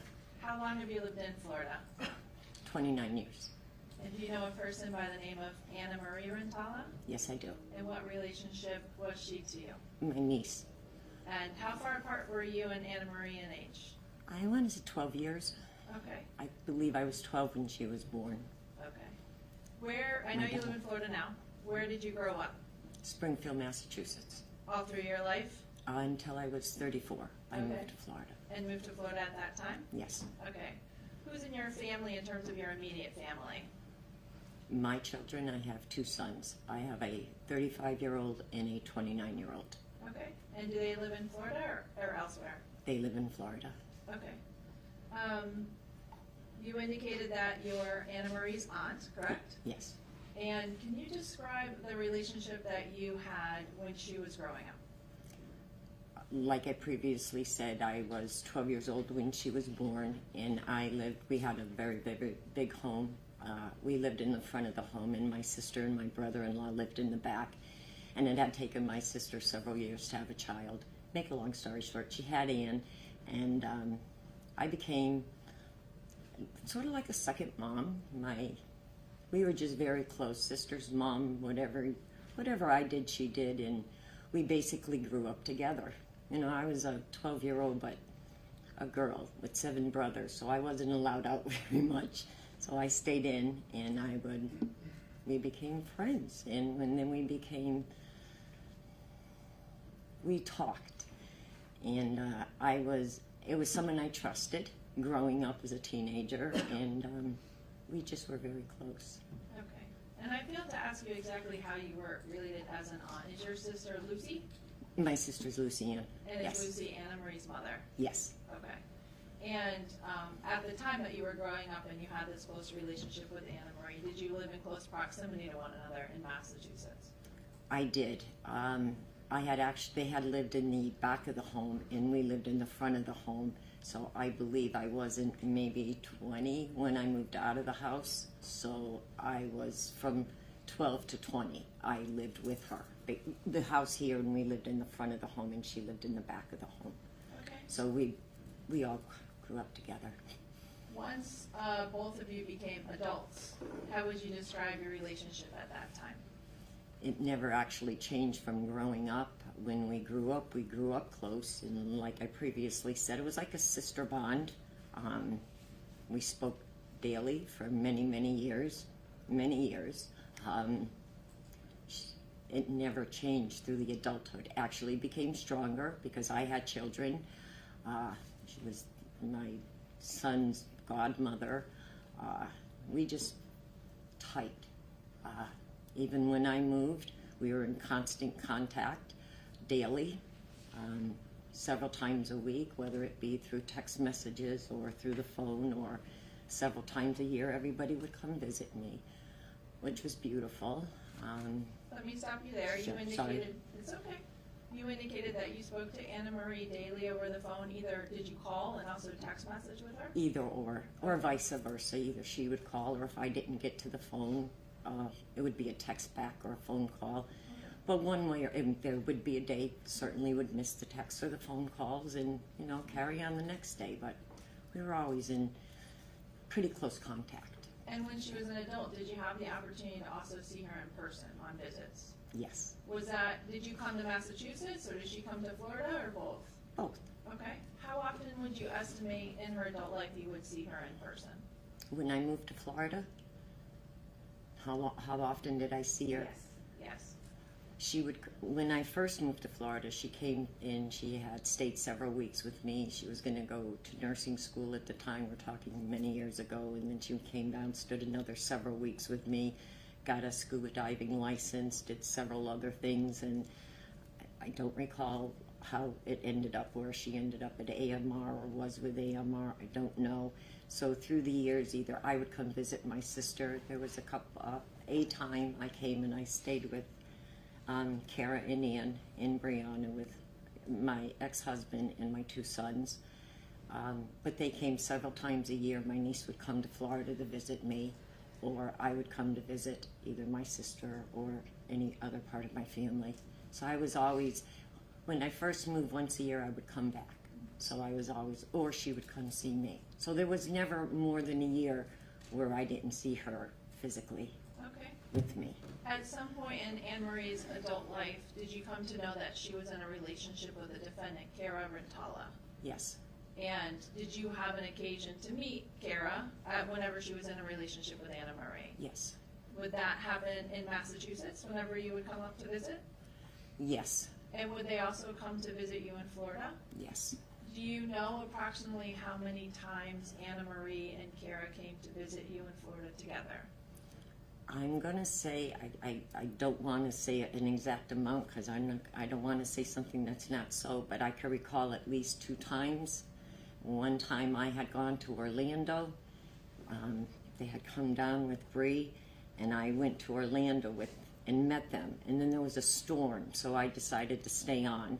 And I stood on for the storm, and then I came home, and then on my 50th birthday, they came back to visit me. Okay. So I want to say 2 times in the course of those years.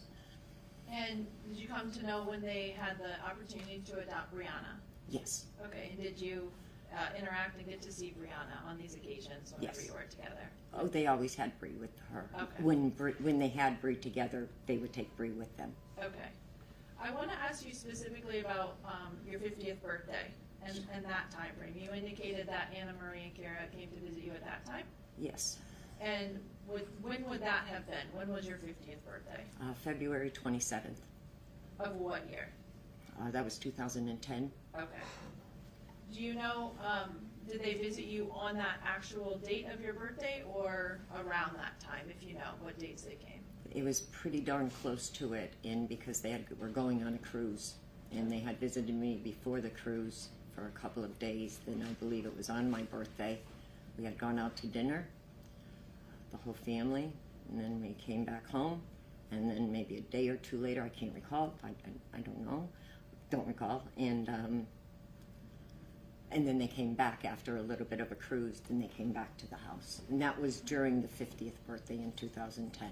Okay, in late February or early March of 2010? Absolutely. It was definitely the end of my birthday. Okay. So because it was only 28 days, I believe, that year. And on this trip, was it Cara, Annamarie, and Brianna all together? Yes, ma'am. Okay. Now, I think you indicated that they were intending to go on a cruise out of Florida? Yes, ma'am. Okay, so they came to visit you first before the cruise, correct? Yes. And then, I think you said after the cruise, they came back to visit you for a few days after that? Yes. Before they went back home? Yes. Okay. And at that time, do you remember who else was living in your household with you? It was my 2 sons and my ex-husband.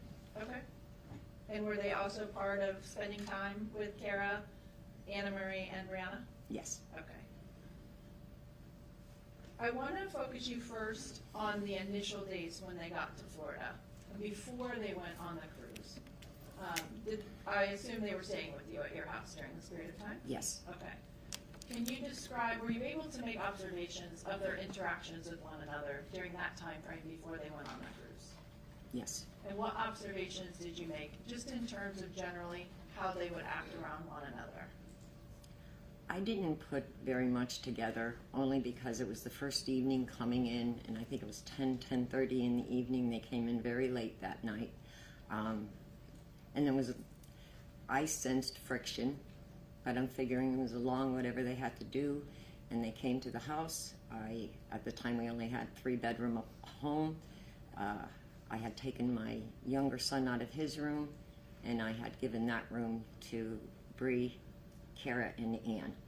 And I just let them be. I figured they're tired. It was a long day, but it was just, Ann, she's like, I didn't talk to anybody. I had everyone go to bed, but I'm an old lady, so I just sensed something was not kosher. So I didn't say anything, and I let everyone go to bed until the following morning. And that's what I did, figuring it was just a tough night. Let them sleep. We'll get up. We'll have a nice day. And that's how my very first interaction that evening. And going to the next days, in other words, in the days before they went into the cruise in your house, without getting into any content of conversations, how did you generally observe them being around or communicating with one another? One would be in one room, and another one would be in another room. It wasn't as though they were together. Bree would be, Brianna, love her. There wasn't very much communication with two people that are supposedly going on a cruise, and you're with your baby and having a good time. It was tense. Sorry. What's the basis? It's this witness's opinion about what she's observing, Judge. She can talk about what she observes, but I don't know that she can talk about her opinion about what she sees, what people are doing. It's not relevant. Okay. Well, Stan, if you could just ask a different question. Sure. Again, she can testify to what she's observing, and I will allow a certain amount of, shorthand to describe those observations. Sure. Just focusing on what you observed, what you heard, and and I don't mean content of communications, but in terms of what you saw of one another. I think you indicated that they were spending mostly time away from one another. They were separated. One was in one room, one would be in the kitchen, the other one would be in that bedroom, or who would go out, and so they weren't together. Okay. That's what I observed. Okay. Now, at some point, did they go to the cruise? Yes. And leave your presence, right? Yes, they did. You didn't get to go on the cruise? No. Okay. And they came back after that period of time? Yes. And also with Brianna still, correct? Yes. Okay. And do you remember making some observations of them, again, generally speaking, how they were around or not around each other when they came back from the cruise? Yes. What do you remember? Friction, anger, tense. If you just want me to use a word, I don't want to say my opinion, so I'm trying to use the word what I saw. Okay. Tense, anger. Okay. That can sum it up. Okay. I want to ask you about a couple of specific moments in these days after the cruise. Do you remember at some point you making a suggestion that the two of them go to the beach? Yes, ma'am. And do you remember having a conversation with Ann and Cara about that topic? I do. And can you describe what that conversation was, please?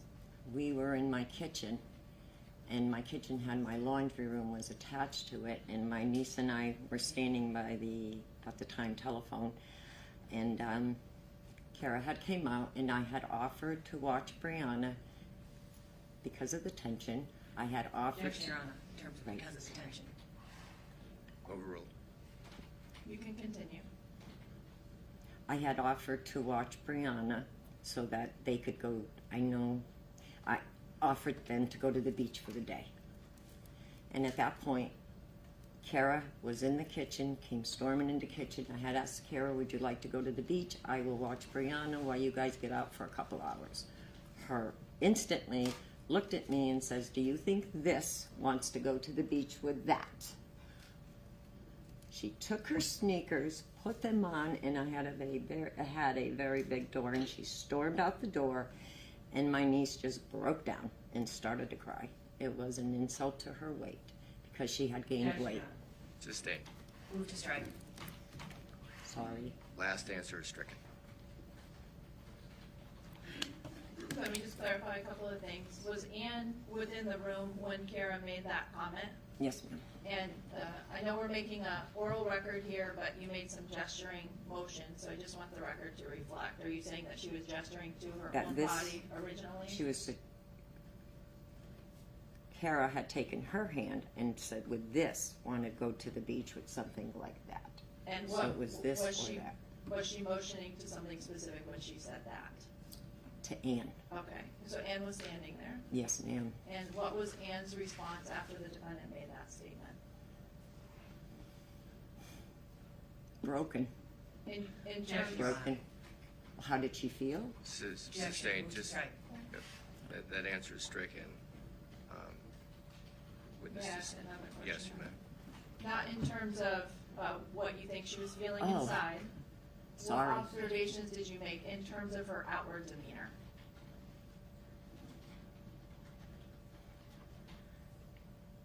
How can I explain it in a word?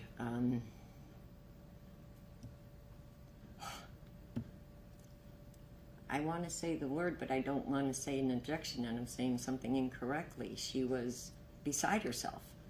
Is that appropriate or not? I don't know what word to use exactly. Strike, Your Honor. Hold on. I will strike the last answer. Okay, focusing on her face, or did she stay in Sad. the Sad. Okay. Sad.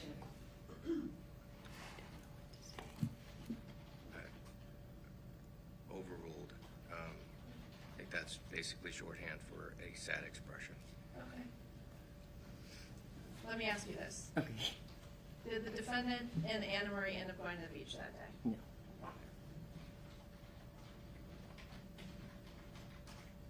Now, I want to ask you about another point in time, focusing on that time frame where they were with you after the cruise. Yes, ma'am. Do you remember, do you recall a time when the defendant was considering going out for a run and a conversation or a comment that she made at that period of time? Yes. What do you remember? Once again, there was friction, and Cara put her sneakers on, continued to run up. Hold on. So if the attorney objects, you have to wait until I rule on the objection. So I'm going to overrule the objection. If you can just maybe ask the question again. If you could just indicate in terms of the physical observations, the body movements you saw Cara in terms of where she was coming from and what she said. Came out of a back bedroom, came storming into the kitchen, put her sneakers on, turned to me, said, "I will never take Brianna away from you. I want a divorce," and continued out the door running. Do you remember if Ann was in the room at that point in time? Yes, she was. Okay. And Cara made the comment, "I want a divorce." Yes, ma'am. And I think you said that she also said the words, "I'll never take Brianna away from you." me. I'll never take Brianna away from you, Auntie. Okay, so I'm looking for clarification of who she was making that comment to, if that was to Ann or if that was to you. To me. Okay. She was speaking to me in those words. Okay. It wasn't directed to Ann. Okay. And did she leave at that point to go on a run? Yes, ma'am.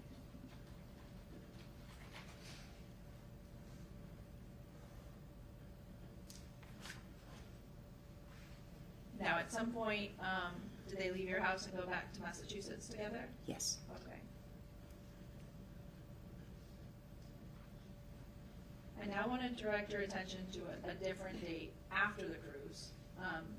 Is it fair to say that would have been beginning of March or so that they had left your house in Florida? Yes. Okay.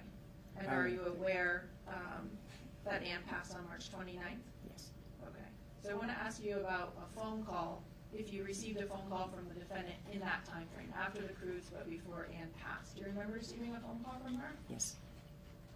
Now, before you got this phone call from the defendant, had you ever received a phone call from her prior to that date? No. Okay. Were you aware at that point if she even had your phone number? No, ma'am. Do you remember the date that this occurred on, or how many days before Ann's passing it occurred, if you remember? I do remember. It was a Wednesday before, because my niece passed on a Monday. And there's certain things you don't forget. And I remember that clearly. Okay, so about 5 days before? Yes, or ma'am. 4 days before? Wednesday evening, called me, and my niece passed that Monday. Okay. When you received the call, did you recognize the number it was calling from, the person was calling from? No, Did you recognize the area code? I did.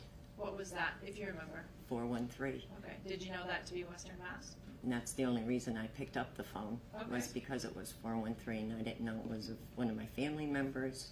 That's the only reason I picked up that phone, Okay. was because I knew the area code. So you answered the phone call? Yes, ma'am. And how do you know it was the defendant calling? She told me it was her. You know, Okay. she stated who it was. What did she tell you about why she was calling? What did she say?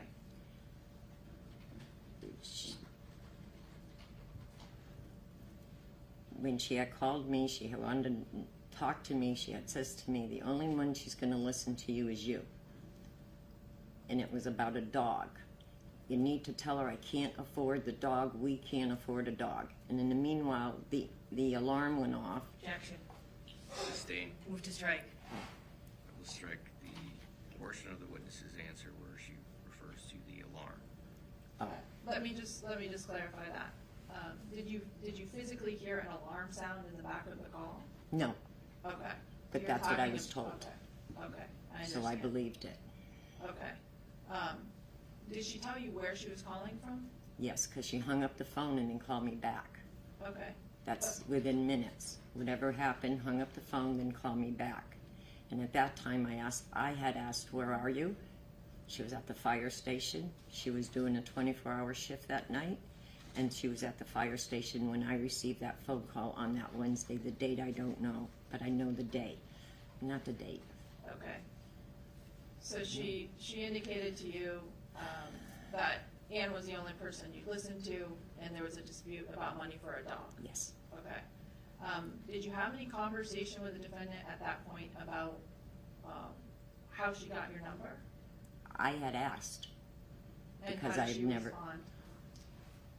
I was under a fictitious name, and Objection. Sustained. Move to strike. that's what she had told me. Hold on. I'm sorry. So I will strike that last answer. Uh. Non-responses. Hold on. Attorney Sewell will ask you another question. Thank you. Did she indicate that she had received your phone number from Ann's phone? Yes. Okay. And did she indicate if she had saved your phone number in her own phone? Can you just repeat that? Sure. She said she got your phone number from Ann's phone, correct? Yes. Okay. Did she say if she had saved your phone number in her own phone? Yes, my number was in her phone. Okay. Did she indicate whose name that phone number was under that she put in her phone? Yes. What did she indicate? Some Taylor, John Taylor or something. All I recall was Taylor. I don't recall the first name, but it wasn't Nancy, or was it Aunt, or it wasn't me. Okay. During this phone call with the defendant, she said she was at the fire station? Yes. Did she indicate at all where Ann was while she was making that phone call? Ann may have been home. Okay, May have been home. okay. I think you said just a minute ago that there were 2 separate phone calls, Yes. all within a short period of time? Yes. Do you know why there were 2? In other words, did she say why she was calling twice? Yes. That there was, she had a call. Like, when you're at the fire station, you have a call. So I assume, I'm not assuming anything, she had a call. So she hung up the phone, I didn't question it, and then called me back, and I picked up the phone. I didn't question why, or I didn't think to question why you're calling me back. I didn't know you were going to hang up. So. When the defendant was telling you that she had concerns about the money for the dog on the phone, how would you describe her demeanor? Upset.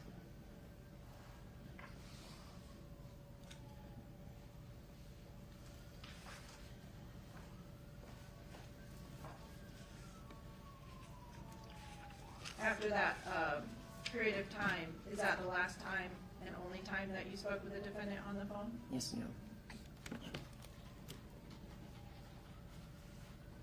I want to ask you about the date of March 29th, 2010. Do you remember that was the day that Ann passed? Yes, ma'am. Okay. Do you remember if you had any communication with Ann on that date? I didn't physically speak with her, but there was communication. Okay, and at this point, you're in Florida, correct? Yes. And she's in Massachusetts? Yes. Okay, so this would have been over the phone? Yes. Do you remember receiving some phone calls from her phone? Yes. Do you remember whether or not you answered those phone calls? I didn't. Okay. Do you remember what time those phone calls came in, or what time of day? They were early morning, and maybe it was 10:30, 11 o'clock, and then I received another one, maybe 11:30, 11:45 when I looked at my my missed calls on my phone. Okay. And do you remember, I know you indicated that you didn't answer the phone that day when Ann called. Do you remember whether or not she left any voicemails for you? Yes. Okay. Do you remember also receiving any text messages from Ann that morning of the 29th? Yes, ma'am. And do you remember, I'm assuming you don't remember the exact wording of the text messages, but do you remember the I don't. topics of conversation of the text messages? I remember the topic, but not the exact words. Okay, what do you remember? She had asked about a couple of different movies that were out at the time. Yes, Sharon.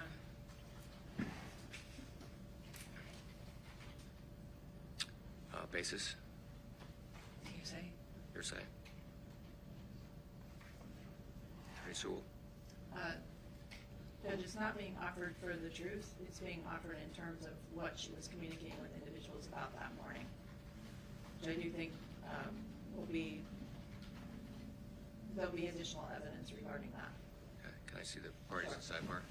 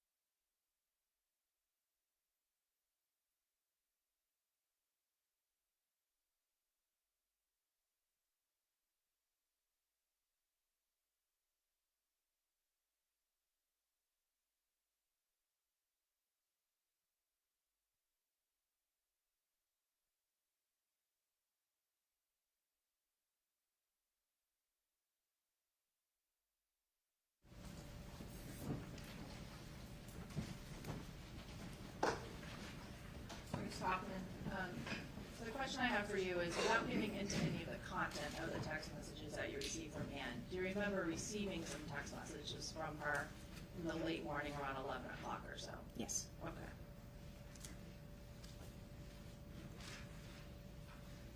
If I could just have a moment here.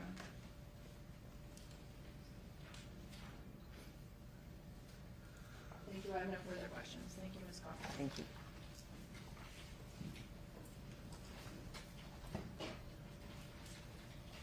Kathleen, Good afternoon. I just have a few questions for you. When you were texting back and forth, let me just ask you this. Did you know from your conversations with Annamarie Cochrane-Rintala that she was in some financial trouble? Yes. And did you know that she had taken out loans? No. Did you know that she had taken out a $20,000 loan in Cara's name? No. Did you know that she had 3 credit cards from Marco Lissac that she was charging on? No. Do you know Carla Danielli? I do. Was that a former girlfriend of your niece? Years ago. Okay. Did you know that Cara Rintala's credit that she was using a credit card from Cara Rintala that she had about $10,000 on? No. Can I see the attorney sidebar again?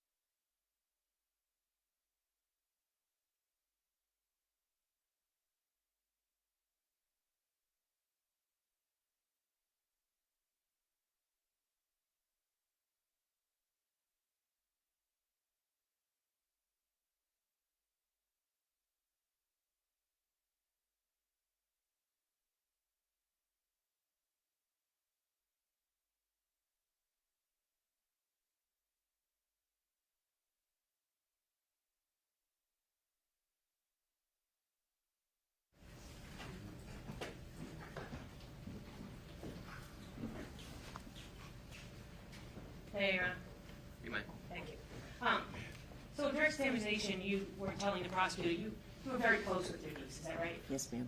And you guys talked every day, is that right? Pretty much. Or texted every day, is that right? Yes, ma'am. And you would tell each other everything, right? Basically, what we want. Yes, what I thought. Okay. You would tell her what you thought, she would tell you what she thought, because you guys were like sisters, right? Yes, ma'am. Okay. Now, in that close relationship that you had with your niece, you said she didn't tell you about Carla Daniele's $10,000 on a credit card debt that she had? Objection.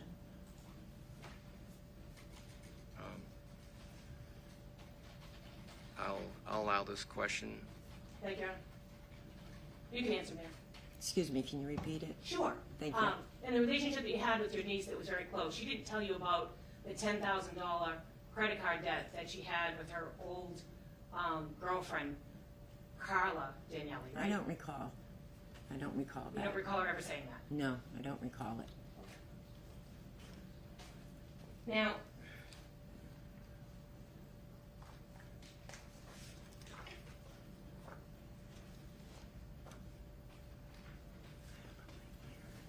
when Cara Rintala and your niece and Brianna came to see you, they took some pictures, is that right? I believe so. I'm sure they did. And I don't mean to upset you, but I'm going to approach you with some pictures. So if you need a minute, take a minute. I need a minute then. Sure. Oh, you want to bring them to me here?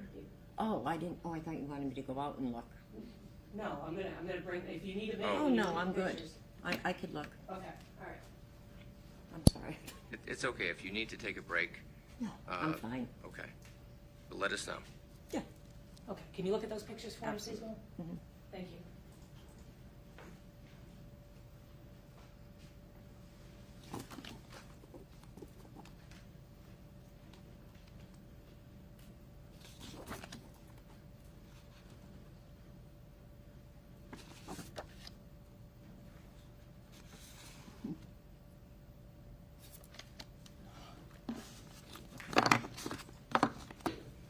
Do you need a minute, ma'am? No, I'm good. Okay. And ma'am, is it fair to say that these are the pictures that were taken in that visit that you told the prosecutor about when Cara and Annamarie and Brianna went on the cruise and they stayed with you before and they stayed with you after? Yes, ma'am. Okay. And I'm just going to go through them one by one. Do you recognize this picture as a picture that was taken on that visit in late February that you talked about your 50th birthday? I can't recall where that picture was taken. You don't? No. Do you recall testifying about this picture in another proceeding? I don't recall.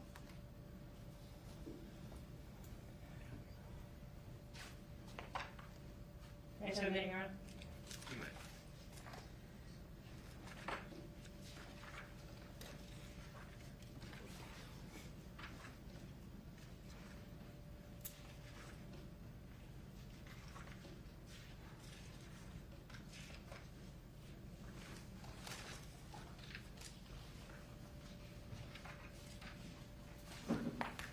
Now, I'm going to show you this photograph. I'm going to show you a transcript of your testimony back on September 20th of 2016 about this photograph. Okay. So if you can just read lines 12 through 21 to yourself, please. Sure.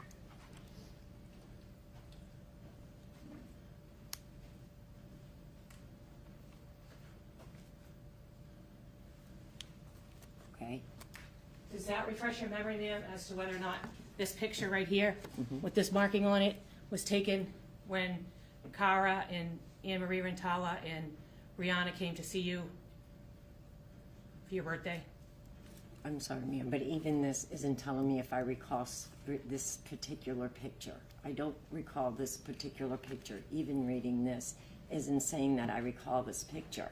If you could show me where I can remember, I can't. Sure. You told me 12 to 21. This picture is marked 37, and here in this you say, You told me to 31 to read. I'm sorry, I was wrong then. Oh, I should have okay, said 'cause more than that. That was my fault. I stopped. So In this case, this is a photograph that was taken about that time of the visit with you, Okay, yes. so that's 9. And then all the way 9. down here, this is that photograph. Okay, so 37. you want me to read from 9 to 17? Yes, please. Okay. It was my fault, the wrong Not a numbers. problem. I gave you the wrong We're numbers. good.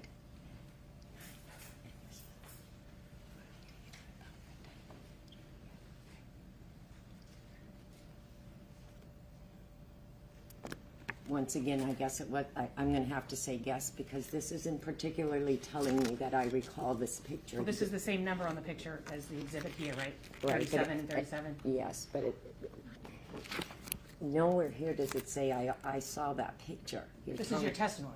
Right. Where you say this is the same picture. That's what you say here. You were asked the question, is this a picture of your niece, Cara? And My is this niece a photo- Ann.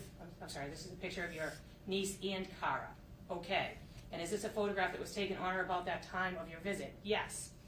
And then this is the photograph, Okay. number 37. Okay, I just didn't want, I thought you wanted me to say where this picture was taken. No, just saying. Oh. Do you recognize that Yes. then? Okay. Judge, I move to introduce this. No objection.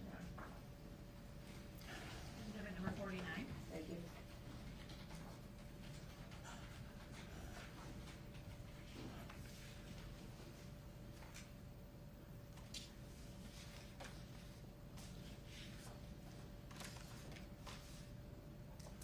And the next photograph, I ask you to look at that and tell me whether or not you recognize that.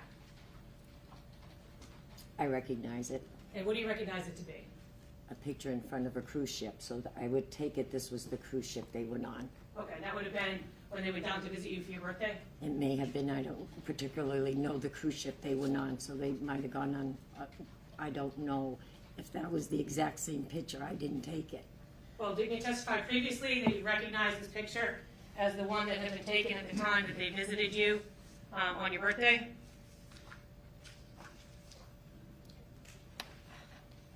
I don't recall. I think it's like so long ago, I just can't just picture the picture, and you want me to tell you, and I don't want to say something that I don't recall. I don't want to say something I don't know. I'm just asking if you remember previously testifying that you did recognize this picture. Yes, I do Okay. recognize it. I don't know where it was Previous hearing, you taken. recognized it as the picture that Cara and your niece and Brianna took outside of the cruise that they took when they went to see you on your birthday. Is that right? Yes, ma'am. I move to introduce this judge. Can't see the photograph. Thank you, I have no objection. Exhibit number 50.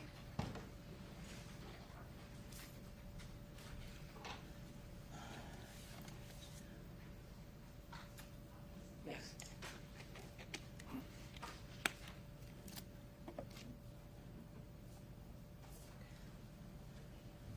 Okay, I'm going to put 3 photographs in front of you now. I'm going to ask you if you recognize them from the same time period when Cara Rintala, your niece Annamarie Rintala, and Brianna came down to see you for your birthday and went on that cruise. Do you recognize those photographs from that time period? Every one of them. Okay, move to introduce them. No objection. 3, 3. 51, 52, 53.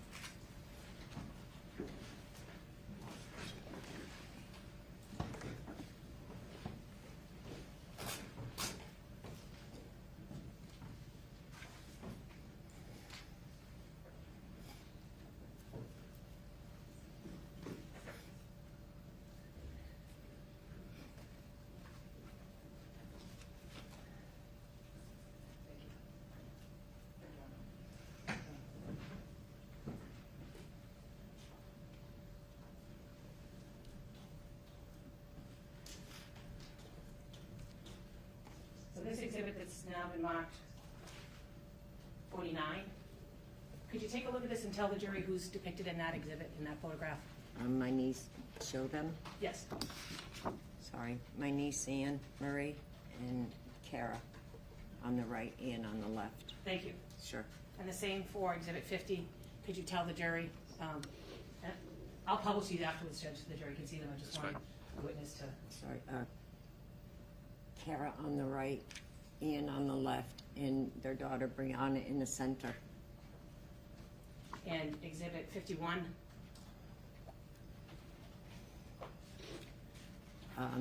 Myself, my ex-husband, and my niece Ann. And exhibit 52. Sure. My 50th birthday at the restaurant, myself and my ex-husband. And exhibit 53.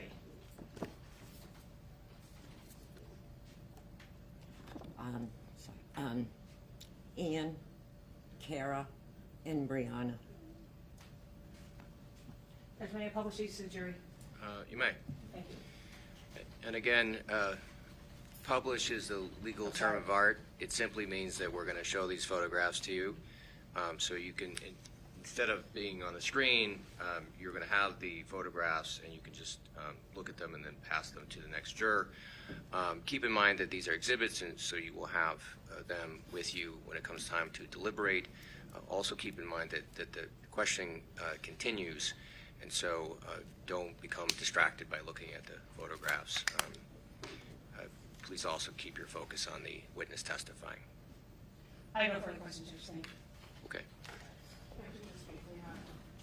Ms. Kaufman, did you take any photographs in your house when the defendant and Annamarie were in separate rooms of them? I don't recall doing that. Do you remember taking any photographs when the defendant made the gesture towards Ann and her body? No. Did you take any photographs when she came out of the room and said, "I want a divorce"? No, ma'am. Okay, thank you. I have no further questions. I have nothing further on. All right, you may step down. Thank you. Thank you. Take this with me. I don't want to give it to you. Thank you.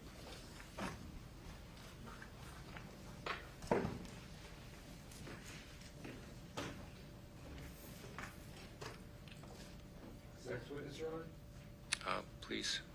Commonwealth calls David Swan.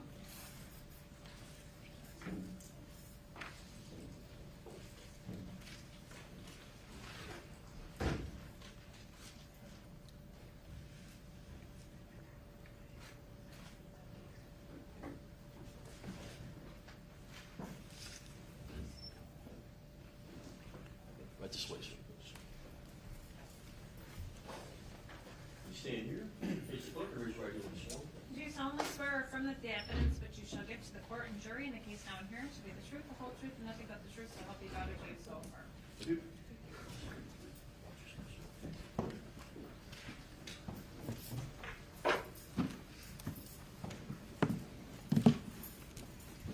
May I proceed, Your Honor? You may. Thank you. Good afternoon, sir. Good afternoon, sir. Would you please introduce yourself to the jury and spell your last name for us? My name is David Swan, last name spelled S-W-A-N, and I'm a trooper with the Massachusetts State Police, assigned to the Office of the Attorney General. You stole my second question. How long have you worked for the Attorney General's office as a member of the state police? I transferred this past February. Sir, why don't we do this sort of in chronological order, going back to 1999. Did you start working for the Middlesex DA's office that year? I did.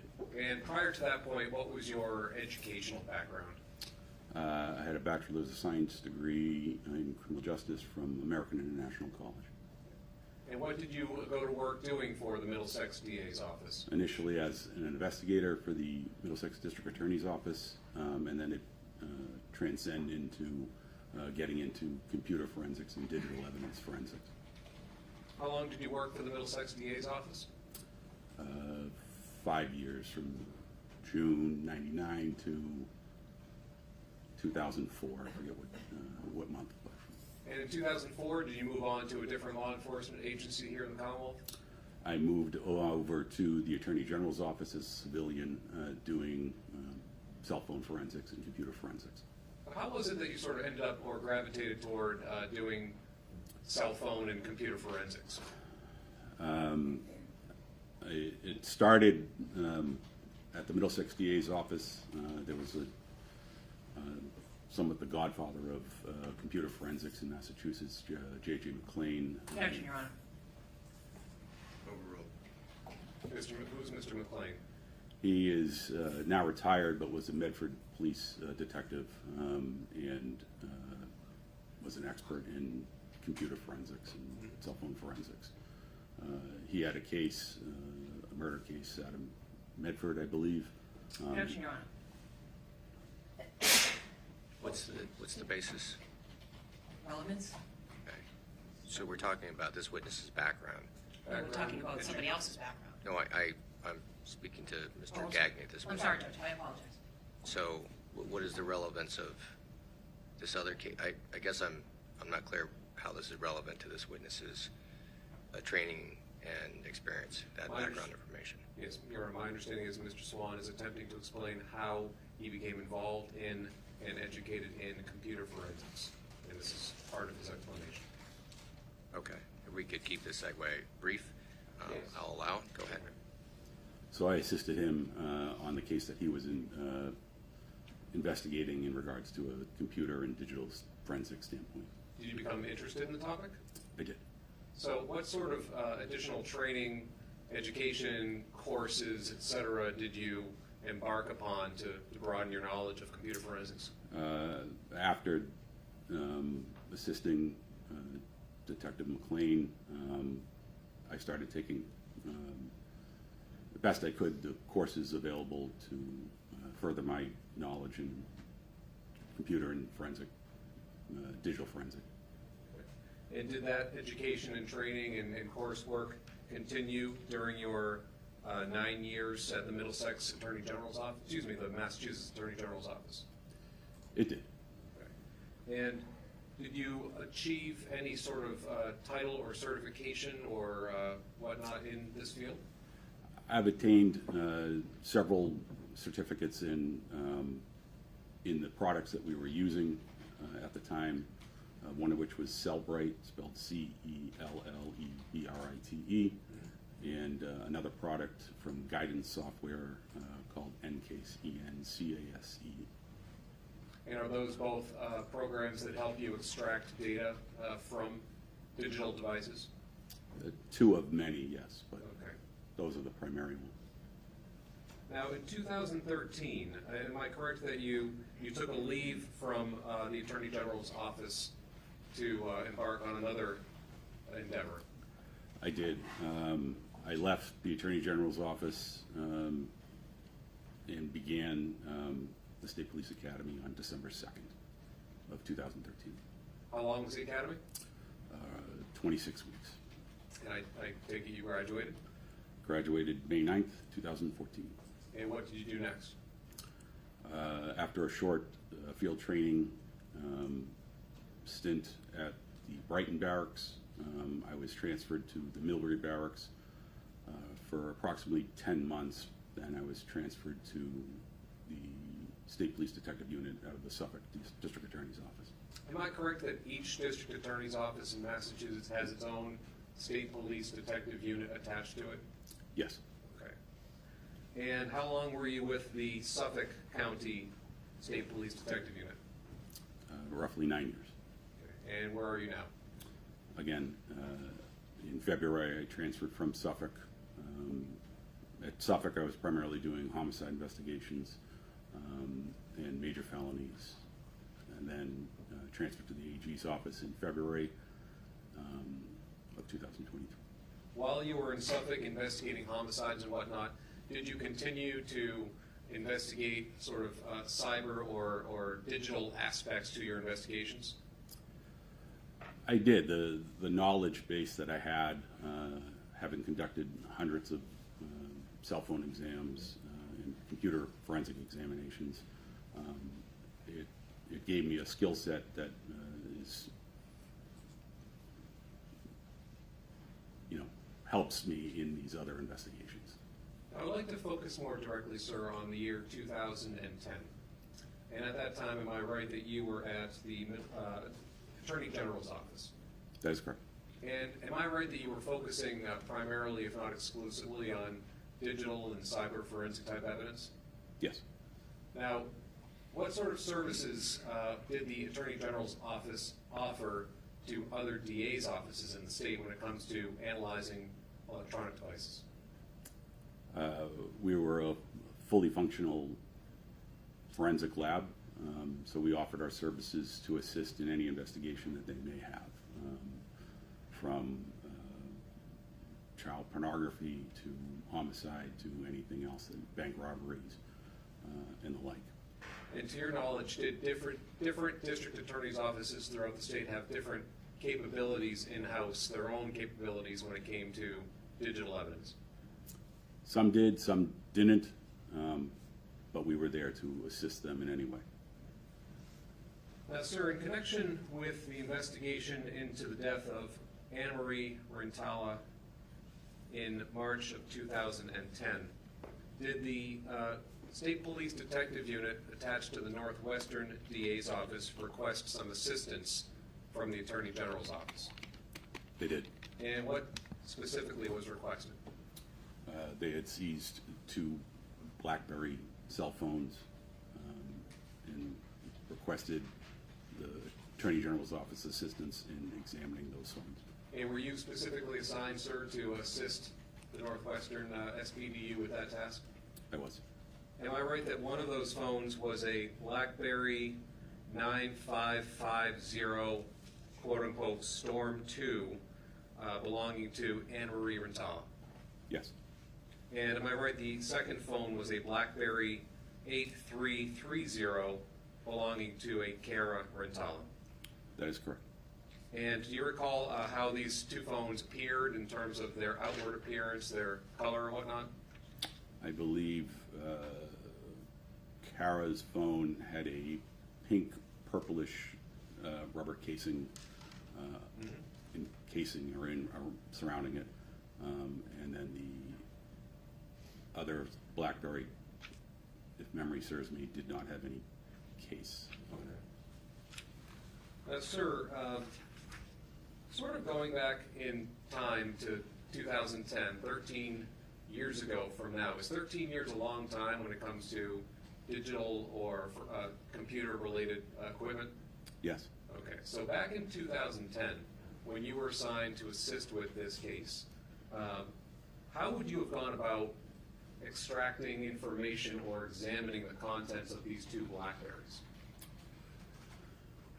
I used Cellbrite to conduct a logical extraction from the phone, which provided essentially the low-hanging fruit of the data within the phone. And what do you mean by that? So there are numerous data fields and data sets that that a phone keeps. So call logs, text messages, emails,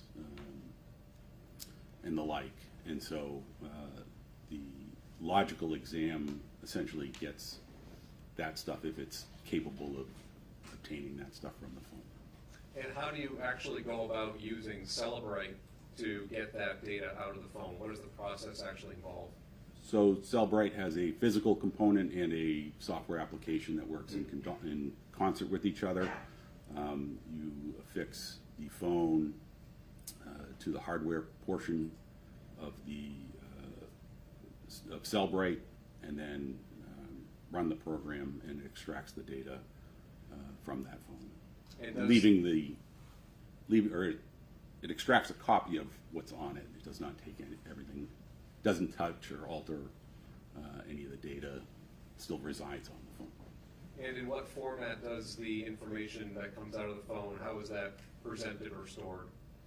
It then is stored in a proprietary format, and then we're able to use the software application to read that data, and then we're able to extract that data in PDF form or other various types of readable format. About how many times would you say that you used the Cellbrite software to extract data from cell phones during your career?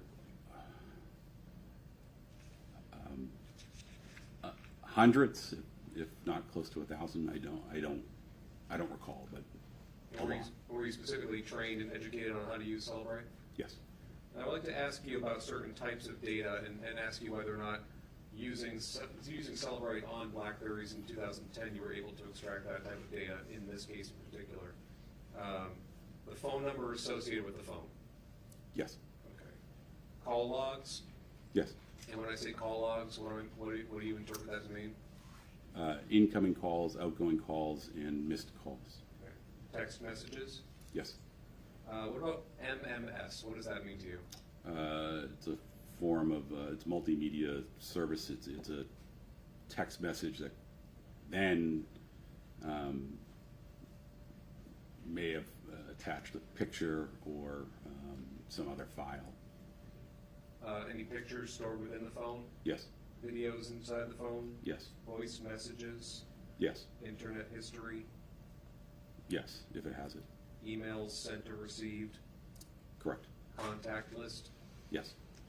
And could you also get any data off of any memory cards or SIM cards that might have popped into the phone?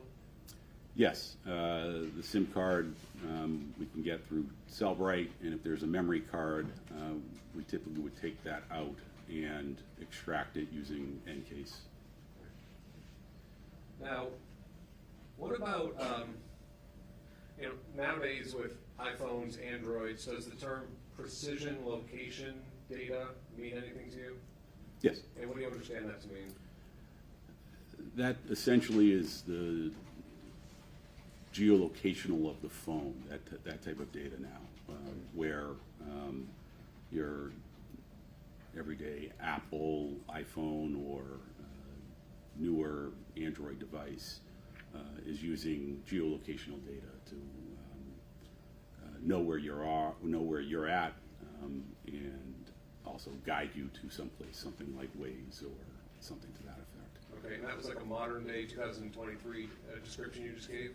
Yes. Going back in time 13 years to 2010 with these two BlackBerries, was that type of precision data available within the phone? No. Okay. Now, with respect to calls, can Celebrate detect calls that were placed, meaning outgoing calls from the phone? Yes.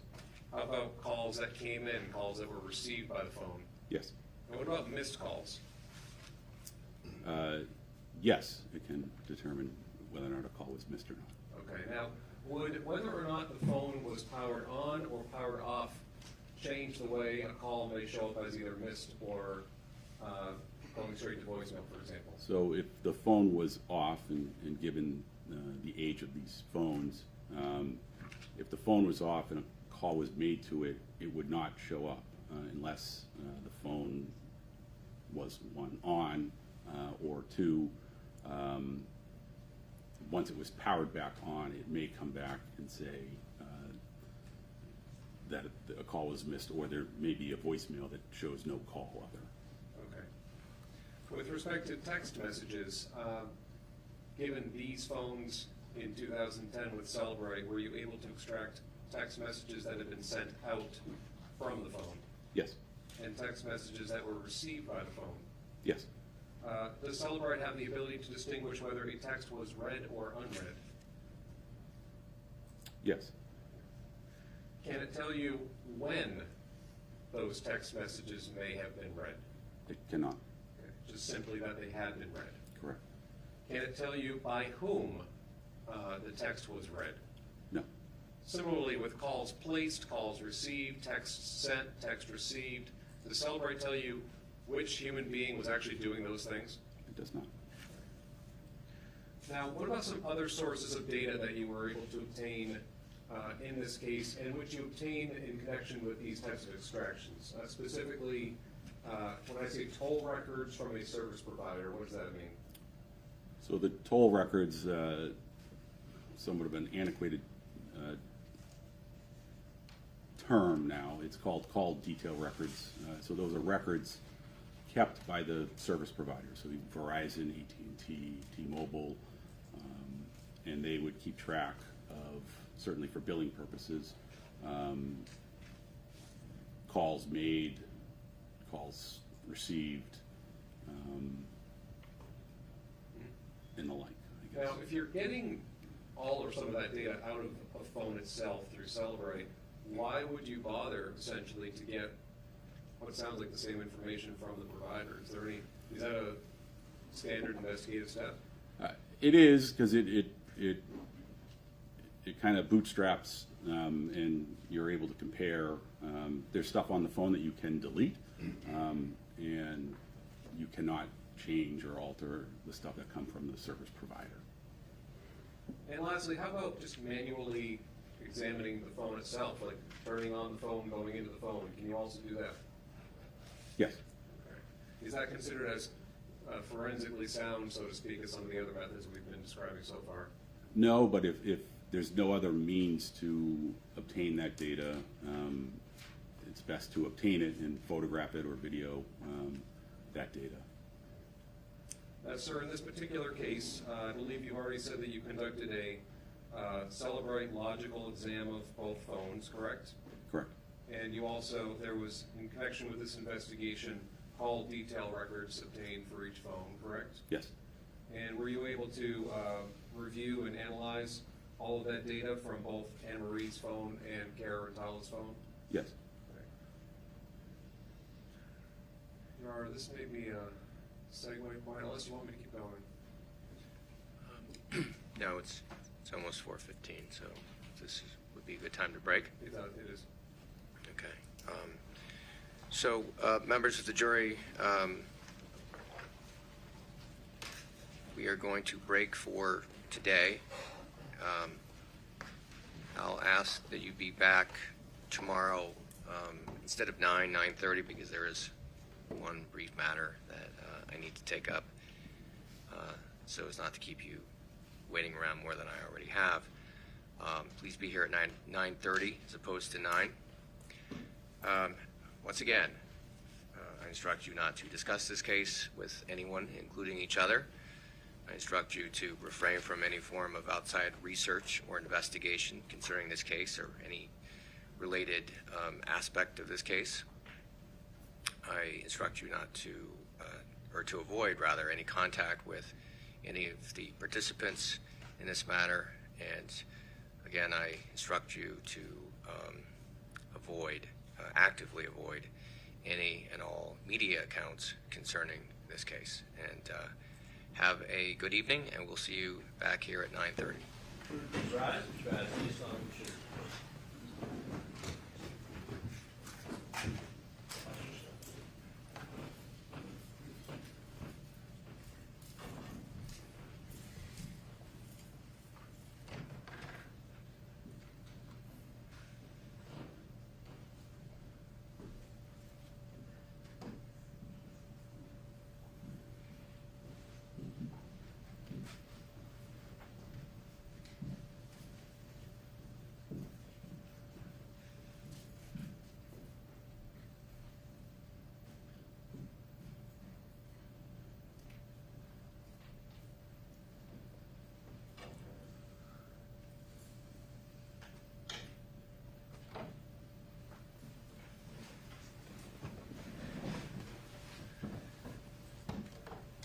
Anything that we need to take up before we break? Oh, I'm sorry. So, sir, you may step down. Thank you.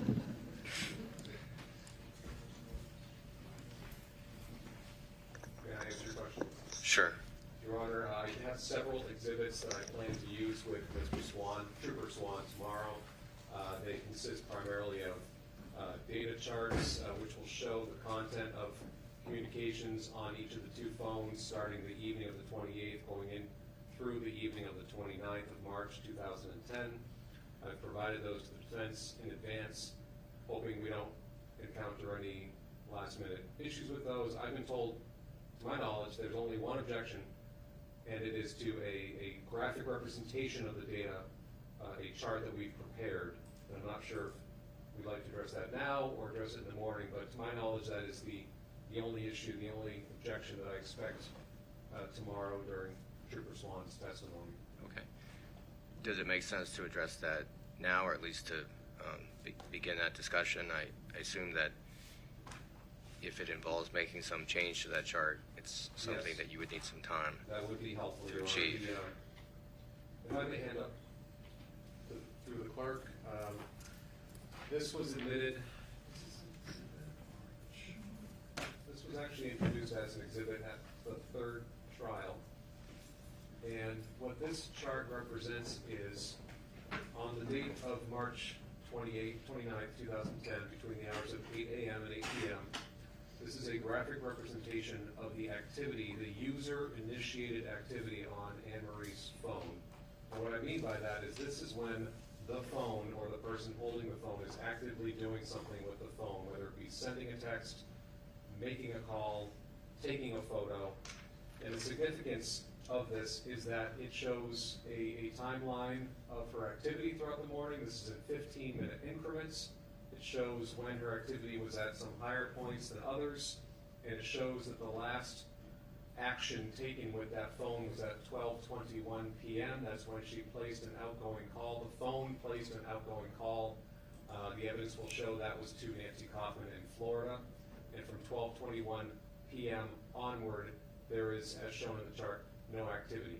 So this is a graphic, visual representation of data and testimony that we intend to elicit through Trooper Swan. We think it's important to help sort of corral and marshal the evidence, and also it is relevant, highly relevant to the timeline of the day, what Anne-Marie was doing during certain hours and not doing during certain hours. This is also evidence that the medical examiner, Joanne Richmond, has already referenced that she reviewed, and we expect that Dr. Thomas Andrew will also testify that he reviewed. They took this information into account in formulating whether or not their time of death estimate was accurate or whether it corroborated their time of death estimates. So for those reasons, we don't see any prejudice to this. It's all firmly rooted in the evidence. We don't think it's prejudicial in any way, so we ask to admit it. Okay, so just so I'm clear, you're seeking to admit this as an exhibit as opposed to using it merely as a chalk, is that correct? Yes. Okay. And you're telling me that there are other records that will be in evidence that were used to compile this? Yes. Okay. Attorney Scabiccio? But I don't get to tell the Commonwealth what to do with their own exhibits, I understand that. Well, this to me seems not a complete picture. So this, they're saying, is a picture of Annamarie Rintala's texts and phone calls made from, they say 8 in the morning till 7:15. They don't have on this graph anyhow, and there's no graph to my knowledge that in existence, as to the incoming texts that were coming to her phone. And that's why I think it's somewhat misleading, Judge. And they get to do whatever they want. I understand that completely. I want to make sure. And then in terms of how this chart was generated, and what was used to generate the chart to make it way up at, I don't know what 8 means. I don't know what 1 means. I don't know if it means 8 calls, 8 texts. I just don't know, Judge. So to the extent that this was generated by this witness, I would suggest, Judge, that the information is a little incomplete, and I don't know that we need a visual picture of the phone calls. We're going to have the phone calls. We're going to have another chart that they have, Judge, which I also think I had an objection to that one. I haven't heard. So they have a list of partial phone calls, Judge, that they cross-reference with a bunch of photos of receipts that they find. So I'm just saying, Judge, with respect to this, and I'm going to try to keep it to this, I can't tell them what to do. I'm just noting for the court that I don't know how this is going to get explained to the jury. I don't know. I certainly can cross-examine on what's not contained in the report. I get that completely. I'm just saying to put this on the screen as this is it, this is all that happened with that phone, I think is misleading. Okay. So you said there's another chart that you're objecting to? Well, there's another chart, Judge, that I think I sent a notice last night saying that we would object to. I'm going to look at that today and make sure that, let me take another look at it, Judge, before, sorry, I didn't mean to say when I was speaking to you. Let me take a look at it tonight to make sure that, I think that's the one. It's not coming in tomorrow. It's not? Okay, all right. The other chart is not coming in tomorrow. I don't think we need to address it right now. So the only chart that the Commonwealth is seeking to introduce tomorrow would be this. To which they have an objection. To which the defendant has an objection. And what are you asking me to do? To simply exclude it? Or is there, here's my question. I don't know because I haven't heard the evidence. I haven't heard the witness testify about what went into this chart. So it's kind of hard for me to say whether this is somehow misleading or it's prejudicial because it leaves certain things out that one would expect to see in a chart like this. I just don't know. So I don't know what you're asking me to do. If you are simply objecting to the introduction of this, that's one thing. As opposed to, you're arguing that if this is going to come, it needs to sort of be more balanced and show a more complete picture, and the Commonwealth needs to add certain other things. I can't make the Commonwealth add anything to their own exhibit, Judge. I get that. I'm just saying, when we're talking about, cognitive bias, when we're talking about inherent bias, when you see a photograph or a chart like that, it doesn't have all of the information in it, and that's the first thing you see as a jury. You start to form certain opinions, and again, that's my concern, Judge, is if it's not complete, if it's not balanced, and they start forming opinions based on this one little snapshot of what the Commonwealth wants them to focus on. I can certainly cross-examine on what's not contained in there, but to have that photograph of this chart in evidence, I think is prejudicial, Judge, and I'm asking you to exclude it. Okay. Well, at this point, I don't know that I know enough about it because I haven't heard anything from this witness about how it was created or what it represents. So it's premature for me to rule on that objection. But I'm happy to get a heads up, so I'm prepared to sort of evaluate the testimony, understanding that objection is coming. So is this a copy for me, or do you need this back? You can keep that. Okay, thank you. So I guess we'll address that when the time comes tomorrow. And then the only other thing, Judge, is just to line up for tomorrow so we can be ready. And again, we're trying to coordinate our witnesses, and I know the Commonwealth still doesn't know when they're going to rest, but I'm trying to make estimates here so I can rebook flights. It's hard to tell. It is. I'm not suggesting anyone's doing anything wrong. Sure. Your Honor, at this point, we will obviously continue with Trooper Swan, and then we expect to call Detective Lieutenant Robin Whitney with 3+ hours of video. I don't think we'll get farther than that tomorrow. Okay.